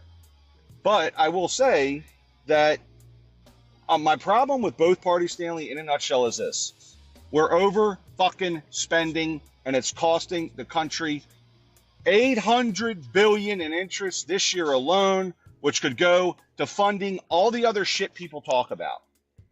We spent more money on interest than the entire defense, than Ukraine and the whole American military combined was interest.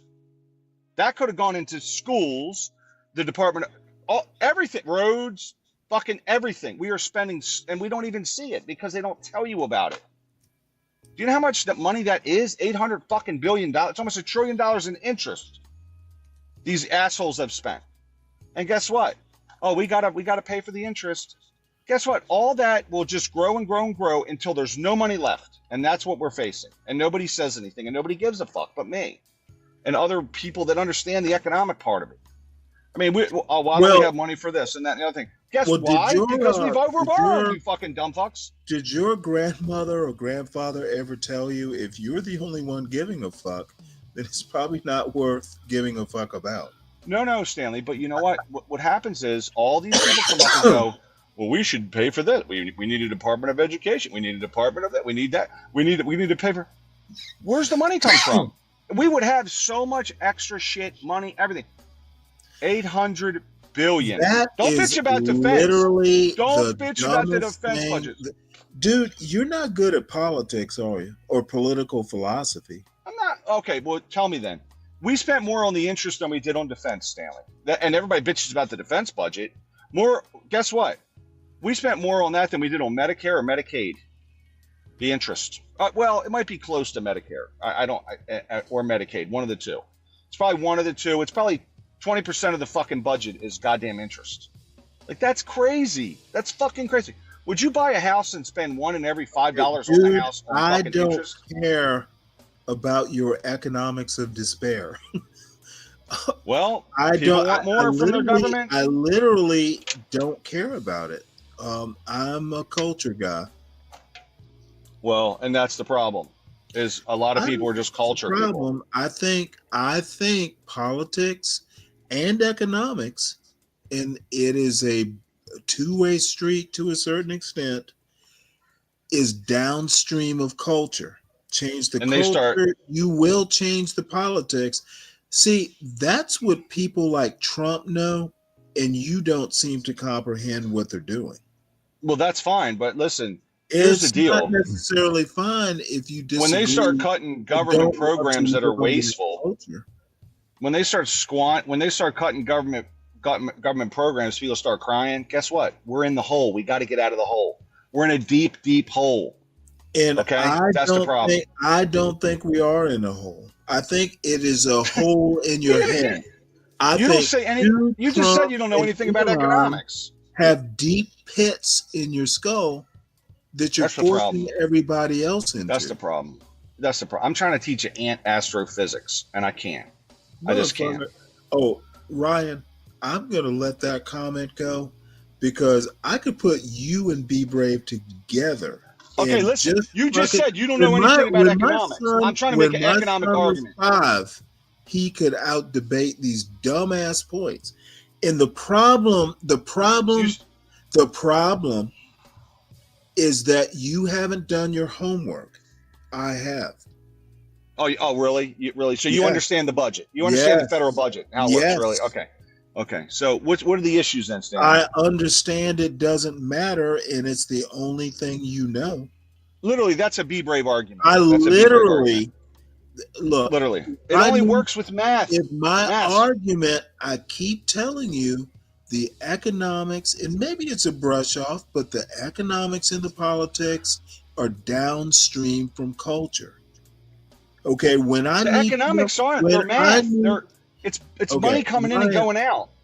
Ryan, I know you pride yourself on your bean counting, but yes, that's what I am. Bean counting is not rocket science. But it is reality. And don't think it's beyond my capabilities to understand. I don't fucking care about it because it's not my argument. Yes, how much that's the problem. How much it costs is not my concern. I leave it to people like you to worry about that. Yeah, but see, then I show up and go, "Hey, man, we got to trim the fat," and you go, "What? We got to trim the fat?" Oh, did I not tell you that I don't have a problem with why they're doing it? I have a problem with how. Did you not goddamn hear that? I'll be the first to tell you, I'm not a culture guy. Acknowledge what I said. Don't skip off to your No, you said I'm like Be Brave. I had to fight back. That I don't mind trimming the fat. It's how you're trimming the fat. All right, look. You said I was like Be Brave. I just had to fight back. You are literally, well, dude, you're not on Be Brave's panel. But you said I was like him, and that was an insult. Well, you just said you were like him. Is that self-deprecation? No, I didn't say I was like Be Brave. What I said was, I should have said you're being like Be Brave, saying economics doesn't matter. I haven't booted your ass off the panel yet. Well, yeah. Well, I do respect it. Most of the bylaws of the panel, buddy. So that's how I roll. Okay. The only thing you have to do is struggle not to say the N-word. I know you want to say it. Yeah, fuck you, Stanley. You know that. By the way, that's a good policy. John can't come on your show anymore. John Galt. You know what? John actually did me the honor of refraining from using it. I don't know. He is the owner of the channel, so I can only do so much. Well, the tough guy was talking. I was like, John ain't even gonna be able to come up here because he's like, as soon as he gets a couple beers in him, he's going. Yeah, and you know what? I often ask him, "Would you like to end my show and start your own?" Well, he is. I will tell you, tough guy's about the worst offender of the. He's getting double penalized, really quadruple penalized. Yeah, well, tough guy's gonna have to grow. I think he says it. I think he says it when he's ordering a soda, like, "Hey, he shouldn't be flouting his age so much." You mean a 40-year-old man can't say the N-word? Interesting. I'm just like, I think he says it when he's ordering his dinner. I mean, like, it's kind of an add to everything. John is just doing me the honor of, not using it, at least the last time he was here. And we have the option of ending shows, okay? I can end this show and he can start another one and say the N-word all he wants to. And it's so weird that people in this space are kind of like, why not? Why is that? Y'all confuse racial, being able to hurl racial epithets with freedom of speech, and I'm sad for you. I just think it's not a good thing anyway. It's not a good, there's no purpose to it, and it's not good, Oh, there's a purpose. It's when it doesn't have a purpose that it's a problem. Well, amongst women, you don't want to drop certain words, right? Like, how some people go, hey, dear, they substitute the N-word for, for boy. Well, boy or dear or shorty. Well, like if you amongst women don't like certain words, right? Like we know which words they are, so you don't have to say them ever. Just don't say them. They don't like them. Don't say them. Okay. Right? The bottom line don't need to say you don't have to say it at all. Certain words are off limits in a way, right? Like you just don't need to say. No. Free speech, quote, absolutists don't want any words off limits. You can use them. You can use them, just not on my panel. And there's a So you shouldn't go to jail, but there is it's a bad look. There's a reason that I just imposed the rule, because people were just, it was going overboard, and it wasn't, you know, in the service of an argument. It was just, you know, being thrown out there. So Lou, you're back. What do you think of my argument? I don't even remember the original argument. God damn it, because I'm bombastic. No, y'all have kind of been shifting the argument back and forth. I thought it was about the efficiency of Doge, and then we started talking about y'all started talking about I think Ryan was talking about basically talking about the national debt that needs to get paid, and then it kind of spiraled out of control. So I'm just listening, man. I'm just listening. Oh no, it didn't spiral out of control. The bottom line is, my second overall argument is culture is downstream of politics and economics. It can be a two-way street, but economists think that economics controls culture, and I'm not believing that. Way before there was Adam Smith, you know, was the first to, well, one of the first to kind of define it, you know, in a capitalist sort of way. Culture determines economics, but it's a two-way street. You know, economics can influence culture, but culture, I think, culture is essentially the software that determines how people within a society treat each other. You know, the norms, the sir, the ma'am, the manners, how you treat your kids. And to put it crudely, it is software. It is how we conduct ourselves in a given society. And all that, you know, how we conduct ourselves constructs the politics, constructs the economics. Stanley, listen, I mean, you can talk about all that culture when we don't have any money, right? Well, we don't have any money. If we Talk got about all that rid of culture money shit. tomorrow, we would still have a culture. We would have to adapt culture. Economics is just you would have to have a culture that prioritizes economics. Like, as much as people hate on the small hats and the J's, right? And that's the fact that I'm going to stop. If you're being Jew, say Jew. Okay, well, if you don't, the fact of the matter is, the Jews have a culture about money that has served them up until this point in a way that other cultures don't.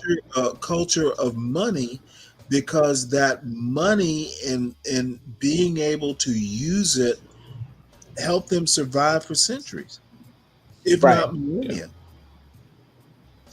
I guess I see it like this. If you look at Maslow's pyramid, so it's not just like, it's a culture basically built around survival. But if you look at Maslow's pyramid, it starts with security, which is food, clothing, shelter, etc. That's at the bottom, right? You move up and end up at culture somewhere. So I think economics underpins everything. No. Without food, clothing, shelter, we're done. You're dead, right? Okay, so those things are first and foremost. Food and shelter is an economic premise? Economics is the study of resources and how economics is bullshit and a bad tool in the hands of hatchet men. I don't know what you're talking about, Stanley. Economics is the study. Because you're uncultured. Your economics knowledge is not helping you right now. Okay, but economics is the study of how resources are divided throughout the world and how they flow back and forth. Wait, hold it. You shitting on it wasn't enough?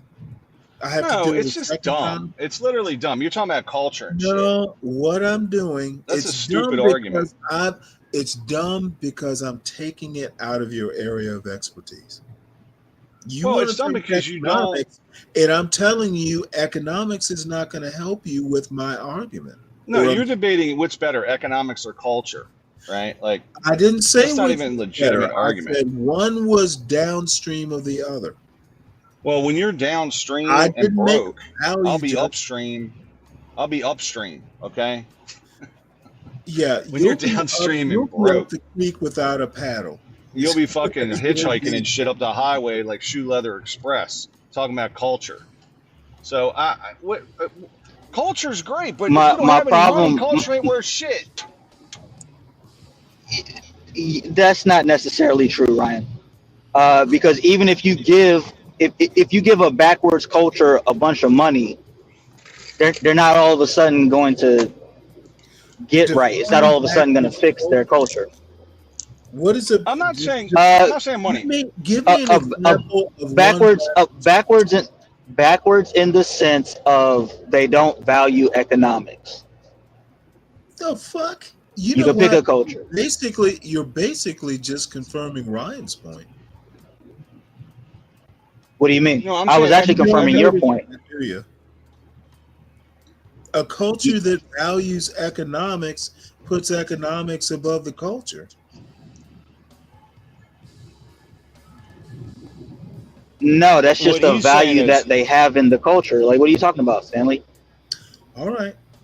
I'm not saying that's their number one value. I'm saying a culture that values money, that values saving, that values investing, that values group economics. That has that as a value. Wait, hold it. If you give money to a group that does not value those things. Okay, let me see. And you're right. You had me up until group economics. Okay, I personally think that John Galt, for instance, his argument about group economics, I don't think it holds the water that racists think it does. Okay, this group economics is essentially a racist concept. What do you mean? Okay, if you want to group economics into, I'm assuming you mean racial groups. No, not necessarily. Okay, well, name me a group you were thinking about that wasn't racial or race, a race. Because I heard you make the point. I heard you make the point I think he about said with the Jews value. Jews. I heard you make the point about Jews value money, so I jumped to the conclusion. Okay. No, I was just providing an example. I mean, it could be if we want to do the racial argument. No, I don't want to do the racial argument, but you right. I didn't want to do that. I didn't want to do that. I wasn't. Money. All right, look, I gotta go. I'll be back. I gotta go kick somebody's ass right Ryan. Scurry away. Cheerio. See y'all. All right. Peace. All I'm saying is that to your point, giving a group, whatever group of people that does not value economics, if you just give them money, it's not going to serve them. I need you to define what makes the group the group. What is the defining characteristic?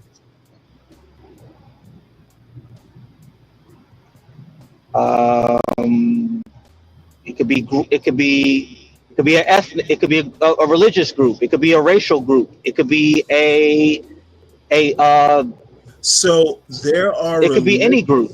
So there are religious groups that control economics.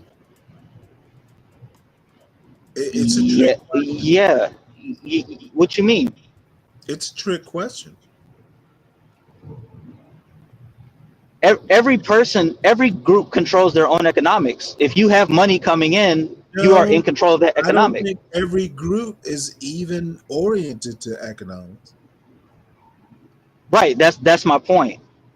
That was your point. Do you actually understand either point? You said economics is downstream from culture, right? That was your original comment, right? Politics and economics. Right. Ryan was making it seem like if you fix the economics, you fix the culture. I disagree with that. And that's retarded, to be honest. If a culture values savings, etc., and to your point, if it values economics, then being downstream of culture, the economics gets better. Right. And I didn't even get. Yeah, I wasn't trying to argue with you, Stanley. I was agreeing with you. So I don't know where we were going with that. I'm not really fussing. And part of this is I'm kind of hashing it out. I'm hashing out an argument in my head as I'm arguing it. But the bottom line is that my premise is that American culture is, I think if everything is downstream from culture, American culture doesn't value the right things. And economics might be one of them, but I will say that economics comes under the umbrella of the intellectualism. And where Ryan and I kind of started diverging, or one of many divergences, is America has a lot of America's problems right now are caused by it's racist. It is anti-intellectual, and it is raising bad parents for quite some time, for generations now.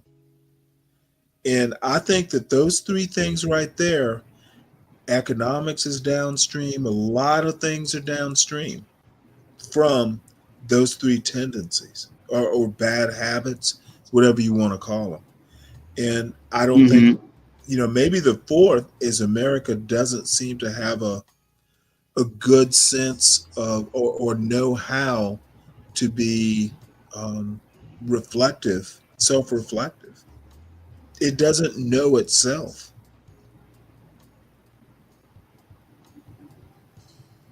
We think we're all dead. I can agree with that.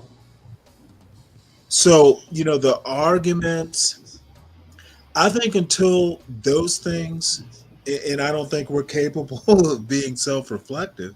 So, we'll skedaddle along. COVID revealed a lot of problems in the fabric of the culture. And we just kind of, invented things like masks. And did you take the vaccine? All of those were actually distractions from the actual problems. The anti-intellectualism, the vaccine was developed in such a short time, it can't be good. Because no one seems to know that mRNA vaccines, the concept has been around for decades, or at least a decade. It was, and if you actually understand the concept, it's not that dangerous, or dangerous for that matter. Not understanding stuff is the anti-intellectual part. And we don't encourage, we don't want our kids to go to college, but we don't want people who shouldn't go to college go to college. They could be plumbers or something like that. But we won't do, like, you take a test, you either pass it to get into college or you don't. We're not going to let you into college. We won't go that far. You can't be freedom of choice and tell someone they shouldn't be in college. If they choose to be in college, then apparently they have the right to do it. And that goes back to parenting. Why aren't parents telling their kids, well, motherfucker, you do better as a plumber? You're not that bright. If your kid has all C's and they're doing the best they can do, it is incumbent upon a parent to go, no, don't waste money on college. Or if you're going to waste money on college, you're going to do it on your own dime. You're going to have to work your way through it. I'm not giving you the money. Don't bother applying for federal loans. You need to get a job. There you go. If you actually want to go to college, you're just going to have to work your way through it. However, on the other hand, if someone scholarships their way through college, don't act like they're not a real N-word. Because I get a lot of that on this. And I'm kind of whining here, but I get a lot of, oh, well, Stanley, you've never, hell no, I didn't grow up in the ghetto. The one time, I dallied into the ghetto, it's because the pussy was good. And that was the one time. That'll do it. And who wouldn't? And she was actually a wonderful woman. It just, we both knew, it was a dalliance. In my opinion, and I'm kind of complaining, Lou, I'm not complaining to you specifically or any one person. It's kind of the general atmosphere in these Black conservative spaces. If a man knows a big word, the first instinct is, oh, he's not down. He's not Black. And it's not just the Black people who do it. Funny enough, I literally from the 7th grade through college went, I was always the only Black there, or one of the few. 1st through 6th grade, and this might have actually helped ground me. I grew up in a Black middle class neighborhood. 1st through 6th grade, I went to a Black Catholic school. It was in a Black section of town. 99%, because we did have one white family there. I went to 1st through 6th Catholic school in an all Black environment. So I have no doubts about who I am, or, what, since we insist on having, racial demographics, I know who I am. I never code switched. You know what? But the most you talk white or all that bullshit was from white people. Black people, I grew up kind of with the people I knew in Catholic school. I grew up in my neighborhood from like 7 to now. I don't code switch. I never saw the need, or maybe wasn't encouraged. So these people knew who I was. I was always myself. And I'll give you a good example. I hadn't seen my across the street neighbor in like probably since the 90s.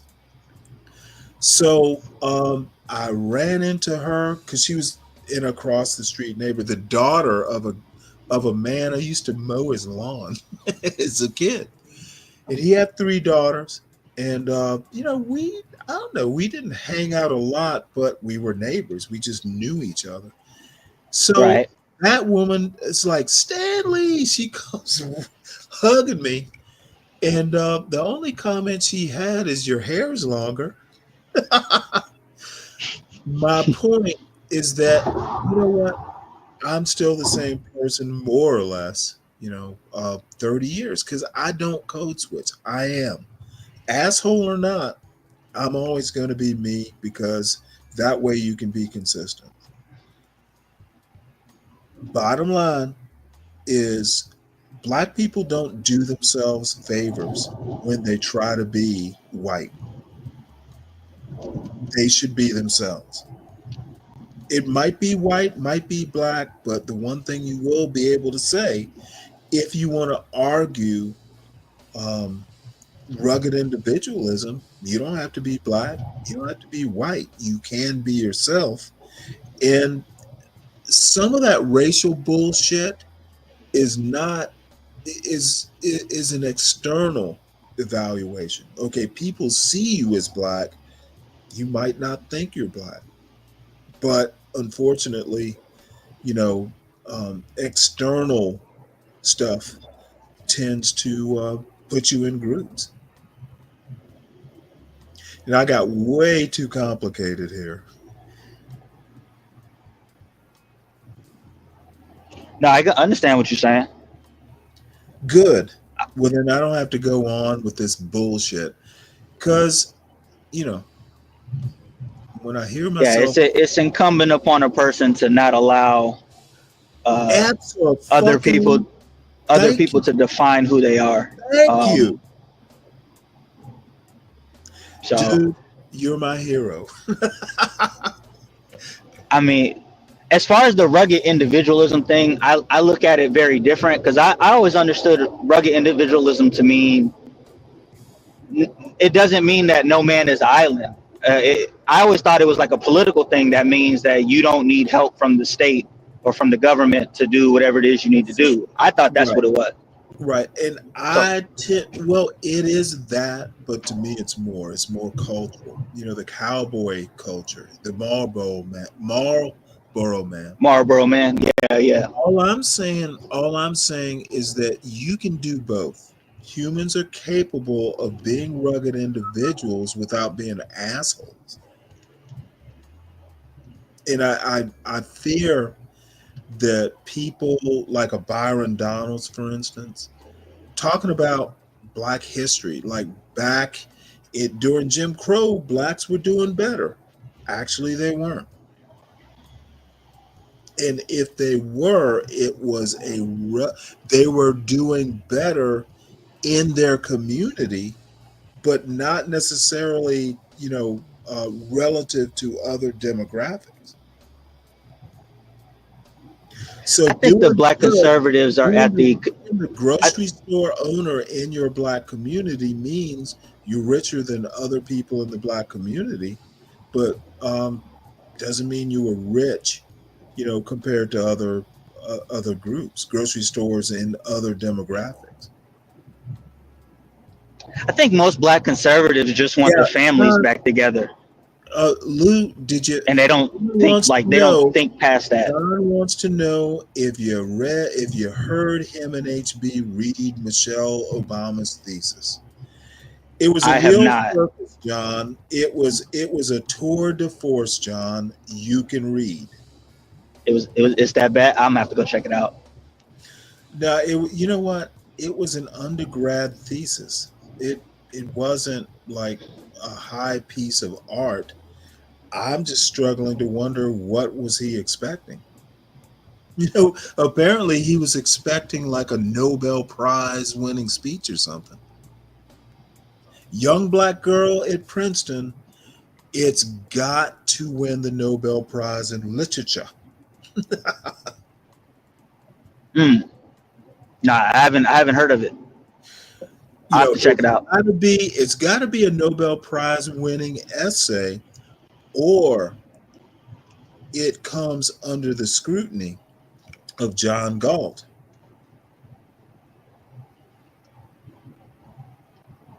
Now, former First Lady, literally a historical figure, and the point of criticizing her like undergrad thesis, I'm struggling to figure out what the point of that was actually. Is it going to change, that she was First Lady? Or is it just going to make you feel better by knocking her down on a fucking YouTube panel? I'm trying to figure it out.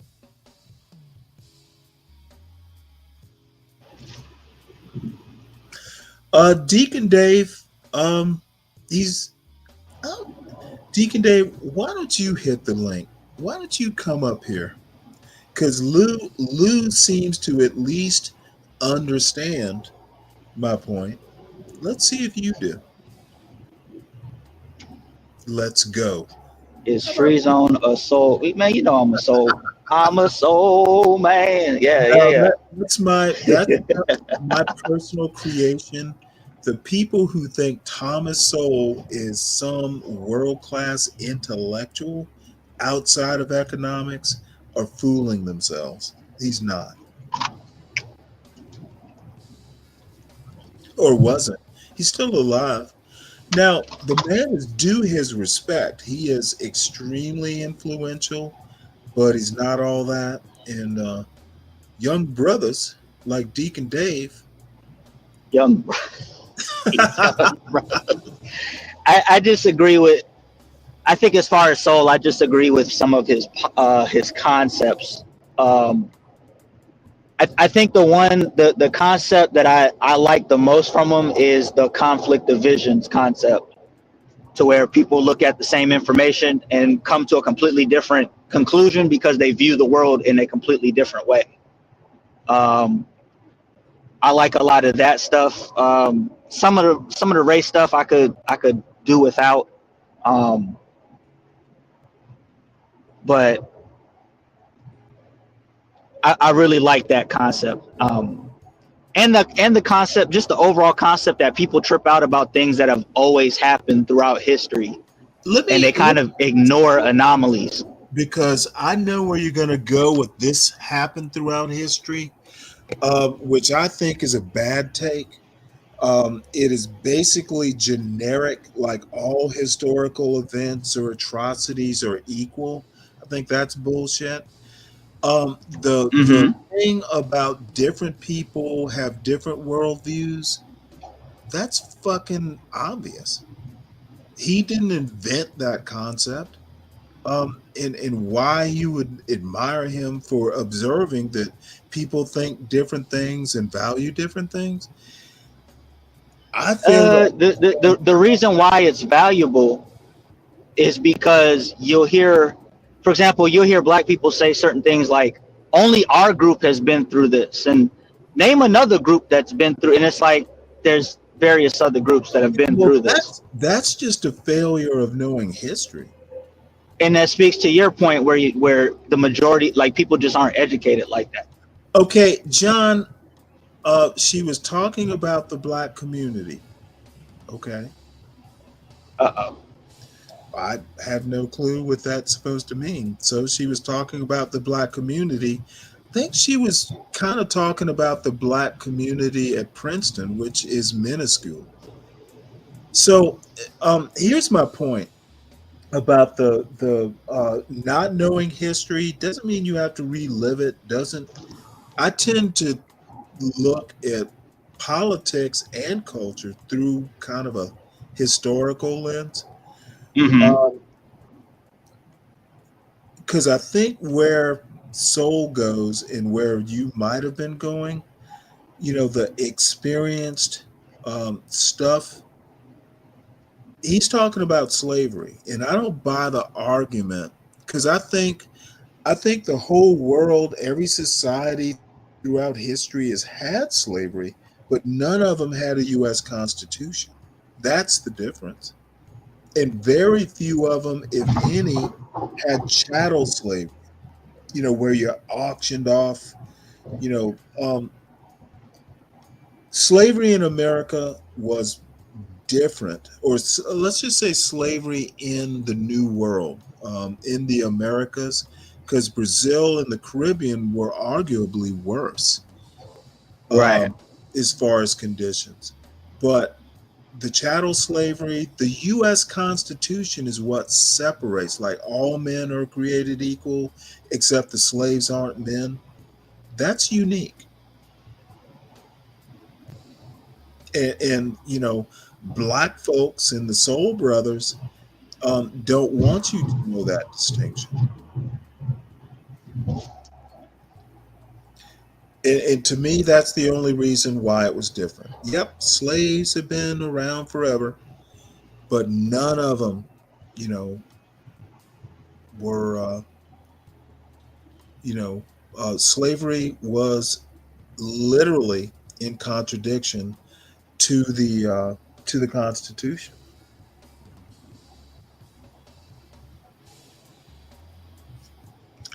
John, I don't quote me on this, but go ahead. Only you could think you weren't criticizing. You just read it word for word and didn't render a decision. There is no community is a criticism. And I agree that there's no community, but probably for different reasons than you do. Sorry, I had to read Mr. John's comments.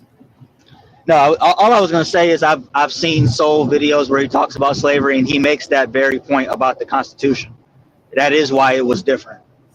So okay, I've never seen that video.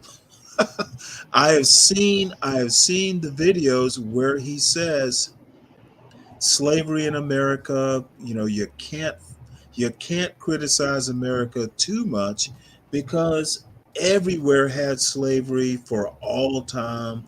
America was just, a country of its time. And I just disagree with that. And if America,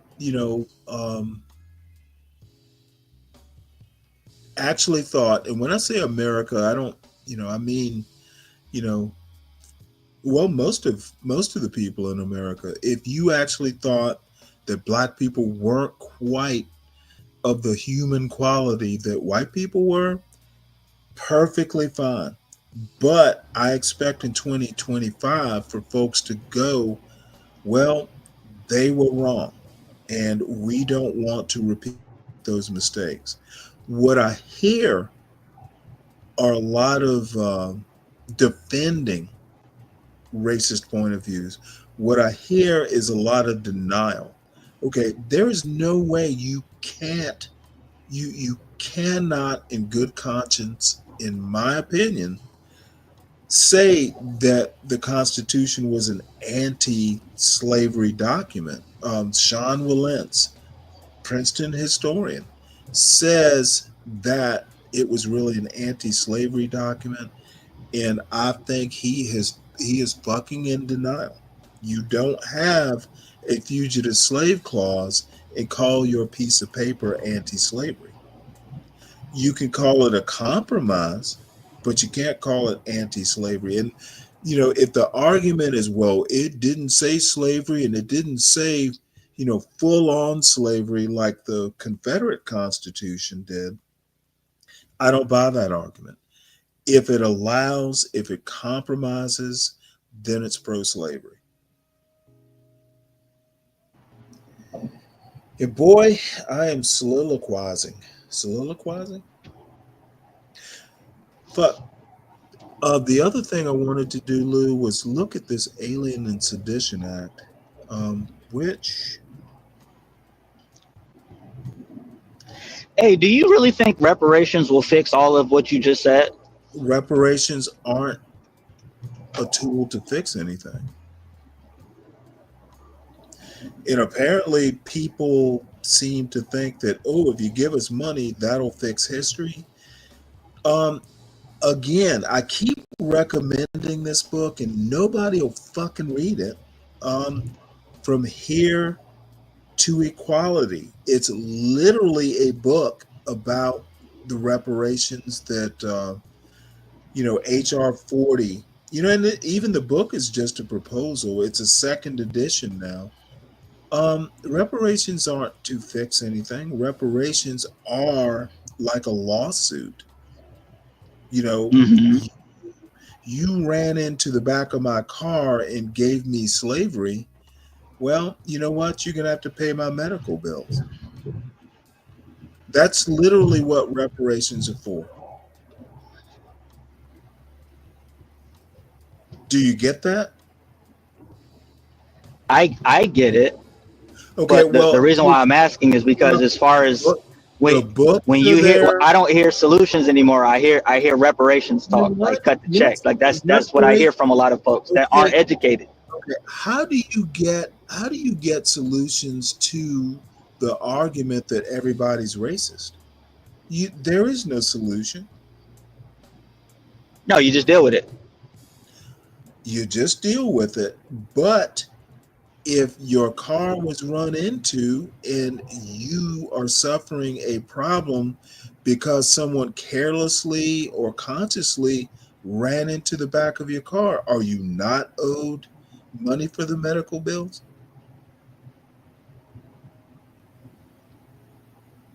You are. You're entitled to compensation. Reparations are taking care of the medical bills. Not going to solve, the bad driver who ran into your car, but it will at least help with the medical bills.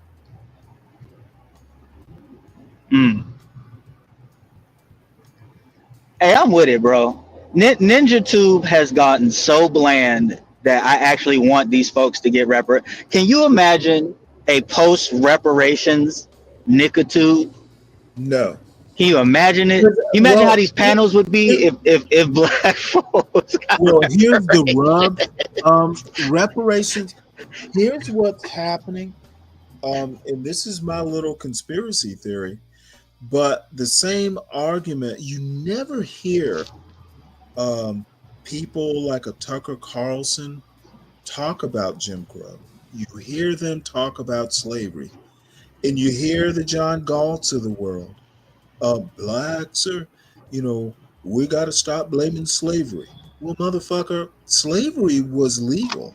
You can make the argument that it was legal. You can't sue over something that was legal. Now, maybe you can make the argument that it shouldn't have been. You're not going to win that argument. What you can win is Jim Crow. Jim Crow made the wealth disparities, the racial wealth disparities. That was Jim Crow, not so much slavery. Slavery was a cause, but you can say it was legal, so sue me.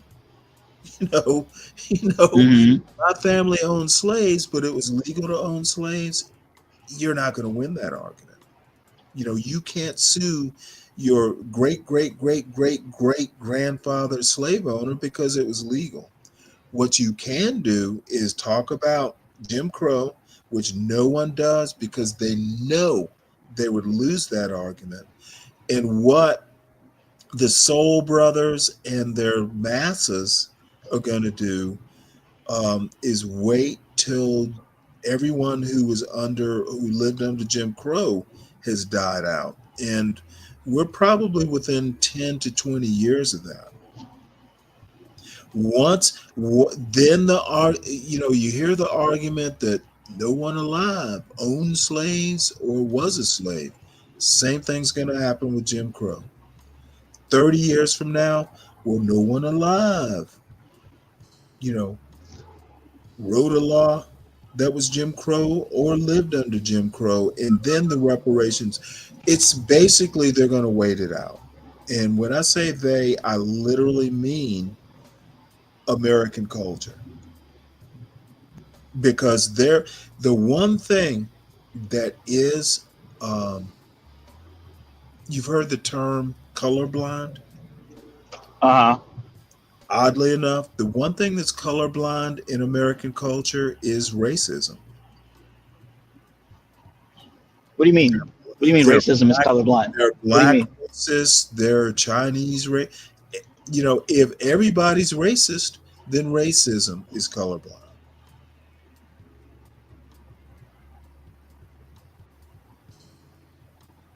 I mean, yeah. People are entitled to be racist, man. If they don't like different races, that's argument. My argument is the only place in America that color doesn't matter is being a racist. You can be a black racist. You can be, any race of racist. That's the only time you're all going to be equal.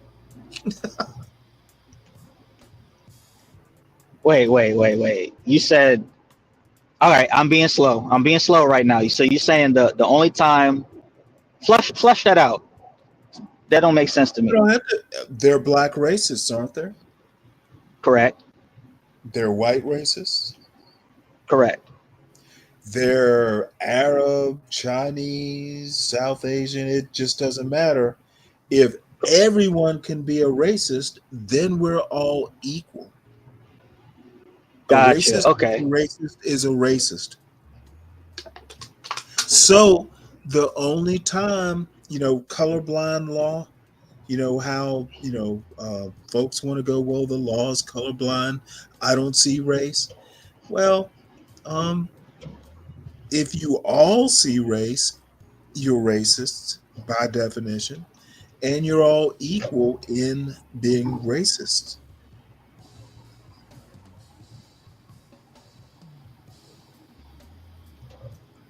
That makes us equal. Survival of the fittest of races, man. You can't separate a Klan member from a Hebrew Israelite. Hey, survival of the fittest racism, man. That's what it is, I guess. I don't even think most people think like that. I think most people, just trying to wake up, get through their day. Maybe they have a family at home. They don't want irritated. Most people just want peace and all that shit. Like, well, you most know people what, ain't. bro? I get what you're saying, and I think there's nothing wrong with that. But I would like to propose that, you know what? I'm not sure that anyone can kind of live that kind of peaceful life anymore. What you mean? You're not at peace? I think we are encouraged, like a Ron DeSantis in Florida. We don't want to hurt kids' feelings. We want them to have a patriotic education so they can rest easy at night. If we give them in America isn't bad. They will sleep at night, they will not be upset, and then they won't cause their lazy ass bad parents any problems. Let's make the kids good so the bad parents feel like they're good parents. Now, I am out on a limb on this, Lou. I realize. I think most of America's problems stem from their culture.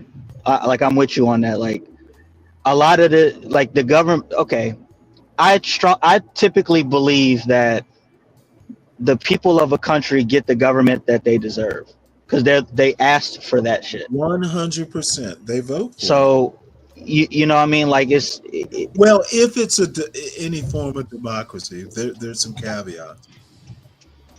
Well, I mean, like, even with now, like, you got people who voted for Trump that, even though Trump said he was going to do all of this stuff that he's doing, now that he's actually doing it, those same people who voted for him are like, what is he doing? Why is he doing this?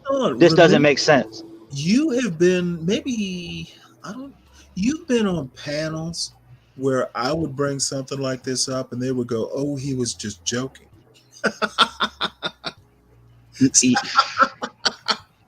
Oh, he didn't mean it. And I love that. He meant it. He meant every word. So, I mean, and if you did, to Ryan's point, I'll say that the economics piece, if you are economically sound with what's going on right now, you're going to make a lot of fucking money. Well, if you're with all this volatility, if you're economically sound, you don't have to worry about this shit. You can buy a cabin in the woods and, you'll be okay. It's people that are not economically sound. And I'm going to be honest with you. I think at this point, and it could change in 2 months, I don't think the Trump-alon, that's like Benifer, Trump-alon, they're not that competent. They're bumbling. And, the slash and burn, maybe they thought it would work, but it's not working, at least up till now. Now, in a year, I may be going, well, goddamn, that was super brilliant, that Elon, let's give him his Mars rocket. And, maybe I want to go with him to build a new world, but I doubt it. And I also think that Trump is going to destroy MAGA. Now, I have to wonder if it's not intentionally, like, MAGA dies with me. No one else can be MAGA. I think Trump is going to implode. And certainly Elon is going to implode.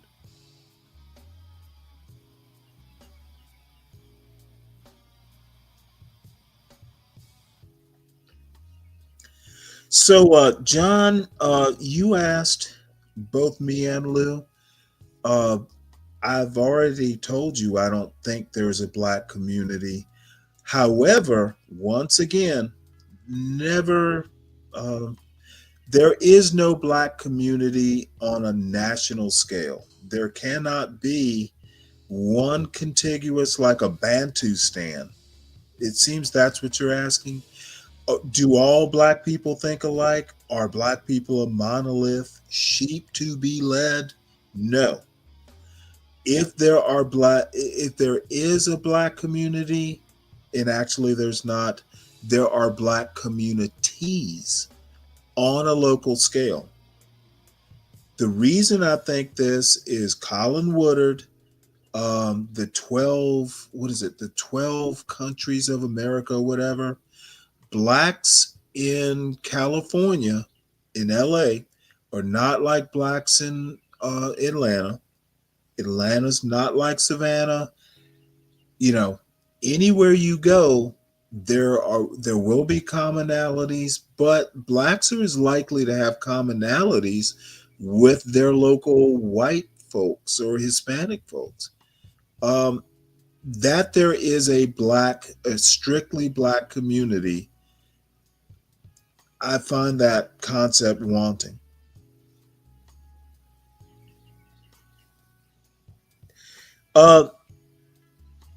Charisse, how about just come up to the panel? I don't see every little comment in the chat, and actually not that concerned, to be honest. Is Charisse one of the conservatives? I don't know who that is, but shout out to you, Charisse. Well, Dave knows who she is, but if we're basing it off of what you just said, then I don't think that there's any I wouldn't say there's a white community then if that was the case. Absolutely. That's bingo. So I don't know. It's like, what do they mean by this word community? Well, they can't define it.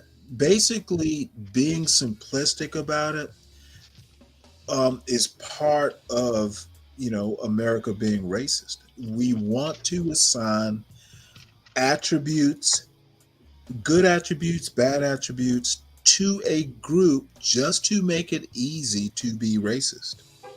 Now, I'm being a little, I'm doing some hot takes here. I realize that. But I think I'm fundamentally right. It's easier to be a racist than think past and look at people as individuals. It's easier to go all black, the blacks. It's easier to do that than to take each individual on the content of their character. Always has been and is still now.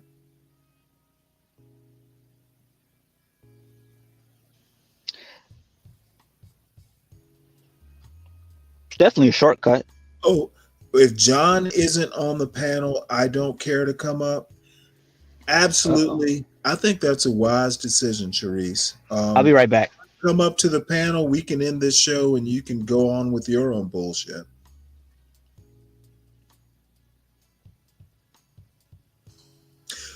So I was going to go over the Alien and Sedition Acts, but we can go on with this because it's kind of fascinating. I'm surprised at you, Lou.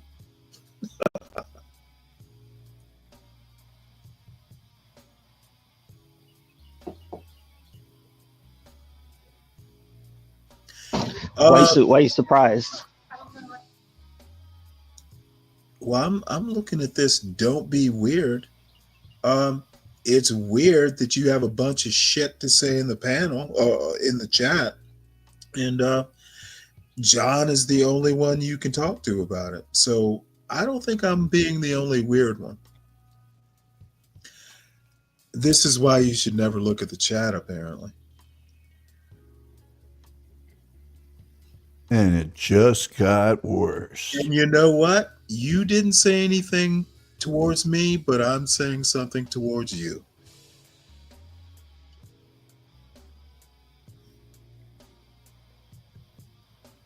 I'm commenting on your commentary, and I'm commenting on your commentary, Sharice. You can come up and comment on my commentary or stay in the chat, but here she is. I'm about to get it. Okay, let me take a deep breath and prepare. Do. Hi, Sharice. Good morning. Good morning. Let's start there. So what's your issue?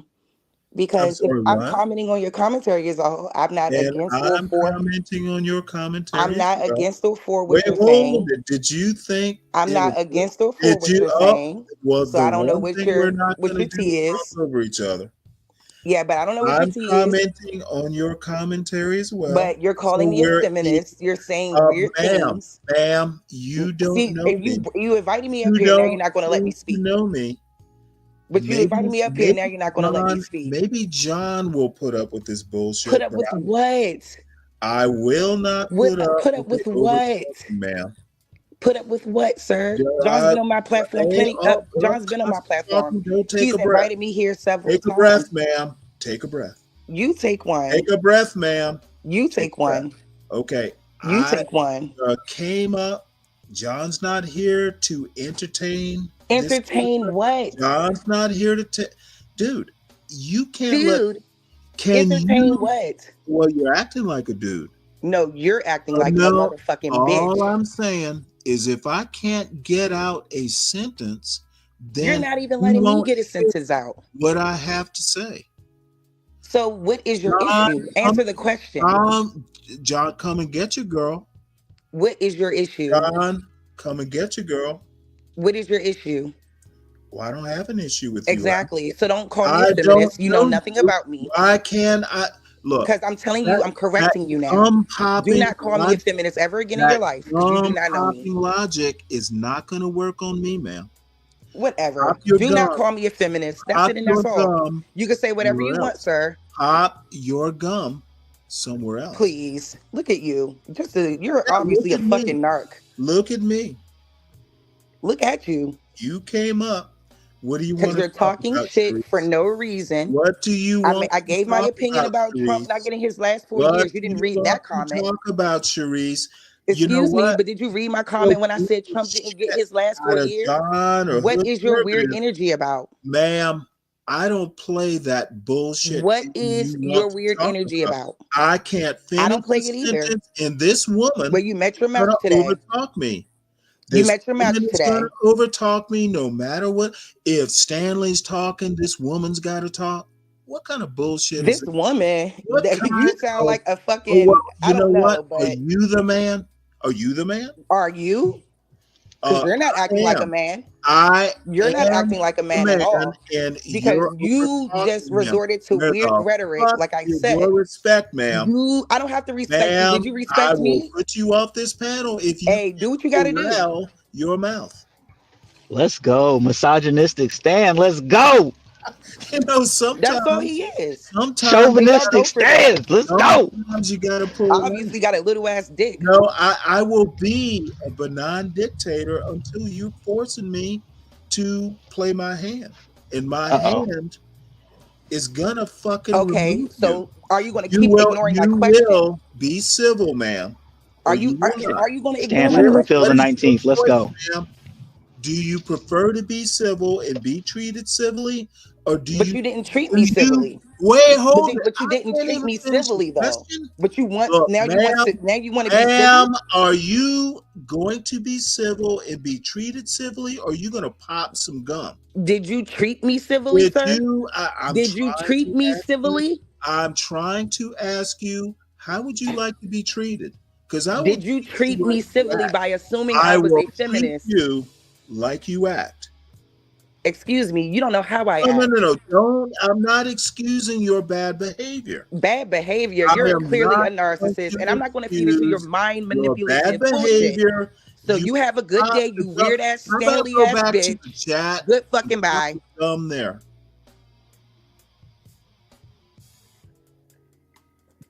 A clear narcissist. Stop with your bullshit. Goddamn right, I'm a narcissist. I know. What of So it? I'm not going to feed What into the that. fuck of it? You wanted this, and now you have it. No. I didn't say Listen nothing to about your me. commentary. I am sat the in the chat and I narcissist. listened. You are the narcissist. And then you called me a feminist. So I want to speak to that. And I'm not a feminist. You don't know me from a can of paint. Sit down. Wait, hold it, Lou. Sit down. Hold on one sec, Lou.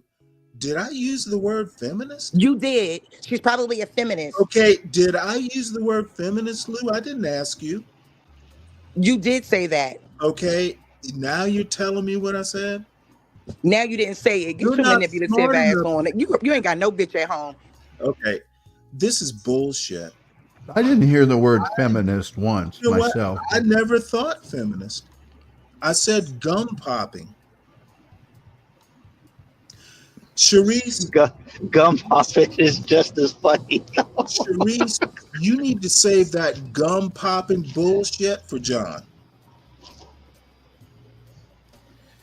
I thought I would give her a chance since she had so much to say, but alas, we need a better class of gum popper apparently. I'm sorry for that. I never heard feminist. I don't believe I did. I don't. No, I didn't even look. I think the people who I would never call a woman a feminist. Well, none of her comments were feminist at all. No, they just weren't. You know, they seemed like relatively conservative ideas. Sharice, you're down in the chat. Pop your thumb a couple times. Come on back up if you want to go another round. I don't even think you're a feminist. Why would I do that? Now, wait, hold it. Maybe you mean on another show? Have we met before, Sharice? Or you just want to be an asshole in the chat? I don't recall talking to you before. I think you heard feminist. I don't even think, like, feminist would not be the first thing that comes to mind. Talking to you very briefly, it would be ill-mannered or bad actor or gum popping. So Alien and Sedition Act. Let's see. Well, I'm kind of out of my she brought out the black in me.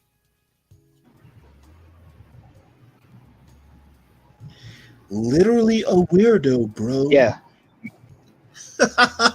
Now look at this. I love this. Literally a weirdo, bro. I don't understand the whole weird. Nothing well, seemed that weird. Might have been something that you disagree with or don't like, but manipulative tactics. But weird, I didn't see weird. Ma'am, I asked you to come up here to talk about, I don't even remember what your problem was in the first place. And you come up here, basically what you thought you were going to do is come up here and do your gum popping, and I would be intimidated. Do better, ma'am. Go to a hood conservative environment where he gets intimidated enough to slap a woman. I'm not that kind of guy. Go somewhere, go to a place where your kind can intimidate, but you can come up here and be civil. You're still welcome. You will be treated like you act, man. I don't think you're a queen. I'd like to know specifically. Oh, man, your kind. Let's go. I don't think people. I don't think I'm a king. I don't think you're a queen. We can be a man and woman having a civil conversation, or you can stay your ass down there and gum pop, the word weirdo. And what I actually want you to come back, but I'd like to know specifically what was weird, because weird's a really broad thing, I can you tell know. you what was weird, or I will put words in her mouth. Hopefully she'll spit out the gum before I do it. She basically wants like some weird anti-black, all N-words are bad logic, because that's where she wants to go. And I'm not that.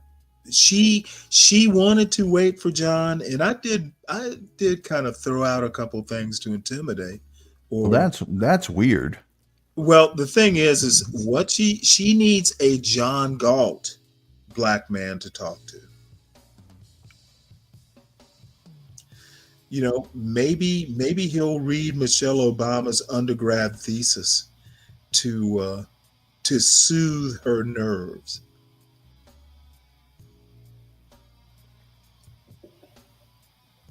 So anyway, you know what? Let's do some pop the balloon. Now, or you know what? Is there a news story you want to talk about?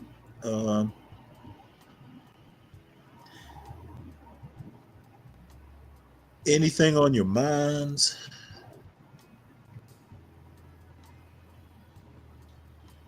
Nothing really. I mean, well, damn it. Then I don't know. Create a topic. I can't really pick you anything. clearly intimidated her. I can't pick anything because, well, you've just been so You weird. know what? Palomino, at least she's been up on the panel before. You're the one who's intimidated. Your dumb ass has never come up here. So a little horsey, that little friend zone horsey. Little horsey talking about being intimidated, and he has never come up to talk. So, you know, I got a story. I got a bone to pick with you. Wait a minute. Wait, Stanley.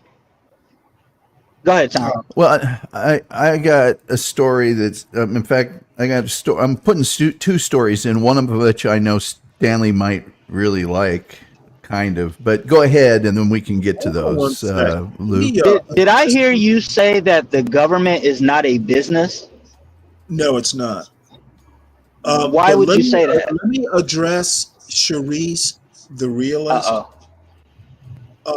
Yes, I'm going to overtalk you. I'm the host of this panel. You are not.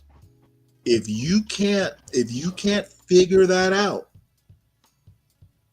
then your ass needs to go back to what you're good at, which is chewing gum and popping it when you get upset. Motherfucker, you're not going to overtalk me. On my panel, no. So stay your ass down there where your feelings don't get hurt and you can't be controlled. You don't have to worry about decorum or being polite or any of the bullshit. Stay down there where you belong. When you want to be an adult, come up to the panel. The fuck? Sorry about that. That's right. Sit the French toast down. Tell him, Stan Samuels. Let's go. No, you know what? Look, y'all hit the Cash App, man. Money World, man. Money World. Dude, I think men and women are fairly equal. There are differences, of course. Fuck, I'm not going to be dominated by a woman or a man for that matter. Fuck that shit. You're not smart enough, man. Especially I've never talked to this gum popper before in my life. Why does she think she can come up here and control my panel?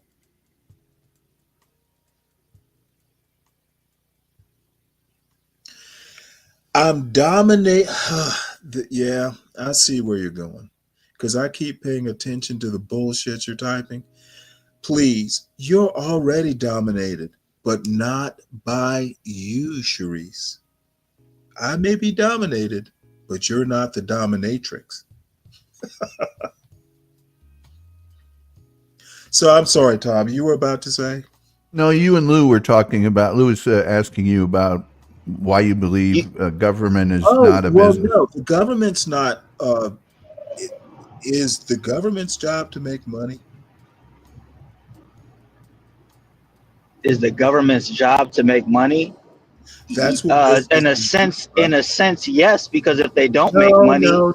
Let's not go in a sense just yet. they don't generate revenue through collecting taxes and Yes, fees no.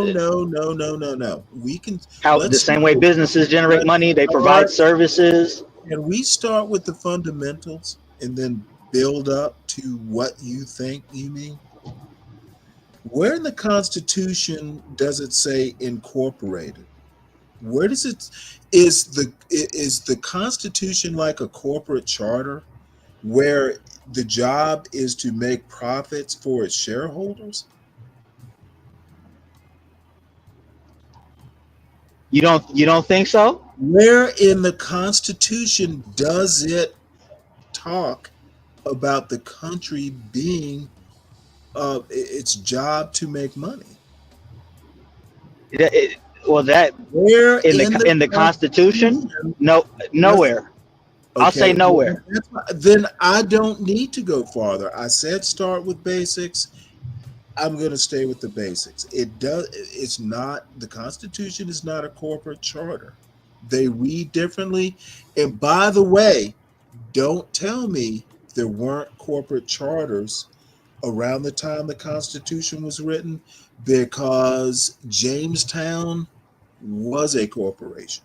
So there were actual money-making ventures before the Constitution, 150 years before the Constitution. Now, I'm going to say, and I don't know this is true, I could probably prove it, but the Constitution was not written as a corporate charter by design.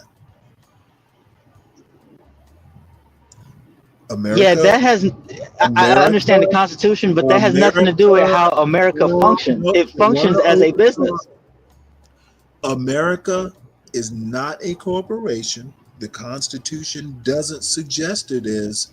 So America is a business, basically is something people believe, but they're not reading the Constitution.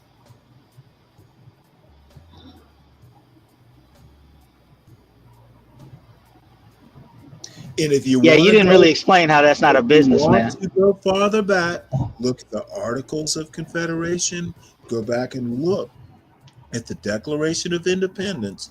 Nowhere in there does it suggest that America will be incorporated. You don't have to be incorporated to be a business, bro. You've got 3 founding documents. None of them suggest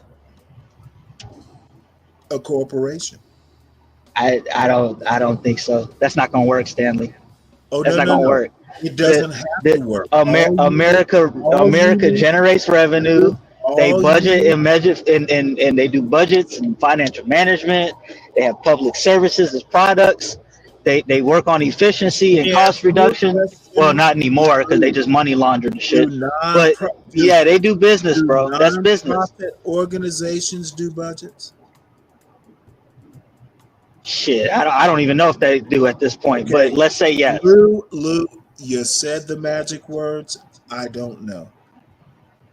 What I know is that there's nothing in the founding documents that say anything about America being a corporation or a money-making venture. Basics. Let's start with the basics. And then we get more complicated as we build an idea or an ideology. So it's like a business, but not a business. It's not even like a business. How is it not like a business? Well, nation states. Businesses give out jobs. Businesses create products. Businesses service the public. Nation states they're analogies, of course. So does a simile or an analogy or a metaphor make something the same thing as what it's being compared to? certainly moving like a business. Okay, God damn it, answer the question, because now I'm getting frustrated. Yes, yes. If it walks like a business, talks like a business, then it's a business, That's Stanley. right. Now, does the simile make it? I'm not doing this with you, Stanley. We're not doing that, dude. It's a No, business, man. Hey, Lou, because you can't. You don't know how to, because you're trying to compare a unicorn to a horse.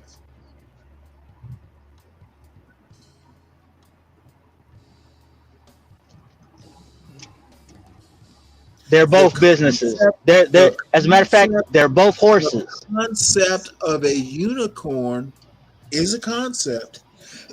It's imaginary. And you want to take your imaginary and compare it to a horse.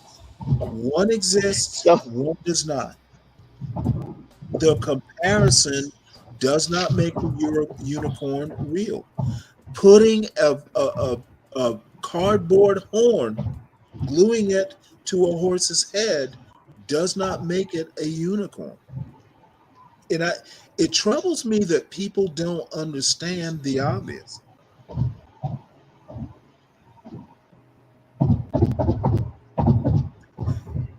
Ryan, maybe you should come up and try and get me so I can describe reality. Yeah, that's not gonna work. I mean, Ryan, like I get what you're saying, man, but that's not gonna work. That doesn't nullify what I'm saying. No. The government does everything that a business does and more. Because Lou doesn't think it works, doesn't mean it's not working. I'm right. And I am 100% sure I'm right, and you're not sure you have a point. I have a point. You're trying to stomp over the point. I have a very clear point. You don't have a point. America is structured like a business. It deals just like a business. And you know why you keep saying like? Because you're making a simile. Yeah, because if two things do the same thing to a certain degree, it is that. Did you notice your pattern of speech? You didn't say America is a business. You said it's like a business. I hear your doubts, and I appreciate your doubts, because you should doubt it. I don't doubt it, Stanley.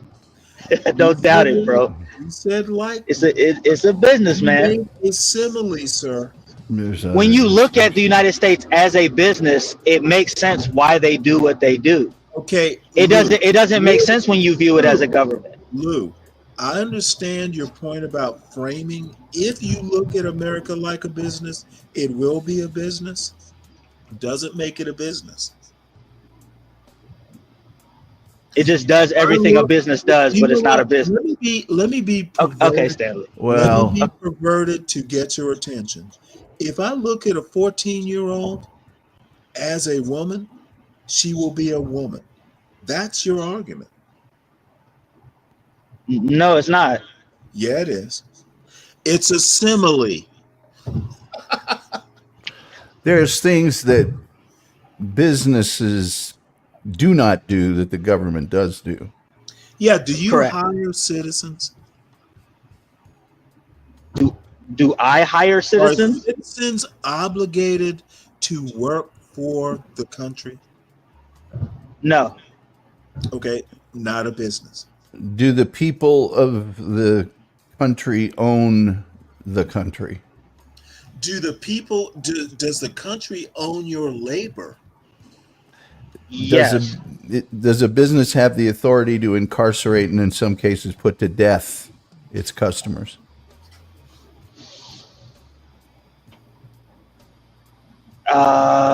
That's a tough one, bro. That's a tough one, especially all these fucking corrupt ass businesses that are. I'll say no. I'll say no. I'll directly say no.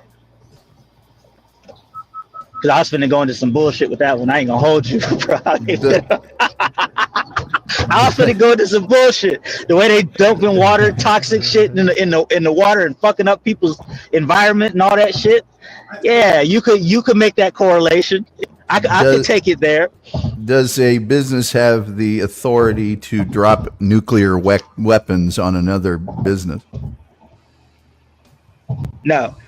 Well, let's see. There are similarities, and maybe it should be run like a business financially, but a government is not a business. The chief objective of a government should be, and is stated to be in the Constitution, to serve the people. That is not the chief obligation of a business. Right, and I understand you're going through books, but if you actually look up and see what the fuck is going on, they're clearly not achieving that goal. They're clearly not. No, whoa. The goal, America's goal was to be a business? No. What to serve Tom, the what people. did you to serve I said the to serve the people. And I'm the guy on this show that constantly says that we long ago abandoned even a remote, even pretending pantomime, like that we're serving the people. However, a business... It was never intended to. It was basically certain people who happen to be property owners.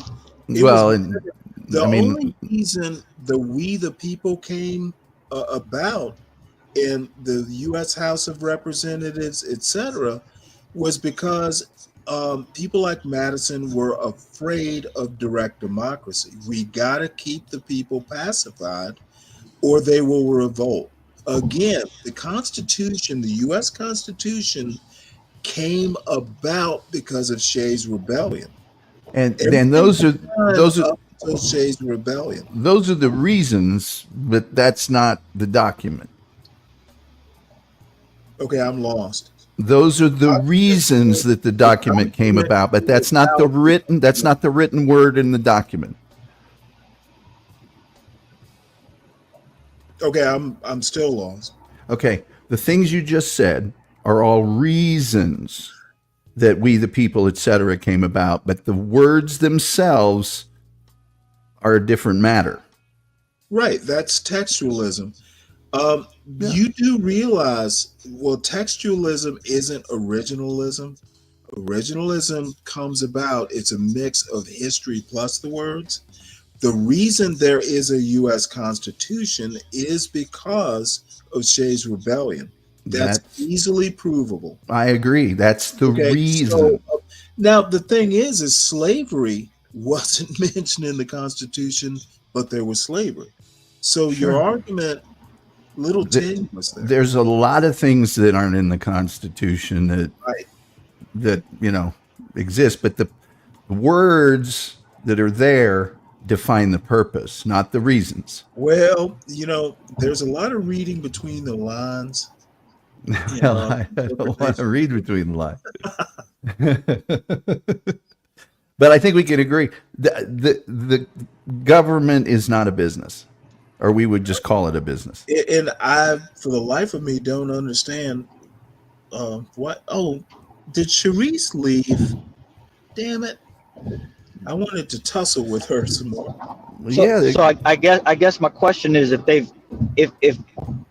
the government's chief objective to serve the people is no longer its chief objective. It's not its chief objective. Never really was.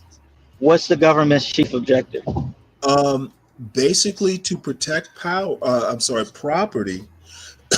I argue it's their number one objective, and the defense part of it is part of the protection of property. That's really maybe, and you need people for the protection, so you throw in a Second Amendment. And honestly, you think I'm full of shit, but I think I can support that argument. Property. Wait. You're saying that the government's rights were the cornerstone. And then everything goes from there. You got to protect the property rights, etc. Property rights is why there is in America. Why do you think people value their property so much? It's inculcated into the culture. And then there's just simple, can the government regulate a business, and can a business regulate the government? There's a million comparisons you can make that are, you can make a lot that are similar in terms of services and things of that nature, but there's equally as many, probably more, that just don't compute.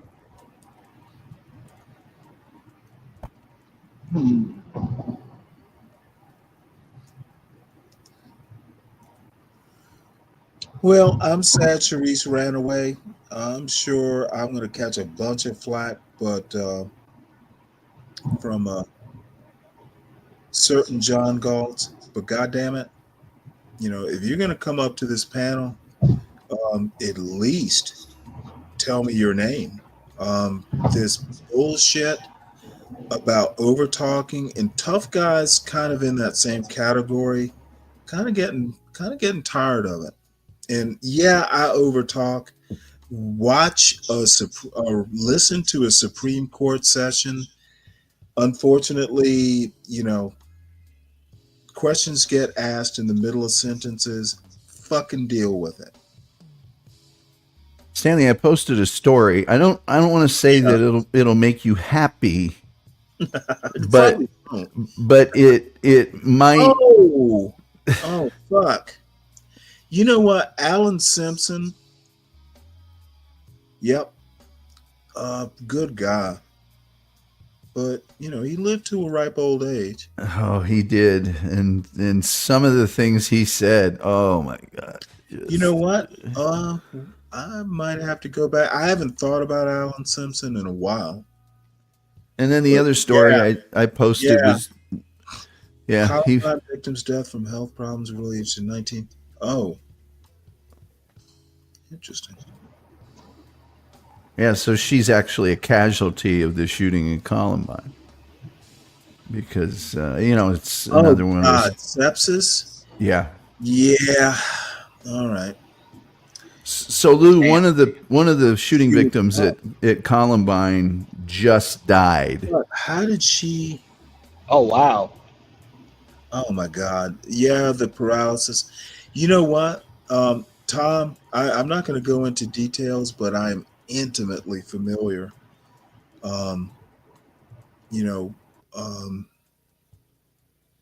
Yeah, that it's a horrible way to go.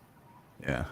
The organ failure part of it, dude. I am shit.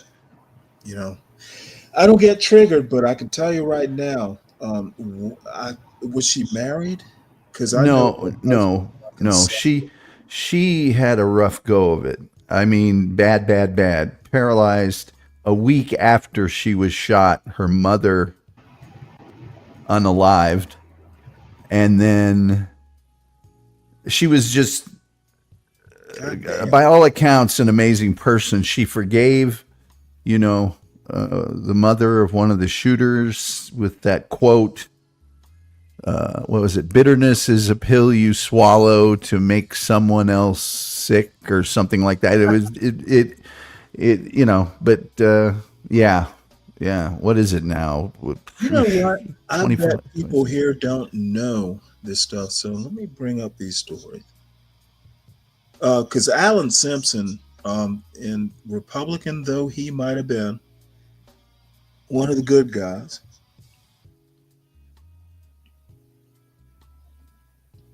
He felt any money you got from the government, including tax refunds, was an entitlement.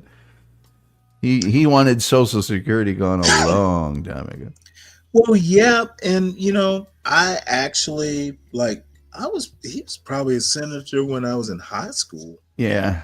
I remember him telling it was a panel of something, or maybe it was even testimony, and he mentioned that Cokie Roberts had told him "F you" right out on the panel. That's true. Right. Why did Cokie Roberts tell me F? But he didn't say F you. He said the real thing.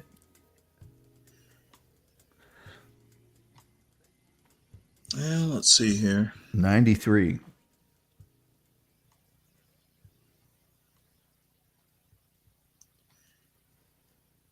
Well, I can read the story, I think.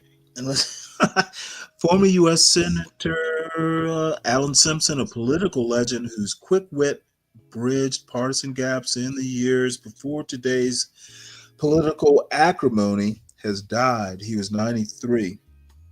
Simpson died early Friday after struggling to recover from a broken hip. In December, according to a statement from his family in the Buffalo Bill Center of the West, a group of museums where he was a board member for 56 years. Along with former Vice President Dick Cheney, Simpson was a towering Republican figure from Wyoming.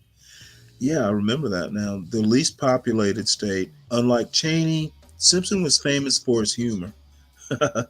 We have two political parties in this country, the stupid party and the evil party. I belong to the stupid party. That sounds like Ryan. Was among Simpson's well-known quips. A political moderate by current standards, Simpson's 3 terms as senator from 1979 to 1997 covered the Republican Party's rejuvenation under Ronald Reagan.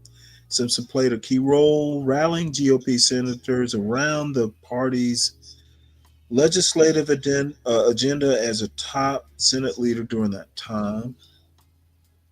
Simpson was better known for holding his own views, though with sometimes caustic certainty. A deficit hawk with sharp descriptions of people who relied on government assistance. Simpson supported abortion rights, an example of moderation that contributed to his fate in the GOP. I don't think that's a sign of moderation.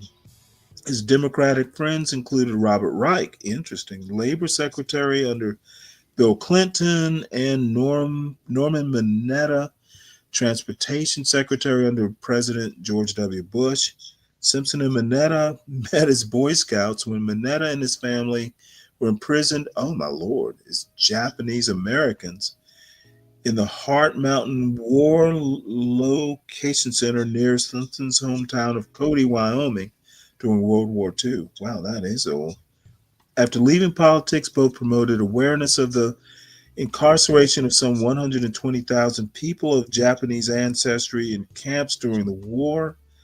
Mineta, who died in 2022, recalled that Simpson once was asked what was the biggest difference between them as a Republican and Democrat. Alan thought about it, and he said, well, I wear size 15 shoes and he wears a size 8.5.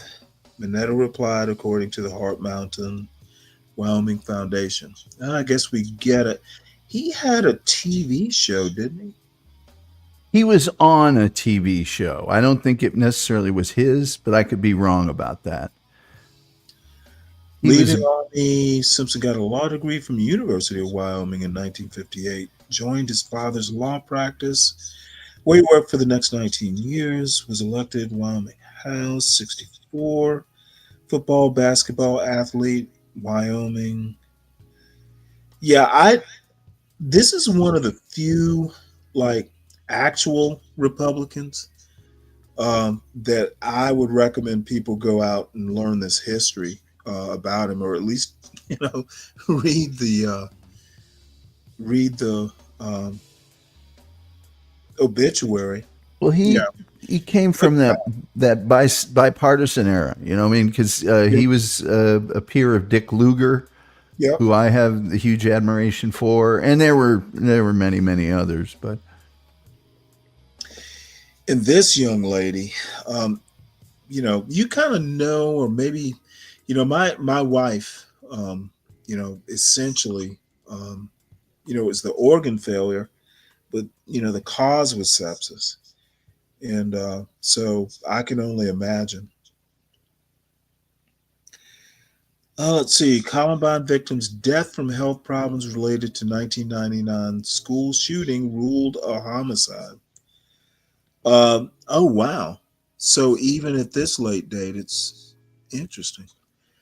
The death of a woman who was partially paralyzed in the Columbine school shooting has been ruled a homicide, raising the death toll of the 1999 attack to 14. Anne-Marie Hochhalter, wow, that's a name, died February 16th of sepsis, an extreme reaction to infection, and complications from her paralysis were a significant contributing factor in her death, the Jefferson County Coroner's Office said in an autopsy report obtained Thursday. She was 43. 12 students and one teacher were shot and killed on April 20, 1999 in the attack on Columbine. The two student gunmen took their own lives. Hochhalter's brother, Nathan Hochhalter, said a precious soul, oh my God, a common problem for people living with paralysis led to sepsis. He said he knew that his sister's life would likely be shorter because of her paralysis, but her death this early was unexpected. God damn. Fucking bed sore? Pretty much. Ugh. You know what? I'm triggered. I'm going to have to... Well, there's a lot of actually good in that. One of the mothers of one of the victims, because of the fact that she lost her own mother, and Ms. Hochhalter said that, and most of the family said they did not believe that necessarily that her mother did what she did because of the shooting. She had had some pretty severe mental problems before that. But one of the mothers of another victim kind of took her under her wing, right, and became her de facto parent after that.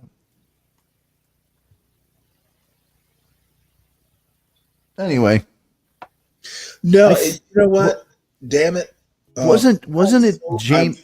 I probably wouldn't. I definitely wouldn't know about her death. I wouldn't know about it. Alan Simpson, I would eventually, wind up knowing. So, wasn't James Brady, or I think James Brady had the same sort of thing happen. I don't recall if it was sepsis, but no, where it was ruled. Oh yeah, homicide years and years and years later. I didn't know that, or don't know.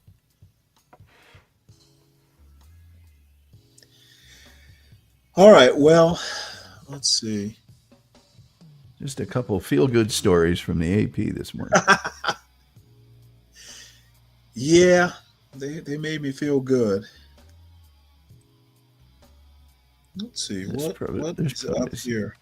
So I was kind of getting excited by people who wanted to go after dumb political points, and they have scurried away.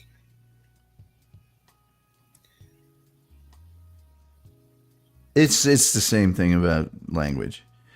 If you say,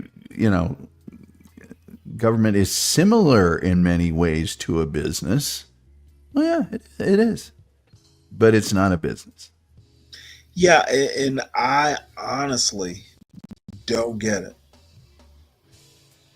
I wouldn't die on that hill. I mean, citizen. Well, no, I'm not going to die on the hill. The problem is that I didn't change hearts or minds. Well, no, I'm saying not you, but somebody else. It's the 61st anniversary of the Jack. Can you believe this? A porn bomber calling from his car. How you gonna do that in a car, son? at this hour of the morning. By the way, I'll never do that. This is not nice, Stanley. This is the anniversary of John McCain's release from captivity as a POW. That's a day in history. Well, I like my heroes not caught. Yeah. God. My blood boiled when he said that. I mean, you can have there's plenty of reasons to have a problem with John McCain, but that ain't one of them.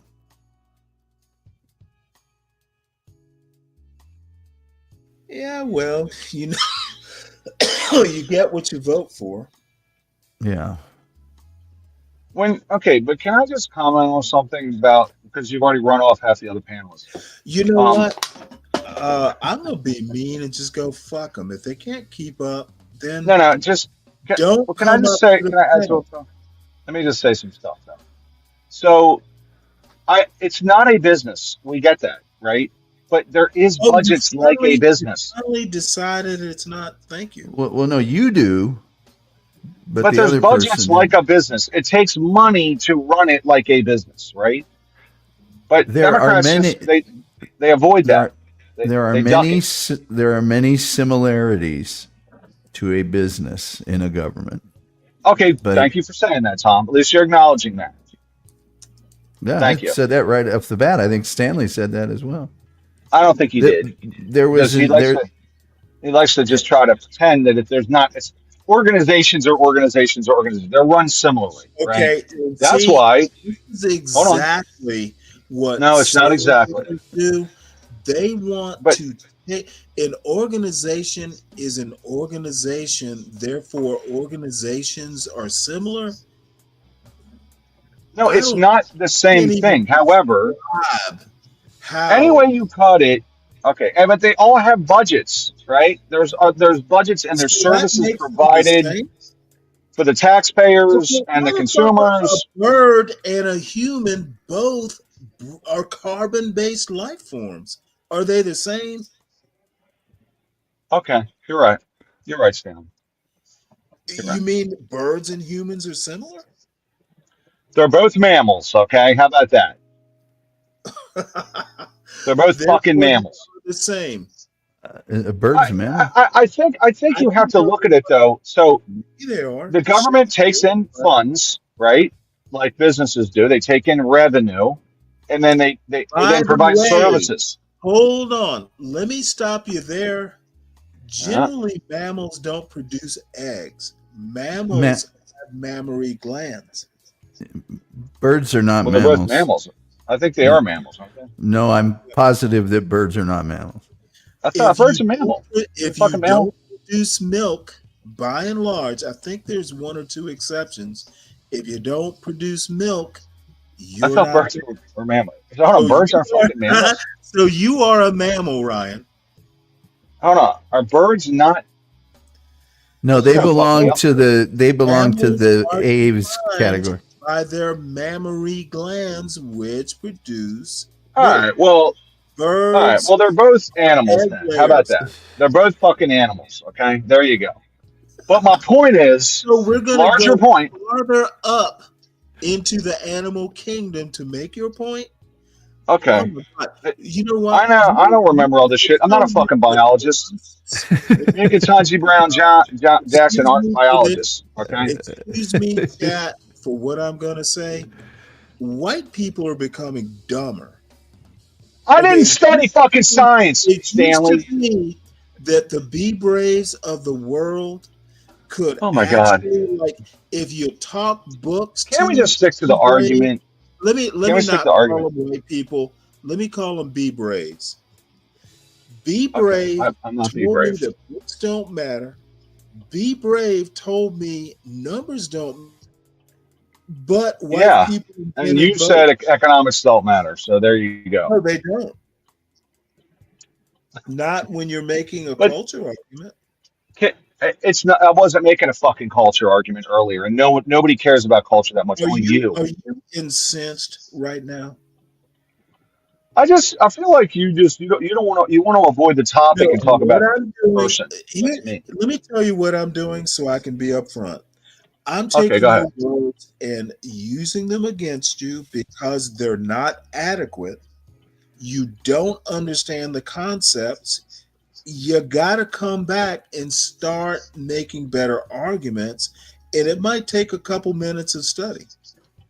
I can't even make my argument because you keep on rambling about mammals and shit. You keep, dude. I didn't tell you birds were mammals. You told me. Okay, well, you're talking about fucking animals, birds and man, all that shit. I'm trying to say. So now, once we were talking about the fucking government, okay? Not brought up the biology. Not biology. You brought up the mammal. Once your basic error has been proven, you want to lash out? All right. Well, great job. The point is, the government has a budget, and so do businesses.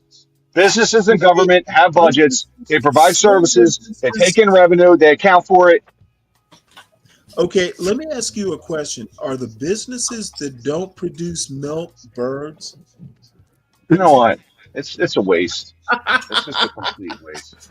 We've got a government that's not providing services for the people, and any business would close on the same under the same circumstances. I know. It's almost like they're a government. Yeah, any business would close.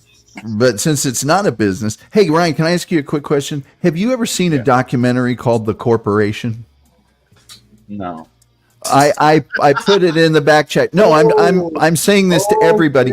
No. I'm just saying this because it's extremely fascinating. It is very fascinating, and they made a sequel because it was made in 2003, and it's got every big economist and thinker in the world on it. And they made another one in 2022, maybe, called The New Corporation, the Unfortunately Necessary Sequel. I think you would really like it, Ryan. Hey, Virgo, good one. That's got to be a show title. Virgo. What's it about, though? Tell me what it's about. Okay, it's about pretty much everything about how corporations affect the world, how they started, the development, the legal entity part of it. It's mostly North American corporations. One of it is the whole corporate personhood thing that happened in 1886. Well, the fact that it's a standalone entity that has legal liability wise, it's its own thing. Right, Structural right. corporation. Okay. Right, it gets into influences, like things that corporations have influenced that have greatly benefited mankind, things that corporations have done that haven't been so good. And it's got Noam Chomsky and Milton Friedman and other Nobel laureate economists. It's Howard Zinn, and it's a very deep dive on the effects of corporations, both good and bad, and every sort of facet of them. And the sequel basically just picks up like in modern times. Okay. Is it anti-corporation? Parts of it are, parts of it aren't. Yeah, I mean, because I have my own critique of corporations. I'm not they have good and bad, right? Yeah, exactly. You know what I mean? So, but I'm not sure how that pertains to the government corporation argument, but it doesn't. I can certainly watch it. It doesn't. I just recalled it and thought you personally might like it. I got it. Made it such a beautiful gesture on my part. I mean, there was a period of time where I was anti-corporation because the liability falls on the shareholders, which are held harmless. The CEO is held harmless from bad behavior from CEOs and decision makers in corporations. So then there's you sue the corporation, they pay money, but people might die in the interim, right? Right. I mean, I've been critical of corporations because of that structural issue, but I don't know how else you form these entities without that, like if you make the owner of the company responsible for all the activities, the companies will never grow. Like we'll just be small companies everywhere, which may. I think that part of the documentary is that corporations were inevitable. That there's just no getting around the fact that there's certain things that happen on this planet that nothing but a corporation could achieve. And I don't like corporations myself. Yeah, I mean, and the problem is like if a corporation dumps, pesticides and people die, nobody really gets in trouble, right? Like now they're starting to hold people accountable for that. Whereas if it's a company, you could hold the owner solely liable for that if it's just a company, right? You can, but a corporation, there's a veil there that you can't, you know what I mean? So it's a tough ethical and legal issue for sure. It is, But- and it gets into the whole. Humans have a finite lifespan and therefore have sort of a vested interest to create happiness and get along with their neighbors, and in a dispute eventually settle it. A corporation, it's going to exist forever, and it exists for one purpose: generation of profit. So it can just bleed somebody dry and just go, well, we'll just tie you up in court until you don't have any money or whatever else. I mean, there's a lot of it goes through all sorts of ethical, historical, it's just, I thought it was an interesting documentary, and I thought, I'm by no means for deregulating corporations to behave badly. And if they're going to deregulate, then they need to increase the fines and penalties for bad behavior. Right. Like, let's deregulate. Well, then you got problems, right? So, but I do think that the penalty to corporations is not ever enough. It's never enough. If you're going to deregulate and put more responsibility on the corporation, the punishment needs to be extreme so that they don't behave badly, Right. Not just some fucking fine for, it's a $200 million fine. I know, but it's a $20 billion company. Who gives a fuck about it? They budget that shit in, and so, but Trump's all about deregulation. I'm like, well, you need to increase the penalties then. Well, no, we don't want to do that. Why not? Penalize the shit out of them. Put the fuckers out of business when they behave badly. Again, boring economics. I'm just saying. Tom brought it up.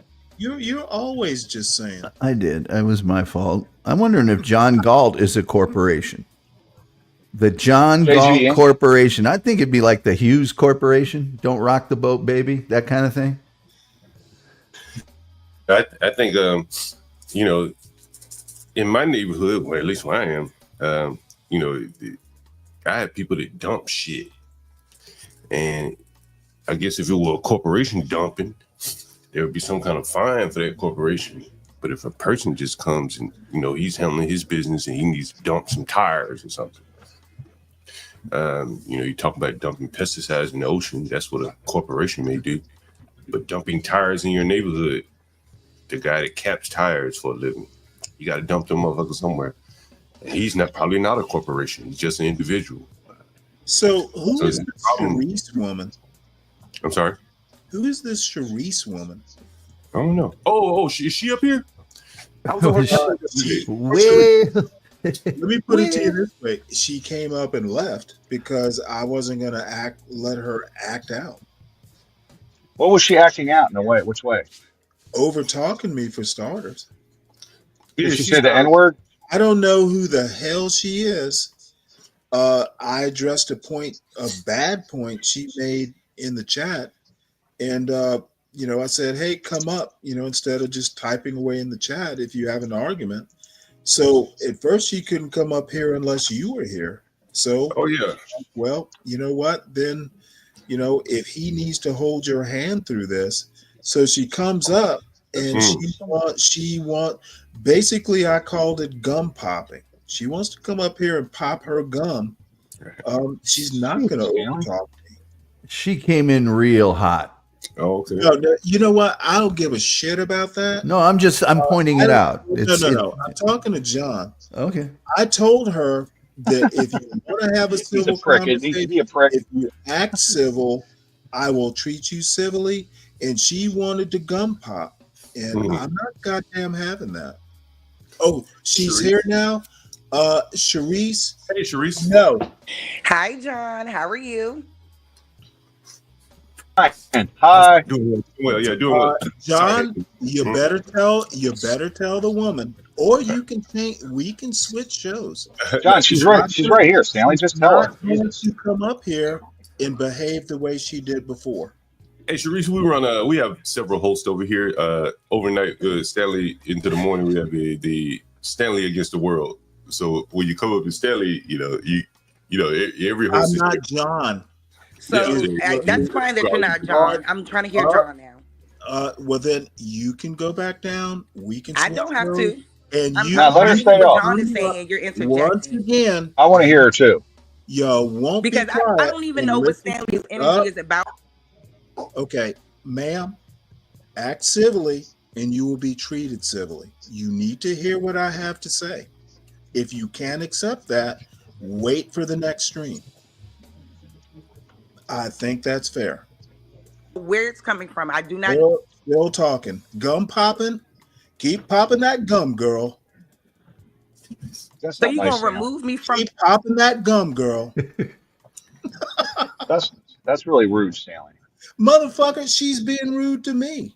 How about let me speak on my own panel? Well, she's a new guest. We're trying to get to know her a little bit. She's an impolite guest. Are black women exempt from polite behavior? Are they exempt? All she said was hi. All she said was hi. Black women exempt? Greetings. Are black women exempt from acting correctly in polite society? I expect you to act like a lady, ma'am. She may not have known the rules coming up, Stanley. Give her a shot. Wait. And Yeah, you're already lecturing. When I gently told her the rules. You didn't gently tell me anything. You were very okay. Once again, gum popping.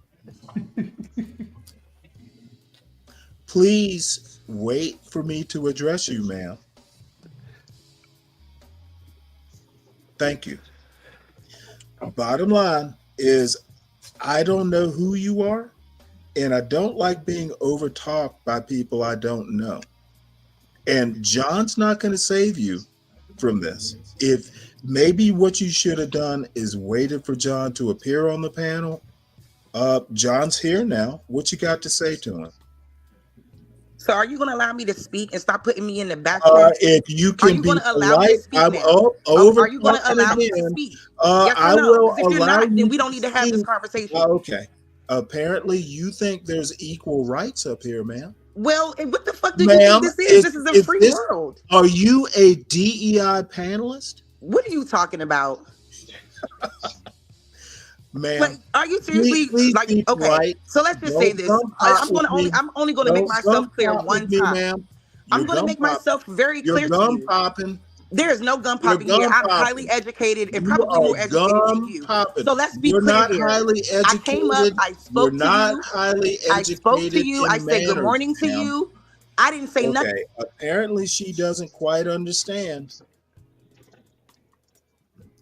Stop it, ma'am. That abuse of power. Goddamn right, it's abuse of power. Now yield. Really, you really are. You really are. You can't take it, and that's all it is. Oh no, no, and no. it's very, very sad, and it's very unbecoming of you as a man that you can't even be quiet and address the. I don't have to take it. Why should I take it if I don't have to? What you don't understand is basic civility. You know, I'm starting to believe you, John. These black women can't fucking keep their tongue. God damn it. Don't make me ally with Hood Conservative and John Galt on their view of black women, ma'am. I don't care what view on black women. Still goddamn talking. Does she know she's in the back? You're not going to mansplain me. So I'm going to mansplain you, ma'am, because you don't seem to be capable of doing it in 4/4 time. No one knows what that means, Stanley. Why don't you be nice? Well, then, I know what it means. You know what? I don't know what it means. If being nice means I have to listen to this gun popping, I want to be. She hasn't even had a chance to talk to us. She needs to be respectful, period. And if she can't do that, she can wait for the next stream. You came at me with the disrespect. I came with you with absolutely. Disrespect. You called me a feminist, and that is the incorrect analysis that you made, sir. You, ma'am? So I don't care what you think. I don't care what you think about any of that. All of that is manipulative. Okay. All of that. John, maybe you can talk to this woman. She better stop, or I'll just kick her off the panel. We can end the show, and then you can deal with her. We can put a good spin on this. Come on. Fuck the good spin. No, you don't like women. Are you gay? I'm just saying we could get a date for. We could get a date for. You know what? I'm going to take this to its logical end. I'm just seeing a date for Solid Snake. That's all. I just want to know what is your issue? Yeah, You here you go. You're gonna keep What it are you up, talking aren't about? you, If you're ma'am? not going to let me You're express gonna myself the way I need to keep express it, then popping. I don't need to You be up here simply because will not win this, but you I'm are not going to change the way I address you John because you talks feel some type of about way. John talks about the blacks. I don't care what John You talks are about. being I don't the care. blacks. John has been on my panel. John is cool. Motherfucker, You, you're on the on other my hand, I panel. don't know what your tea You is. Like are I on my said, panel. I'm not. The only thing I'm going to make I'm clear not to you, on sir. your panel, See, you're ma'am. arguing with me. You're not I'm even letting me not speak. You're on not your listening. panel, You're not ma'am. doing anything Am like I that. on You're your not showing me panel, the ma'am? respect that you want. You will not. Okay. Yeah. Ma'am, Show me the respect you know that you what? Why want. the fuck am I fussing with you? God damn it.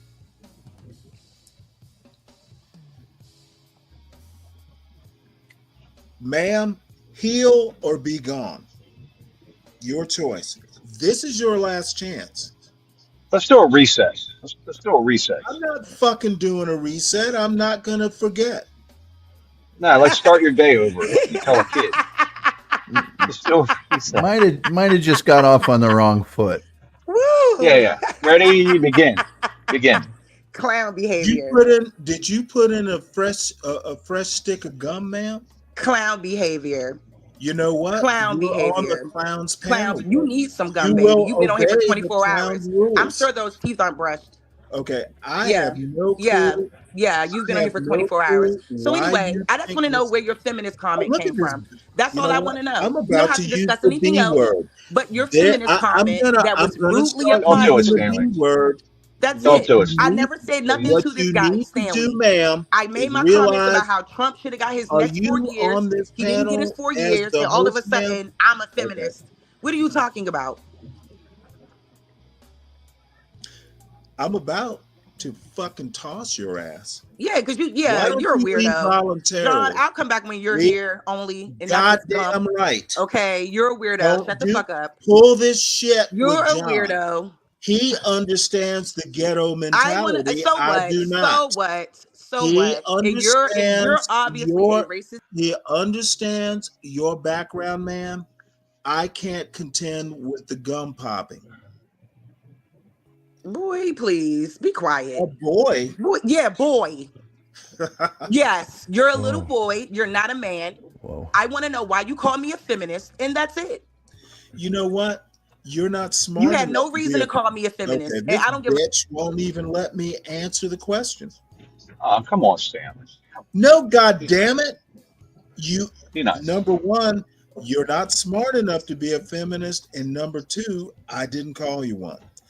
I don't know where you got it from, but you need to act like a lady instead of a gum popper.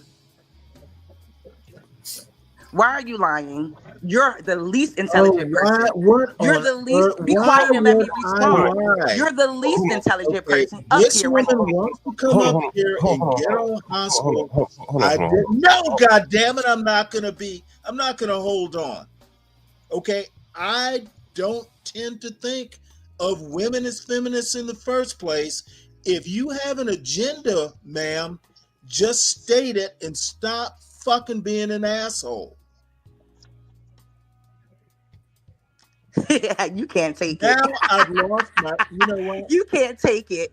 You didn't put none of these gentlemen off the panel. They didn't agree with you. No. But you're throwing me off the panel because you don't like women, and your penis is up to your motherfucking thigh, and that's all it is. Your penis is to your upper thigh, and you're just upset. You're upset because I want to know why you did call me a feminist. I don't know why you're lying, but you did. She is a He's a liar, and that's what you are. I listened to you. She's probably a feminist or something. How was my comments reflective of any type of feminism when I'm clearly stating my opinion about your fucking conversation? Okay, this bitch thinks I'm her baby daddy. I'm not. That's what I'm saying. Stop this bullshit. Get the fuck on, you bitch. You need Get the to fuck go on. Seriously, you are rude and you're disrespectful. Not and the every truth is, you can't take it when someone is calling you out on your stuff. You are so rude and disrespectful, Stanley, and you need a lot of help. You need to see a therapist ASAP. Yes, you do. You have a serious narcissistic personality disorder, and it's really a shame.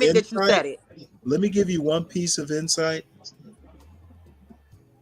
Gum popping. Oh does my not God. impress me. Stanley, why can't you admit what you said, Stanley? Because I heard you. You know what? And you're not going to make it seem like you didn't say it because you did. You're the only one who thought I said it. No, I'm not the only one who thought anything. If you Name rewind me your tape, someone else. Okay, replay. Name me someone else. Can't you put the replay on the screen? Can't you put the video that's right now onto Yeah. your share screen? No. Why won't you rewind it back? Because I don't want to. Because you know that it's going to prove what you said. So, and that's all I'm here to correct you on. All that other rhetoric, I don't care about the racist analogies about black people. I don't care about none of that stuff. Sharice, that's a good way to prove it, though. At this point, exactly. You would be the last person I would ever describe as a feminist. But you literally said it, baby. Literally. And that's the only reason why I came in with smoke. Because I'm like, what are you talking about? You go ahead for the sake of peace, because apparently you're one of these women that if I don't agree with you. No, I'm asking you to rewind it back so you can see it for yourself. It's going to be your baby daddies are going to have. Oh, please. I don't, baby daddies. Stop playing with me. Stop playing with me. You are so, you are such, you hate yourself, don't you? You a self-hating African, ain't you? Is that how it's going to be? You a self-hating African? Yeah, I'm African. Where you from? Where you from, Stanley? Yeah, I'm from. Let me get a background. Where are you from? I'm from Ethiopia. Oh God! Oh, well, now I understand. You a big forehead African, mad at black people in America. Okay. You know what? Forgive my Ethiopianality. You can't even pronounce the. Wait, hold up. Wait a minute. I can't even speak English. Let's get the pronunciation right. I'm sorry. Yeah, let's get the enunciation right. Let's get that together, Stanley. English as my second language. Nah. You can say Ethiopia. They sell decaffeinated coffee now too. Should I tell you my tribe too? But yeah, you all right. You all right. I know what you do. It's your little tactic. It's cute. But I just wanted to clarify that I am not a feminist in any way. Do I love my people? Absolutely. Do I want what's best for us? Absolutely. But in no way am I a feminist at all. And I don't agree with most of the things that I see and most of the things that go on within my own community. So it's like, I didn't understand your sideways remarks You're one at all. of the John Galt fools who thinks there actually is a community. You're your brothers and sisters keeper and all that other crap. So do the Africans not have a community within America? Do the Chinese not have a community within America? Do white folks not have a community within America? I don't think we do. Unlearn. Why not? Is it because you don't have a community because y'all don't like each other? What's the reason? Finish a sentence with this woman. Because y'all lazy. You need to unlearn your bad understanding of Booker T. Washington. Oh my God! I put it back the way it was, please. Where'd John go? Hell no, I ain't dealing with you by yourself. John's hiding because he's embarrassed. He's embarrassed. John's hiding right now. John's hiding now. He could be embarrassed or whatever stuff you make up in your mind, Stanley. Like I can just tell you're super delusional, and I'm gonna really pray for you. Made up. You are so delusional. Notice how they put the white people on the bottom of the screen. Right. I'm dead. Yeah, you know what? I'm subjugated right now. He's like put the white people. Stanley, why do you have this rhetoric towards women? What did a woman break your heart, baby? Did a Black American woman break your heart? Yeah, she broke my heart. You such an asshole. Woo, you an asshole. See, we're laughing. We're getting along it's now. All right. I think everyone on this channel, all 29 people in the panelists, will agree I'm an asshole. I don't deny that. I'm glad you don't. I'm glad you're honest with yourself. Oh, no, I know more than that. I know an asshole when I meet one. Hello, fellow asshole. Woo. I think you guys are going to be good friends. He all right. I'm not, I just wanted to be clear that I'm not a feminist, and I'm not sure, like I said, where the left field comment came from or by accident. That's it. I have learned my lesson, but I don't tend to think feminist when I meet a woman who's an asshole. Oh God, now I'm an asshole. Maybe. Nope. Maybe. If I called you But you know, I beg to it was differ. a flub.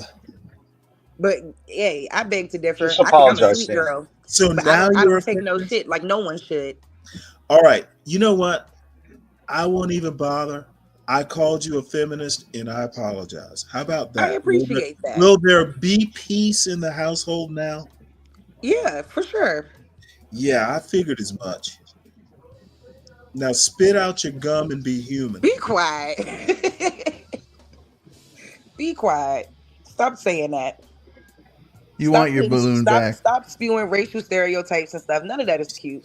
You That's know not what? cute. I tend not to do racist stereotypes, but you're doing now it. and again, every now and again, that stereotype actually clicks. And it doesn't. Yeah, okay. And it doesn't. Portia has a beautiful picture. Portia is someone you should emulate. Oh, please. I'm going to be Now, myself. I said emulate that no just- woman. I said that just to be an asshole. I know. I emulate no woman. I love women, though. I love us. Oh, shit. Do you now? Nah, I'm not gay, but I love us. This That's is all. getting interesting. So how much? I'm not do gay, you but love- I how love much us, do and I you love women? women. You know, I love us just How naturally. much do you love us? Are you a woman, Stanley? No, but I thought I was meeting a woman, but apparently. Stanley, stop playing with me, Stanley. Do either one Are of you you? in the DC area? Where are you located? Where are you in the world? I am outside of Atlanta. Oh man. So I know you see a lot of switching and fake ass and transgender gay shit. When's the last time you were in Atlanta? I don't go to places like that. You've never been to places like I that. don't go to places Really, like what that. you mean? It is not because I don't want to You go. have never It is not because been. I can't, sweetie. Therefore, you I feel have no comfortable interest in talking about visiting it. Atlanta. No interest. Have you ever been to Thank Atlanta? you. Have you ever been to Atlanta? I have no interest in visiting. What reason do I need to be in Atlanta when I live in DC? We look down on Atlanta. I don't need to be in the gayest city in the country. We look down on Atlanta. There's nothing there for me in the gayest city in the country. Do either one of Where you the two? highest STD rate is, where the highest Hey HIV Stanley, rate you know is. how we Yeah, I have no we interest in being agreed there. that Where the the food United is terrible. States Mm-mm. may not be a business, but it functions as a business. Can't shut her up. Do either one of you two want your balloon back? Not pop the Hey balloon. Stanley, do you think that she's a feminist, or do you think that she functions as a feminist? Which one do you think? You know what? I don't think feminist never comes up when I meet a difficult woman. I just think difficult woman. Yeah, because I'm not wooing to you, and I'm not letting you talk to me any No, kind of way. ma'am. I guess so. Ma'am, I guess that I'm would an- be the I'm case an of someone old like you, man. Stanley. No one woos. You are. good I women. know you. I know that attitude will not get you far. It just won't. It just won't. got And me far for enough. you to be living in Atlanta with all those gays, it don't surprise me, boo. Okay. You probably get your butt plugged. Number one, ma'am. I don't live in Atlanta. Whatever. You live And near number it. two- Whatever. and Now you number don't live in two- Atlanta. You and see how he number just goes and two- lies? No wonder the birth rate is falling in the Black community. Oh, please. It's all because of Oh, you. please. It ain't because of me. It's the community, if there is a community, and the Charisse level Black women. Oh, Lord. And I know no one is up here listening They to you spew this gun rhetoric cop all day, every scare their men away. Please. Look, and These thank men, a God lot of our I'm not- men, thank especially you, God obviously I'm- have been raised Hey, by a single mom. now, I have And to that's say why you this. have these opinions. And you have no woman because you were raised by a single mom. Oh no. Yeah, I was Yeah, raised you by a were. single mom. Yeah, where's your dad? Oh, he's hanging in there somewhere. Yeah, probably never been in your I've life. never- Probably I've never met took him. you to the park or to a Oh. basketball game. Oh, And this no. is why you have such disdain for women. All I have to say, ma'am, is teenage pregnancy rates are low because you're raising teenage girls. Who? They Who? don't want You them think in. black people are the only people who have kids and teenagers? They put on their And press-on talons you're speaking and on statistics that are scratch the boys, disproportionately so the boys run allocated to away. black people. And why are they disproportionately allocated to black people when we're No not idea even the what that supposed means. majority here? So you're not going to act as if black people or black girls or whoever are the only people having teenage children or whatever. That's across every Actually, I demographic. agree with that That's point. across every demographic. So please. I often make that point. Thank you. We agree on one thing then. Are you disappointed that we agree? I don't know. I think I'm just disappointed in you, period. Like, just overall. Like, I mean, You know what? I mean, I hope you sleep good at night, but over the years, you'll have person. you'll have to take a number. So many people are disappointed. Take a goddamn number. God damn. I mean, I'm glad you're proud, but woo. I didn't say I was proud. I just said there's a long line. I'm glad I didn't have to buy an energy drink this morning. Funny. And people deal with this every day from you, Stanley. People deal with this every day for 24 hours a day. No. Or are you on here a certain time of day? As a matter of fact, John is about to boot me right now. But you know. Ain't nobody booting you, Stanley. I'm an old crotchety man, and you know what? Every now and again, my lumbago makes me grumpy. What is that? What is a lumbago? What does that mean? It's an old man. It's an old man word for your back hurts. Oh, okay. There, I never heard that word before. You know what? I think the first time I heard that word was on the Beverly Hillbillies. Probably was. My grandpa used to say it. And then it was about to rain or something. My lumbago. Oh, Palomino. Nice. You have number 4,375, Cherise. We're currently serving 0. So there are 4,375 people who think I'm an asshole. Thanks for keeping count. Sharice is from the DC area. I was hoping we could do some DC content. Well, don't let me stand in the way, John. No, it was just how you doing, Sharice? Hi, Sharice. Welcome.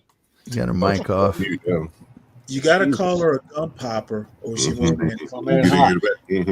She got her mic off. I don't know. That means we won't hear her. She might be talking. Okay. I was hoping we could do some DC content. DC is usually cut it up. You're gonna do DC content. Will content include go-go? Oh, it might. We'll cover some go-go, right? She probably be more versed on go-go than me. But she's going to take you to the Library of Congress and make you go. What about when you say go-go? You mean like strip clubs?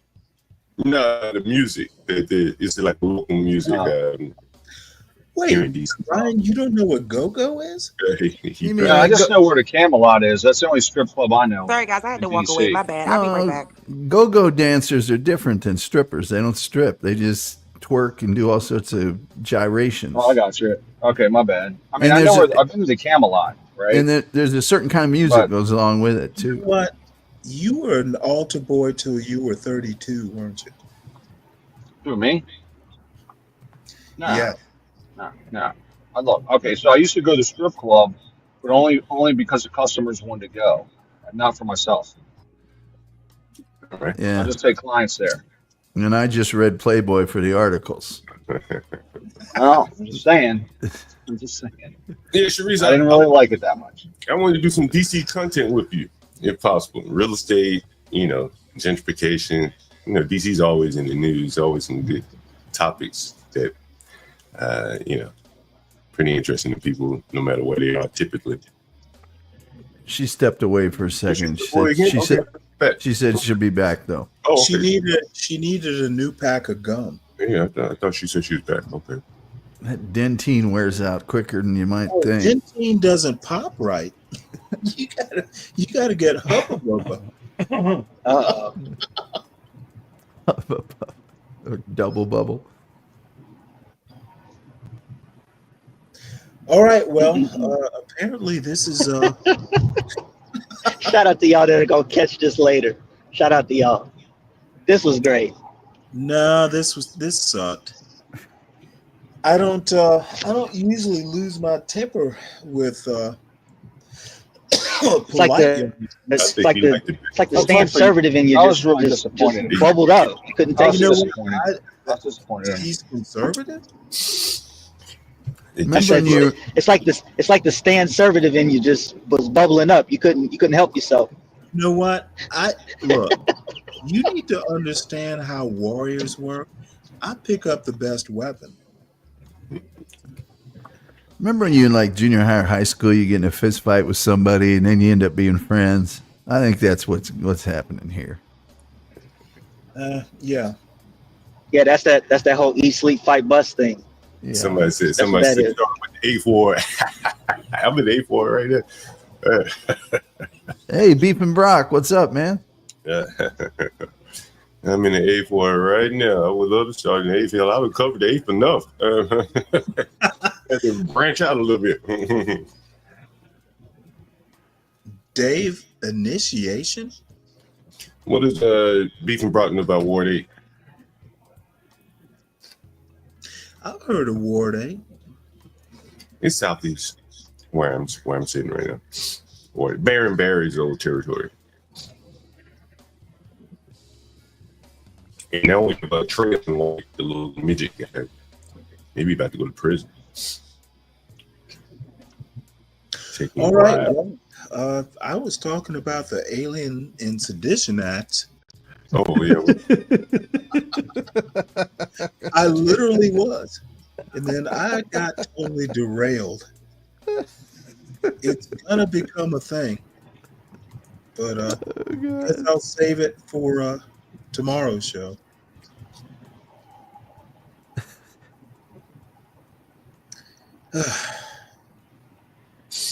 Wait, no, HB, he's a little behind. Well, that's fine. Actually, whilst you're here, is this Monday show actually going to happen? We're going to try it. We're going to do a little test run today. See how it goes. See what the audience thinks. Well, you see how that's going to go. Just don't invite me. Well, yeah, you're not going to be at that black. Probably be more pop culture, news, Universal. Universal always gives a good takes on the relationship type things. Has no takes whatsoever. Quite frankly, y'all will talk about rap all the time. Well, I don't think it's as much about if pop culture is rap, then yeah, you're on target. I mean, I don't think it is as much as rap because, last night, right? As an example, there was some release, and I can't talk about as much as HB can. HB probably know the music. Well, you know what? I'd probably rather you talk about it. But I can talk about it from the business standpoint, right? That's what interests me. And HB will talk about it from which standpoint? Well, he can talk about it from the business standpoint because he's more in touch with the music. So he knows who's popular, who's not popular. I have to beg, and I know I'm cutting you off, but one thing that I noticed from yesterday, before y'all were insulting the former First Lady of the United States, who you obviously don't respect, you were talking, it's all rap all the time. You talk about ASAP Rocky and all this bullshit. I think, and this is a question. Do you think black culture, if there is such a thing, is defined by rap? No, I think it's American culture. No, it's American culture. I think it's a central piece. And I disagree. Right. Don't even have to go farther. That's fine. And so we're going to talk about things like that. Like some of the more popular rappers, for instance, really push drug use. Well, can I cut you off again? Yeah, sure. I think part of the problem with your cultural analysis is centering rap. I'm sorry. You are essentially what you describe. What is that? If you can't see beyond rap music as definitional of Black culture, then you are what you're describing. Okay, that's fair. Hip hop and rap are the center of the Black universe, and your community is centered around hip hop and rap. And my point is that all the other Black people don't want to be in your community. So you have your community, but it's not nationwide.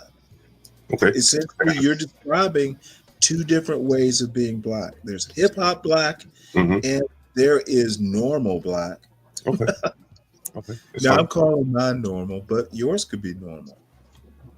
And it's an actual critique.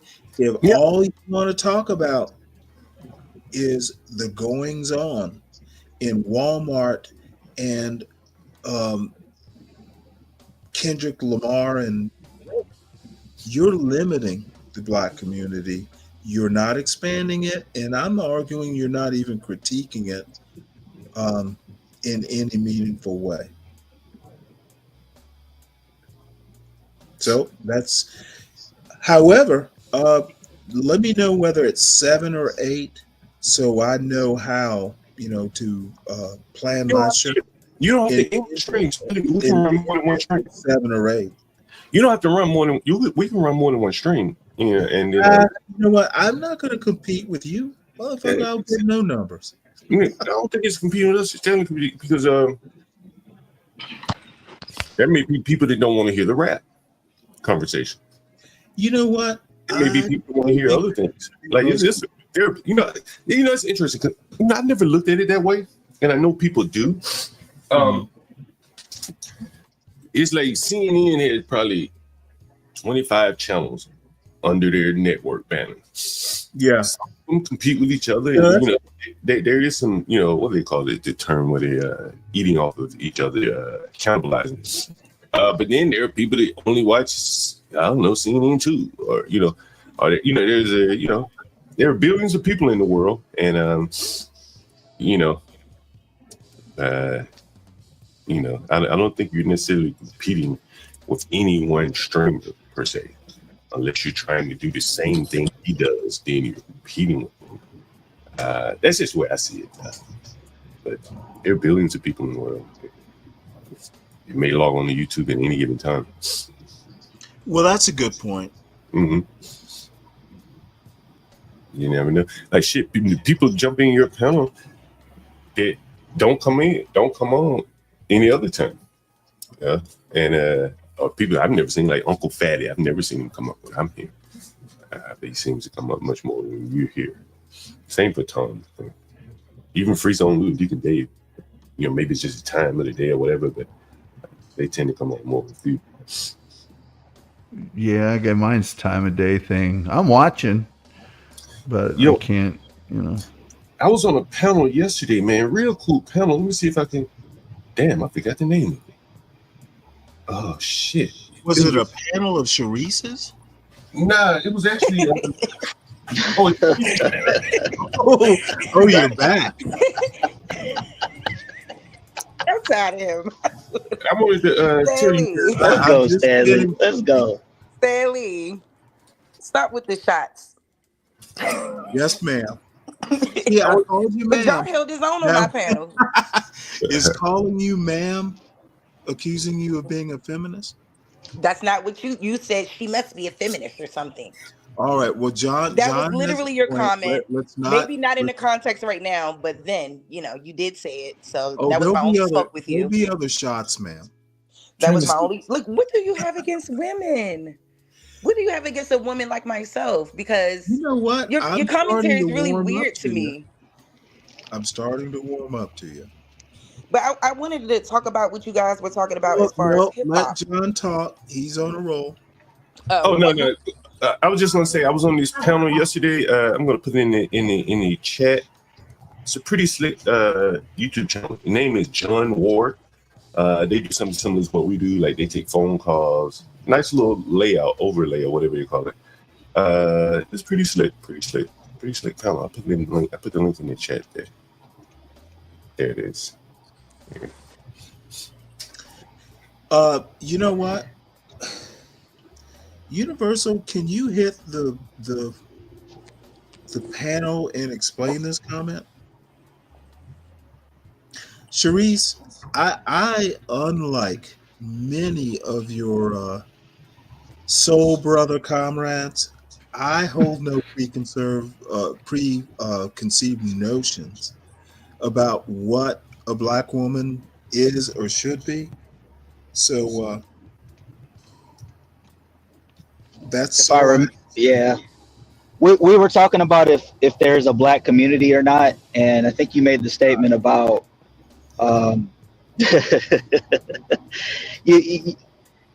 were talking about if there's a black community or not, and she disagreed with what you were saying. Okay. There's not. There are black communities in plural, but there's no national like black nation. No, there's not. And there never has been, for that matter. But our nation is here, right here in America. Period. Okay, well, no. I mean, within America, there's no contiguous, monolithic black community. I mean, I would disagree because, I mean, black American people are different from Africans. And they would consider Africans black people. I see where you're going.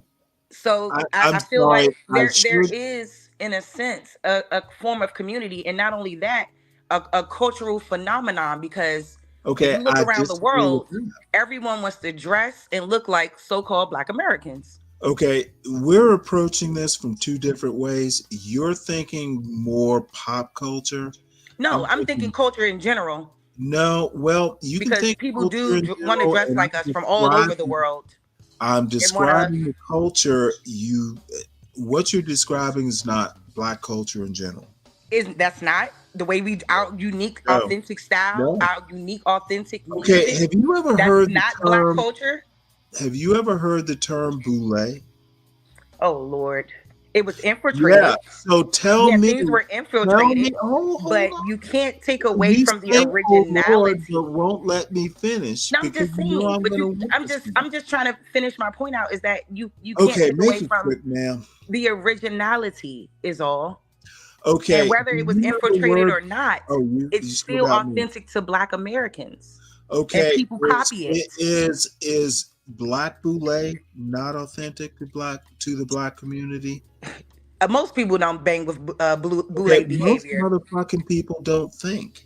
Most people don't bang with that type of behavior. At least not me. I didn't ask you what people did. I asked you if that's part of Black American history. It is. Okay. Does it still exist?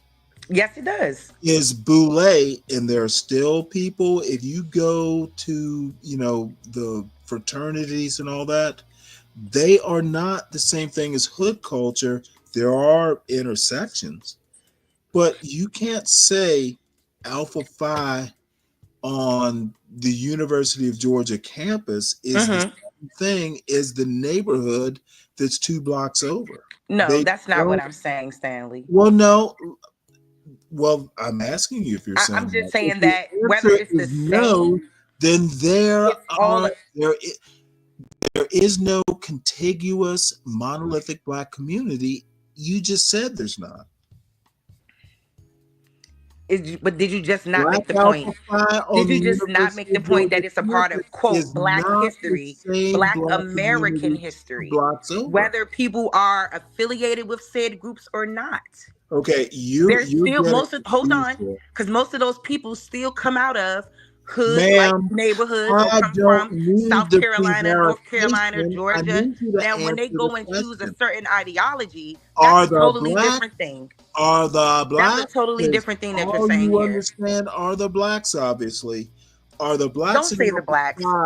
In Russell Don't say Hall's that. dorm on the campus of University of Georgia the same as the ones in the hood? Do you know how many people from the hood go to white answer PWIs? is no. So are you telling me that black people from the hood don't go to PWIs? Black people are the same, man. Are you telling me that black people from the hood don't attend PWIs? Not all black people. A lot of people from the hood that are black attend PWIs and have attended PWIs. You are doing a Ryan level obfuscation. No, I don't know who that is, but shout out to them. You know what? You'll find out, probably because you're just like him. I'm just saying. I think that your opinion is kind of skewed, and I don't know. I don't know why it is, but I think to say that is insane. It's insane. Stanley, come on, you have to be a little bit fair here. To act as if people from the hood don't make it out the hood, or people from the hood or have not went to Princeton. People from the hood have not went to Harvard or Yale or any of these schools, even Howard, Spelman, whatever. Fixation is. I didn't say Alpha at Harvard. I said Alpha at University of Georgia. Isn't that a PWI, sir? You know what? I don't know. Wow. Stanley, so why are you making a point and you don't know what you're talking about? To me. Stanley, okay, you gotta stop with this. This is terrible, Stanley. I say America is obsessed with race. I never thought of it as a PWI. It's just a college to me. Oh. Should I have paid attention? Predominantly white institution. Okay. And you just made a point about, hold up, how can you not know that it was a PWI?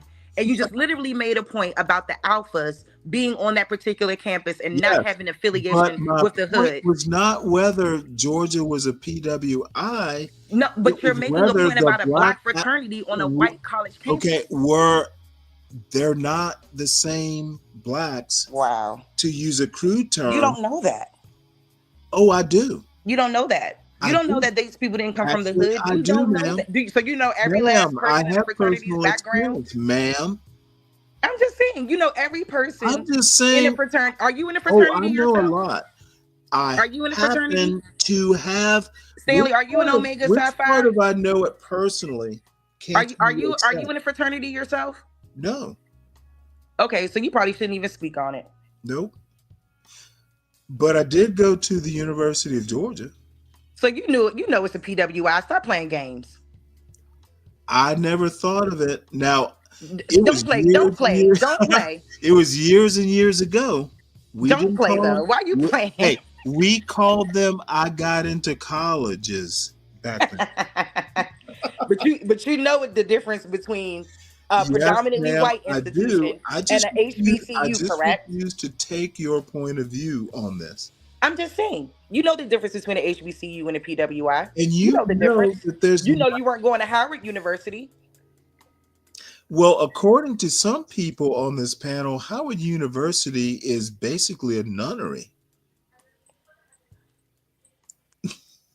Child, look, I ain't got no comment on that. I do actually. A friend of my sister's has a son at Howard right now, and I haven't talked to this.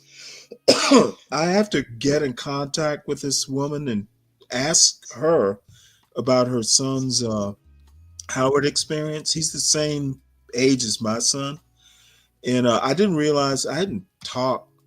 I would love. She probably would never be honest with you. I went to HBCU and I went to a white college, and there are differences, big differences. I mean, from the first, like from the way the competence of the way they are run. I wasn't thinking about competence as much as culture. This is what I'm thinking about. So, from the standpoint of when you talk to that lady, John, can I ask you a question before you get knee deep? No. Did you go? you're gonna argument that makes no sense. My question. You went to Tuskegee. Are you competent? Let me finish my statement because this is not personal. I think you would answer that. Yeah, because I don't want to forget what I was about to say. So, I would be curious to know how, if you'd probably have to give us some truth serum there, or maybe it'll come out. Okay, John. Interrupt me again. Hey, Universal, when you guys gonna be ready, man? Let me know. In an hour? I don't know when he said whenever. Maybe. But yeah, I'll be interested to know, like her son's experiences at Howard versus your son's experiences at. You know what? My son will do fine. I'm not talking about doing fine. I'm assuming. You are so immersed in the question, man. Like, you know what I'm saying? Like, you can't have a conversation. You don't even let anyone finish. No, because I don't entertain stupid conversation. Well, you didn't even let me finish. You didn't know where we're going, but I know where it's going. Universal in a minute. Because the assumption I'm baking into the cake, you're gonna do fine. I was just gonna ask you another question, but that's fine. We're about to start up this show in a minute. Universal says you're ready. I don't know what I call it, Universal. I'll give it a title. What should I call it? Well, make it funny. I don't know. You get me off my game right here. Bottom line is, I don't buy the argument that going to an HBCU automatically means you're not competent. You went to an HBCU and you're perfectly competent. Listen, what I'm saying is, Stanley, if you let me finish, it really served you well. Oh, really? Yeah, I think so. Universal, let me know when you're ready. What should we title it, Universal? Just call it John Galt in the morning. We'll just keep it basic for right now. HB John and Universal. You call it John Galt's HBU. I like that.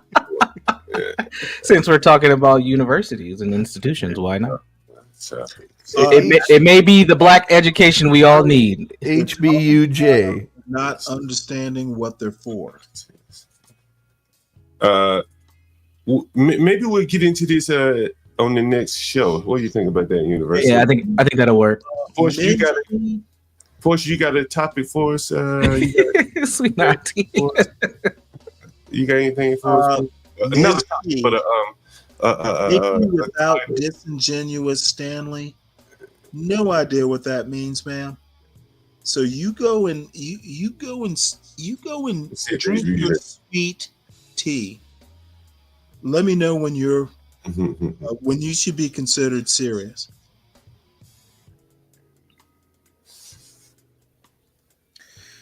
What's up, Truism? Man, my motherfucking man stand on business. God damn it. What did I do stand on business.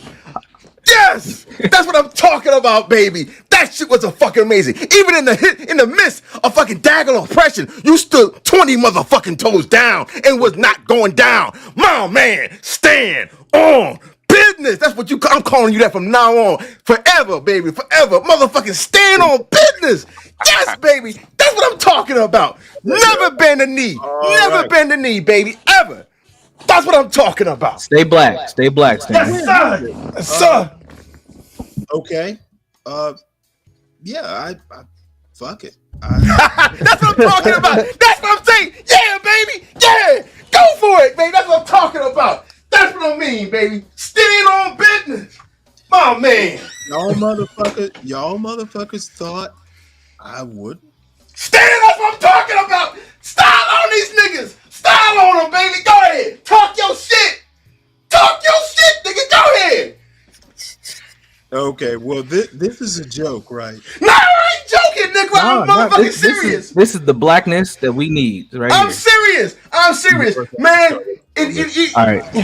Even in the midst, you were getting the pressure applied to you. You didn't even stutter. You didn't stammer. You didn't stop. You just kept steamrolling. That's what the fuck I'm talking about, my nigga. stand on business. I hope I did good. Yes, the hell you did, my brother. Yeah, you did. I'm sorry. I just had to come up here, give you your motherfucking flowers, my dude. I'm out. Oh, brother. That was verbal porn bombing. That was an adult measure. What the fuck did I do right? It was an adult serving is what that was. Well, thank you, Truism. Actually, Truism's actually pretty cool. So if I did something right, it was probably by accident. You never know, Stanley. Let me get over here to this other show, Stanley. Tune into us. All right. Well, I guess I need to fold this up. Nah, tune into us for a bit. You and Tom chop it up for a bit. All right. You could review this. Yeah. Why don't you critique us, Stanley? Why don't you do that? Why don't you critique us? So we at least give us a critique of the first show. No, I want Sharice over here. I like her. Oh, well, you can critique us from over here. All right. All right, let me get out of here. All right. All right. Well, Tom, it's down to you and me. Great googly. This show. Great googly moogly. Yeah, well. Hey, Dave, do you think Truism was actually complimenting? I saw some look, you stand your ground. So well, in Florida anyway. Well, no, in Texas too, apparently. I don't know. I hear if you put down your guns, you can fist fight. Yeah, you can. You can Indian wrestle. You can run against Ted Cruz. You can. I'm actually interested. I think John Cornyn's done. I thought he said this was his last term. I don't know that he's going to do that well this time. He made some moves here. Well, the bottom line is we actually need new blood in there. We don't need a bunch of AOCs. Richard Hanania, you might have missed him. Now, I think once a racist, always a racist. However, there is a strain of George will have successors. However, very few of them will be as eloquent. And there's a guy, he used to write for National Review, Kevin something or another. He's actually a really good wordsmith. So as long as George Will doesn't talk about baseball, I really admire him, but as a writer, but he weighs in on baseball and my eyes glaze over. It's like, come on, man. He gets all this. It's a game where the defense has the ball, pastoral in its setting, and it's like, come on, it's baseball, man. You and Billy Crystal and Bob Costas get together and have a little love in about it, okay? The one true American sport. Hey, hold on one sec. Let me, y'all, before you stream out of here and go over to John's show, make sure you hit the like button. And if you're on the Stanley Cross channel, make sure you hit that like button too. One of these days, I'm actually going to get consistent with the cultural takes, which is why politics is downstream of culture, because I write about it. Or one day. I didn't weigh in on that. You guys were what do you think? Pretty engaged. Well, culture dictates the society's wants. Everything flows from that. You know, the politicians you elect, the money that you allocate, all of it is based on the importance that the culture places on things. So culture's the wellspring for everything that follows. But you got to be able to afford your wants, and I'm. You know what? This is the odd thing. I've never taken a sociology class. I'm sure, a lot of my logic can be cleaned up, maybe, make more sense, but it does inside of my head. And I think one of the more amazing things that the Benedictines taught me is if you can think critically, there are going to be all kinds of things that you'll be able to understand quicker. Yeah. A tidy mind, I don't know. But, Father Bryant, Sister Johanna, my 11th grade chemistry teacher, actually, that's why I became a chemistry major. She thought I was talented, and I was governor's honors chemistry. I actually was that good at it. And I remember I had a hip replacement when I was 31 or 32. No one knows why. Occasionally it happens, and we might have a clue now, but she came to visit me. Like, I hadn't seen her in like 10 or 11 years. And there was a nun who was in her 80s. We were in the same, they do a class before, like, this is what to expect from your surgery. And this nun, Sister Felicitas, and I were in like two people in the same class. So, we got to talking, and she found out, I went to, my high school, and she's like, oh, so, and then she started, oh, I know this, that, and the other. And, the one reason that, I'm not going to be a practicing Catholic, but I'll never be anything other than Catholic is, my chemistry teacher, my counselor, priests, nuns, all these people were just like fucking, the funniest thing was on my way to surgery.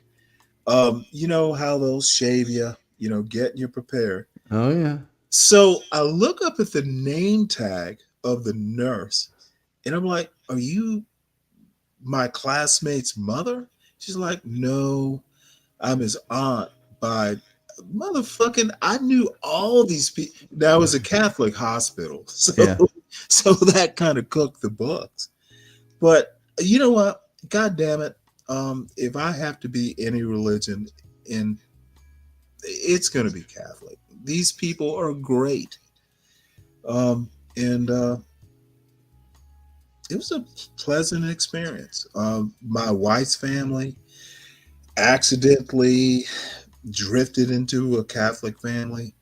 And I'm not talking up Catholicism as much as it helps if your wife and you, or your future wife, having the same mores. That's an old-fashioned word. Yeah. It helps. And you know what? If you and your girlfriend or intended wife, or if you are really different culturally, don't do it. Now, there were racial differences between my family and my wife's family, but there were enough commonalities. Shit, every time I talk to my father, he's asking about my father-in-law, and the opposite. And I'm like, well, why don't y'all motherfuckers, the phone numbers, stop asking me? It's like old men, and I'm quickly becoming one of them.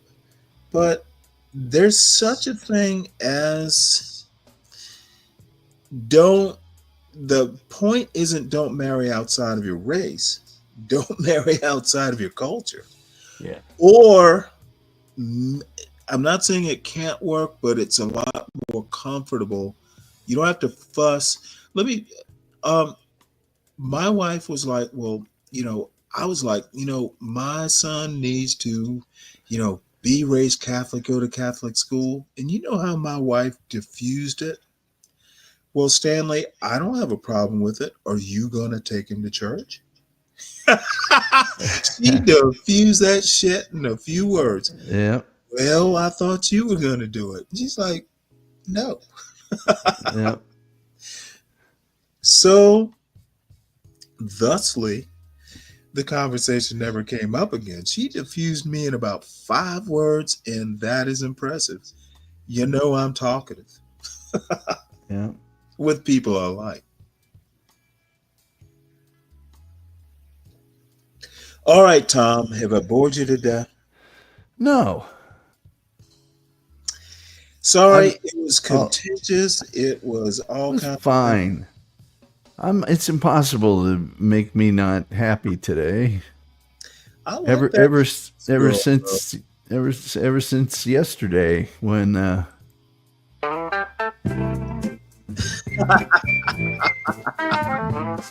Really? I'm not going to get a copyright violation. No, you're fine. No, you're fine. Now look at this. Look at this Deacon Dave guy. A broken clock was right today. Oh, you know what, motherfucker? That's worth a show title. You know, Stanley, I don't know how you feel about it, but doing these shows and, you know, I guess we make a little bit of money and we do it because we like to do it and whatnot. But, you know, sometimes it can be a grind and you got your regular life to deal with and stuff. And, you know, you're putting in way more hours than I am. Well, I also have less of a life. Well, I don't know about that. I have a lot of drudgery. My son has not called me to tell me, I don't think he'll be home today. He'll be home tomorrow. But literally, you know, well, tell me about yours. Tom, you like your work. If I had my perfect life, and I kind of do, I read books. I go fishing. I'm not poor. You know, I can buy groceries, and I don't. Thoreau. Actually, have you ever read J.D. Salinger? Of course, yeah. Well, there's a story called, is it Raise High the Roof Beam Carpenters? There's a story called Seymour, or maybe, I can't remember now. It's been a while. Maybe I have to go back and reread. But, you know, the dude living in the cabin in the woods like a mock Thoreau. Yeah. Honestly, if I could live that life, you know, I would have missed out on my son and my wife and all that. But I have choices now. I miss my wife, but my son is off, you know, hopefully working on being successful. I have to check up every now and again. Yeah. But what else do I have to do? Right. Well, I was just going to say, yesterday, somebody I had never spoken to, had never commented in my chat or elsewhere, never called in, sent me that song. Out of the song? I thought it was someone you knew. New. Oh, wow. And so things like that really, you know, that's the little nitroglycerin in my tank. It's like, wow, that is awesome. You know, somebody that just was listening and decided, man, I'm gonna bust out a song for this guy. You didn't describe it right. That's fucking magical. Well, I think I probably did before you got there. Okay. Yeah, I was late. Well, nobody's ever. That's fucking wonderful. Yeah, nobody's ever late. But yeah, and I know you guys have stuff, people, followers, viewers doing stuff for you too, and that really makes it worthwhile. You know, when that kind of stuff happens. But that's, you know, one of the things I always keep in mind when the going gets tough, which it does sometimes. It's, you never know when things will change on a dime. Yeah. You know, and something good will happen. And actually, that's kind of a lesson for the young folks. Yeah. And you know, the way I used to think about when I was in the Navy, like, you know, when the shit hits the fan, I used to always think, well, you know what? There is the end of the tunnel. You will get through this. Honestly, it will get better is probably the best advice you can give a young person. No matter how hard it is, Yeah. it's going to, you know, dip to a nadir, but there's always going to be a zenith. Yeah. I always tell younger people, remember the last time you felt terrible? And this is if they're feeling terrible. Remember the last time you did something and everything seemed horrible? It got better, didn't it? Well, it's going to get better again. Come back from, like murder and the like. Yeah, so, I don't talk to those people. There are things you won't come. I don't talk to those people. I just let them figure it out on their own. No, hope you get a good bologna sandwich in the mess today. But anyway. All right. Well, there are 15 people left. Portia may have put the chat where everyone goes over there, and I may go over there for a while. But honestly, I actually made night's dinner last night. I made a killer pizza. One of the better ones I've made in a while. I make them from scratch. So yeah, I make mine from scratch too. Well, all good cooks do that. Yeah. All thinking old men do that. Yes, it's not that hard. Damn the dominoes. Once you get your dough down, you're fine. Well, thin crust or deep dish? Thin. You know what? I was a deep dish man until maybe it was my son who was like, try this. And for most of my life, probably 3/4 of it, that deep dish Chicago, meaty pizza, meat lovers. Thin crust pizza is fucking awesome. Yeah, it's incredible. Hey man, did you ever do the chef? My mom used to make those Chef Boyardee pizzas from the kit.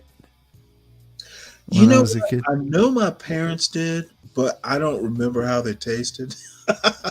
Well, they're not that great, but there's just like a nostalgic taste, And and the thing about those is I still every now and again get like Chef Boyardee, like beefaroni, that sort of thing. Yeah. Well, my son hated the pizzas had that like cookie crust, that real thin, crispy crust. That was the only good thing about it. I mean, the sauce wasn't that great. The raw tomato. If you had cooked that sauce, I know what you're saying, but that weird taste was tinny. It was raw tomato. Yeah. Well, it was the sauce was real salty, and it had the horrifying little pepperonis already in the sauce. And, then it was just Parmesan. There wasn't any mozzarella or anything else, just Parmesan. So it's almost like a snack pizza or something. But what it taught me was, because I had to cook a lot, was once oldest child. Yeah, once you figure out the dough, everything else is easy. Everything else is easy. Yeah, everything else is like, how can I make it taste better? Yeah, exactly. And so now I just go get the dough mix, from the store, and make the rest of it myself. You know this about me. Pretty much all of my bread products I make from scratch. It was a project like after, and I hate to keep bringing this up, but it was kind of definitional in my life. My son, I figured, knowing how to make bread would be something both my son and me could do. So I've been making bread for, probably 8 years now. I can whip out biscuits. I can whip out 2 loaves of bread. Pizza dough, you can literally do it in 15 minutes because the thin crust you don't have to let rise. It rises in the oven. Yeah. So, I'll go you one further. I put it in the oven for 5 or 6 minutes and let it get crisped up just a little bit, and then take it out and put all the toppings on it and cook it all away. Yeah, I thought about that because last night's pizza was a little soft.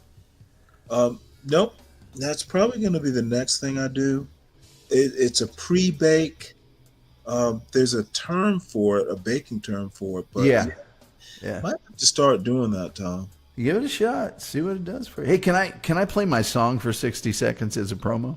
Hey, as long as we don't get a cop, play the whole damn thing. No, just 60 seconds. Just give them a little taste, because people may hate me. I'm sorry.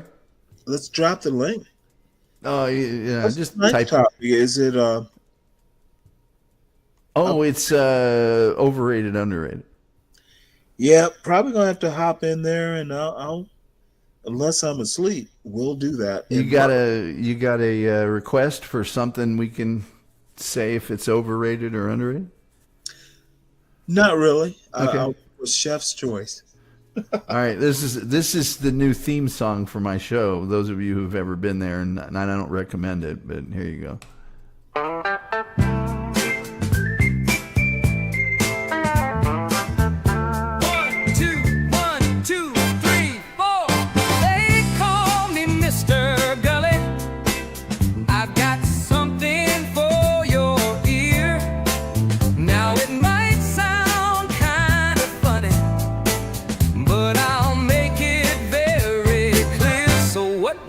We're talking about spiders, and we're talking about pervitin, and we're talking about Bigfoot. I'm here to tell you where he's been. They call me Mr. Gully. I'm here to save the day. They call me Mr. Gully, and I'm gonna lead the way. They call me Mr. Gully. I'm here to save the day. They call me Mr. Gully, and I'm gonna lead the way. Here we go now. Yeah, anyway, there's more, but that's well, no, it's a great song. God damn it, you had a song written about you. You. Yeah. How much of an honor is that? Well, the song before the last theme song, there's another one that some guys in New Zealand wrote for me. Yeah, it's like the garage band. This I've heard that one. The was it Auckland Institute of Technology? These like these little computer geniuses had a band and they wrote a song. But yeah, have you thought about just kind of rotating them? Because I think you ought to. I mean, the 3 songs you can do intro and outro. I could. I got to make a video for this one this weekend, but well, I don't Portia, know. you, I will ask you, Lindsey Buckingham. Have you ever done a show on him? No, I have not. I actually think Lindsey Buckingham is probably the best guitarist I've been, aware of. Let me see here. And there are reasons for that. I bought you know what? I knew who Fleetwood Mac was. I bought an album of his. Shit, that damn thing's like 30 years ago. And there are 2 or 3 songs on there where he actually does, and I'm sure it was studio produced and all, the motherfucker's technique, I tried to play like that. And, somehow or another, the classical guitar method with the rock guitar. To me, he's unique, and everyone has tried to do that. You often hear that, heavy metal guitarists are really good classical guitarists. He's just different. I've never heard anyone like him playing the guitar. Frankly, you know how some people, if you're a musician and you have a good voice, you write music to your voice, or the other way around.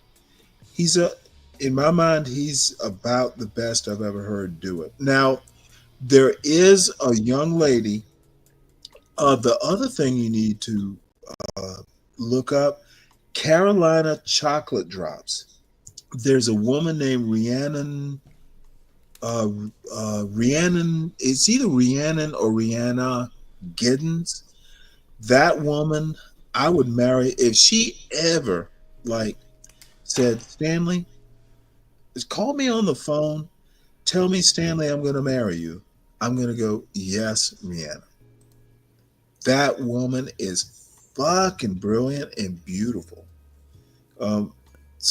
Hey, Deacon Dave, thank you for telling me that. Not to go into it too far, but on StreamYard here. He's on a YouTube show. Well, on StreamYard, there's a selection for stereo. And when I put my song on, naturally I want it in stereo. But my microphone, like most microphones, I don't have a stereo microphone. I could run 2 channels from it, but basically, if you turn off that switch after you're done playing the stereo, then it'll make it mono, which is both channels. So thank you for telling me that. Dave's just fucking with you. I was wondering about that. These people, if you don't get it exactly perfect, he's gonna find, oh, you forgot this little, this. No, I had planned this evening on listening to it back after the show and seeing if it did that, because I was pretty sure it was going to do that. Now, if StreamYard was worth a crap, when you put it into stereo, it would take a 1-channel mono and mirror it on the other channel. But no. So no. But the song sounds 20 times better, of course, if it's in stereo. It's got all the, panning and phasing and all that other stuff. So, God, I love my new song. Dave, stop being a Charisse and looking at every little thing. No, I'm glad he did, because I was going to have to test that myself with tonight's show. So okay, well, Dave, you served a purpose. I'm grateful for that, but I was pretty sure that would happen. Deacon Dave is a true friend of the show. He will always tell us our flaws. Well, the little horsey is in here. Dave. Listen to this. The man races home to see his kids. Dude, you are a fucking future hero. Those kids are gonna idolize you. Well, not idolize. They're gonna know you're their father. God damn it, I cannot imagine a better life. All right, I got to get out of here. Well, I'm going to go over to those guys' show for a while. John said I never come over, so I should probably hang out for a few minutes. But all right, well, run over there. I'll know. I'll join too. It is almost 8 hours, so I've done a day's work. Yes, you have. All right, well, see you later. All right, man. Bye. Folks, hit the like button on your way out. If you're on the Stanley channel, do that too. Subscribe to KyleeCTCross 6000. If you're new, like my darling Charisse, now I'm going to call her my sweetheart. Let's see how that works. Y'all tell her I think she's my sweetheart. Okay, I'll do that. I'll get right on that, because. Oh no! You know what? It'll be fire and ice. Absence makes the heart grow fonder, Stanley. Yeah, I'm starting to miss her. I like that gum popping. But anyway, folks, you know what? I'm starting to love this show more and more. So Dave and Portia, God damn it, it better be Portia. Always has my back. So she's good. She's good to me. She goes, "Oh, you're just being an old man." It is so funny. If I had a daughter, I would hope she would be, as competent as Portia. So I know Portia's parents are proud. So anyway, I'm dithering. Folks, love being here. We'll be back around 3 a.m. Been on time the last couple of days. So let's see if I can keep that streak up. Tom, as always, I think you're a guest star, actually. Yeah. So guy who wandered in. Over on John's show, Portia, Dave, I'm out of here, I guess. Bye. Feel like I should, feel like I should, feel like I should, feel like I should go. Go. Feel like I should go. Feel like I should, feel like I should, feel like I should, feel like I should go.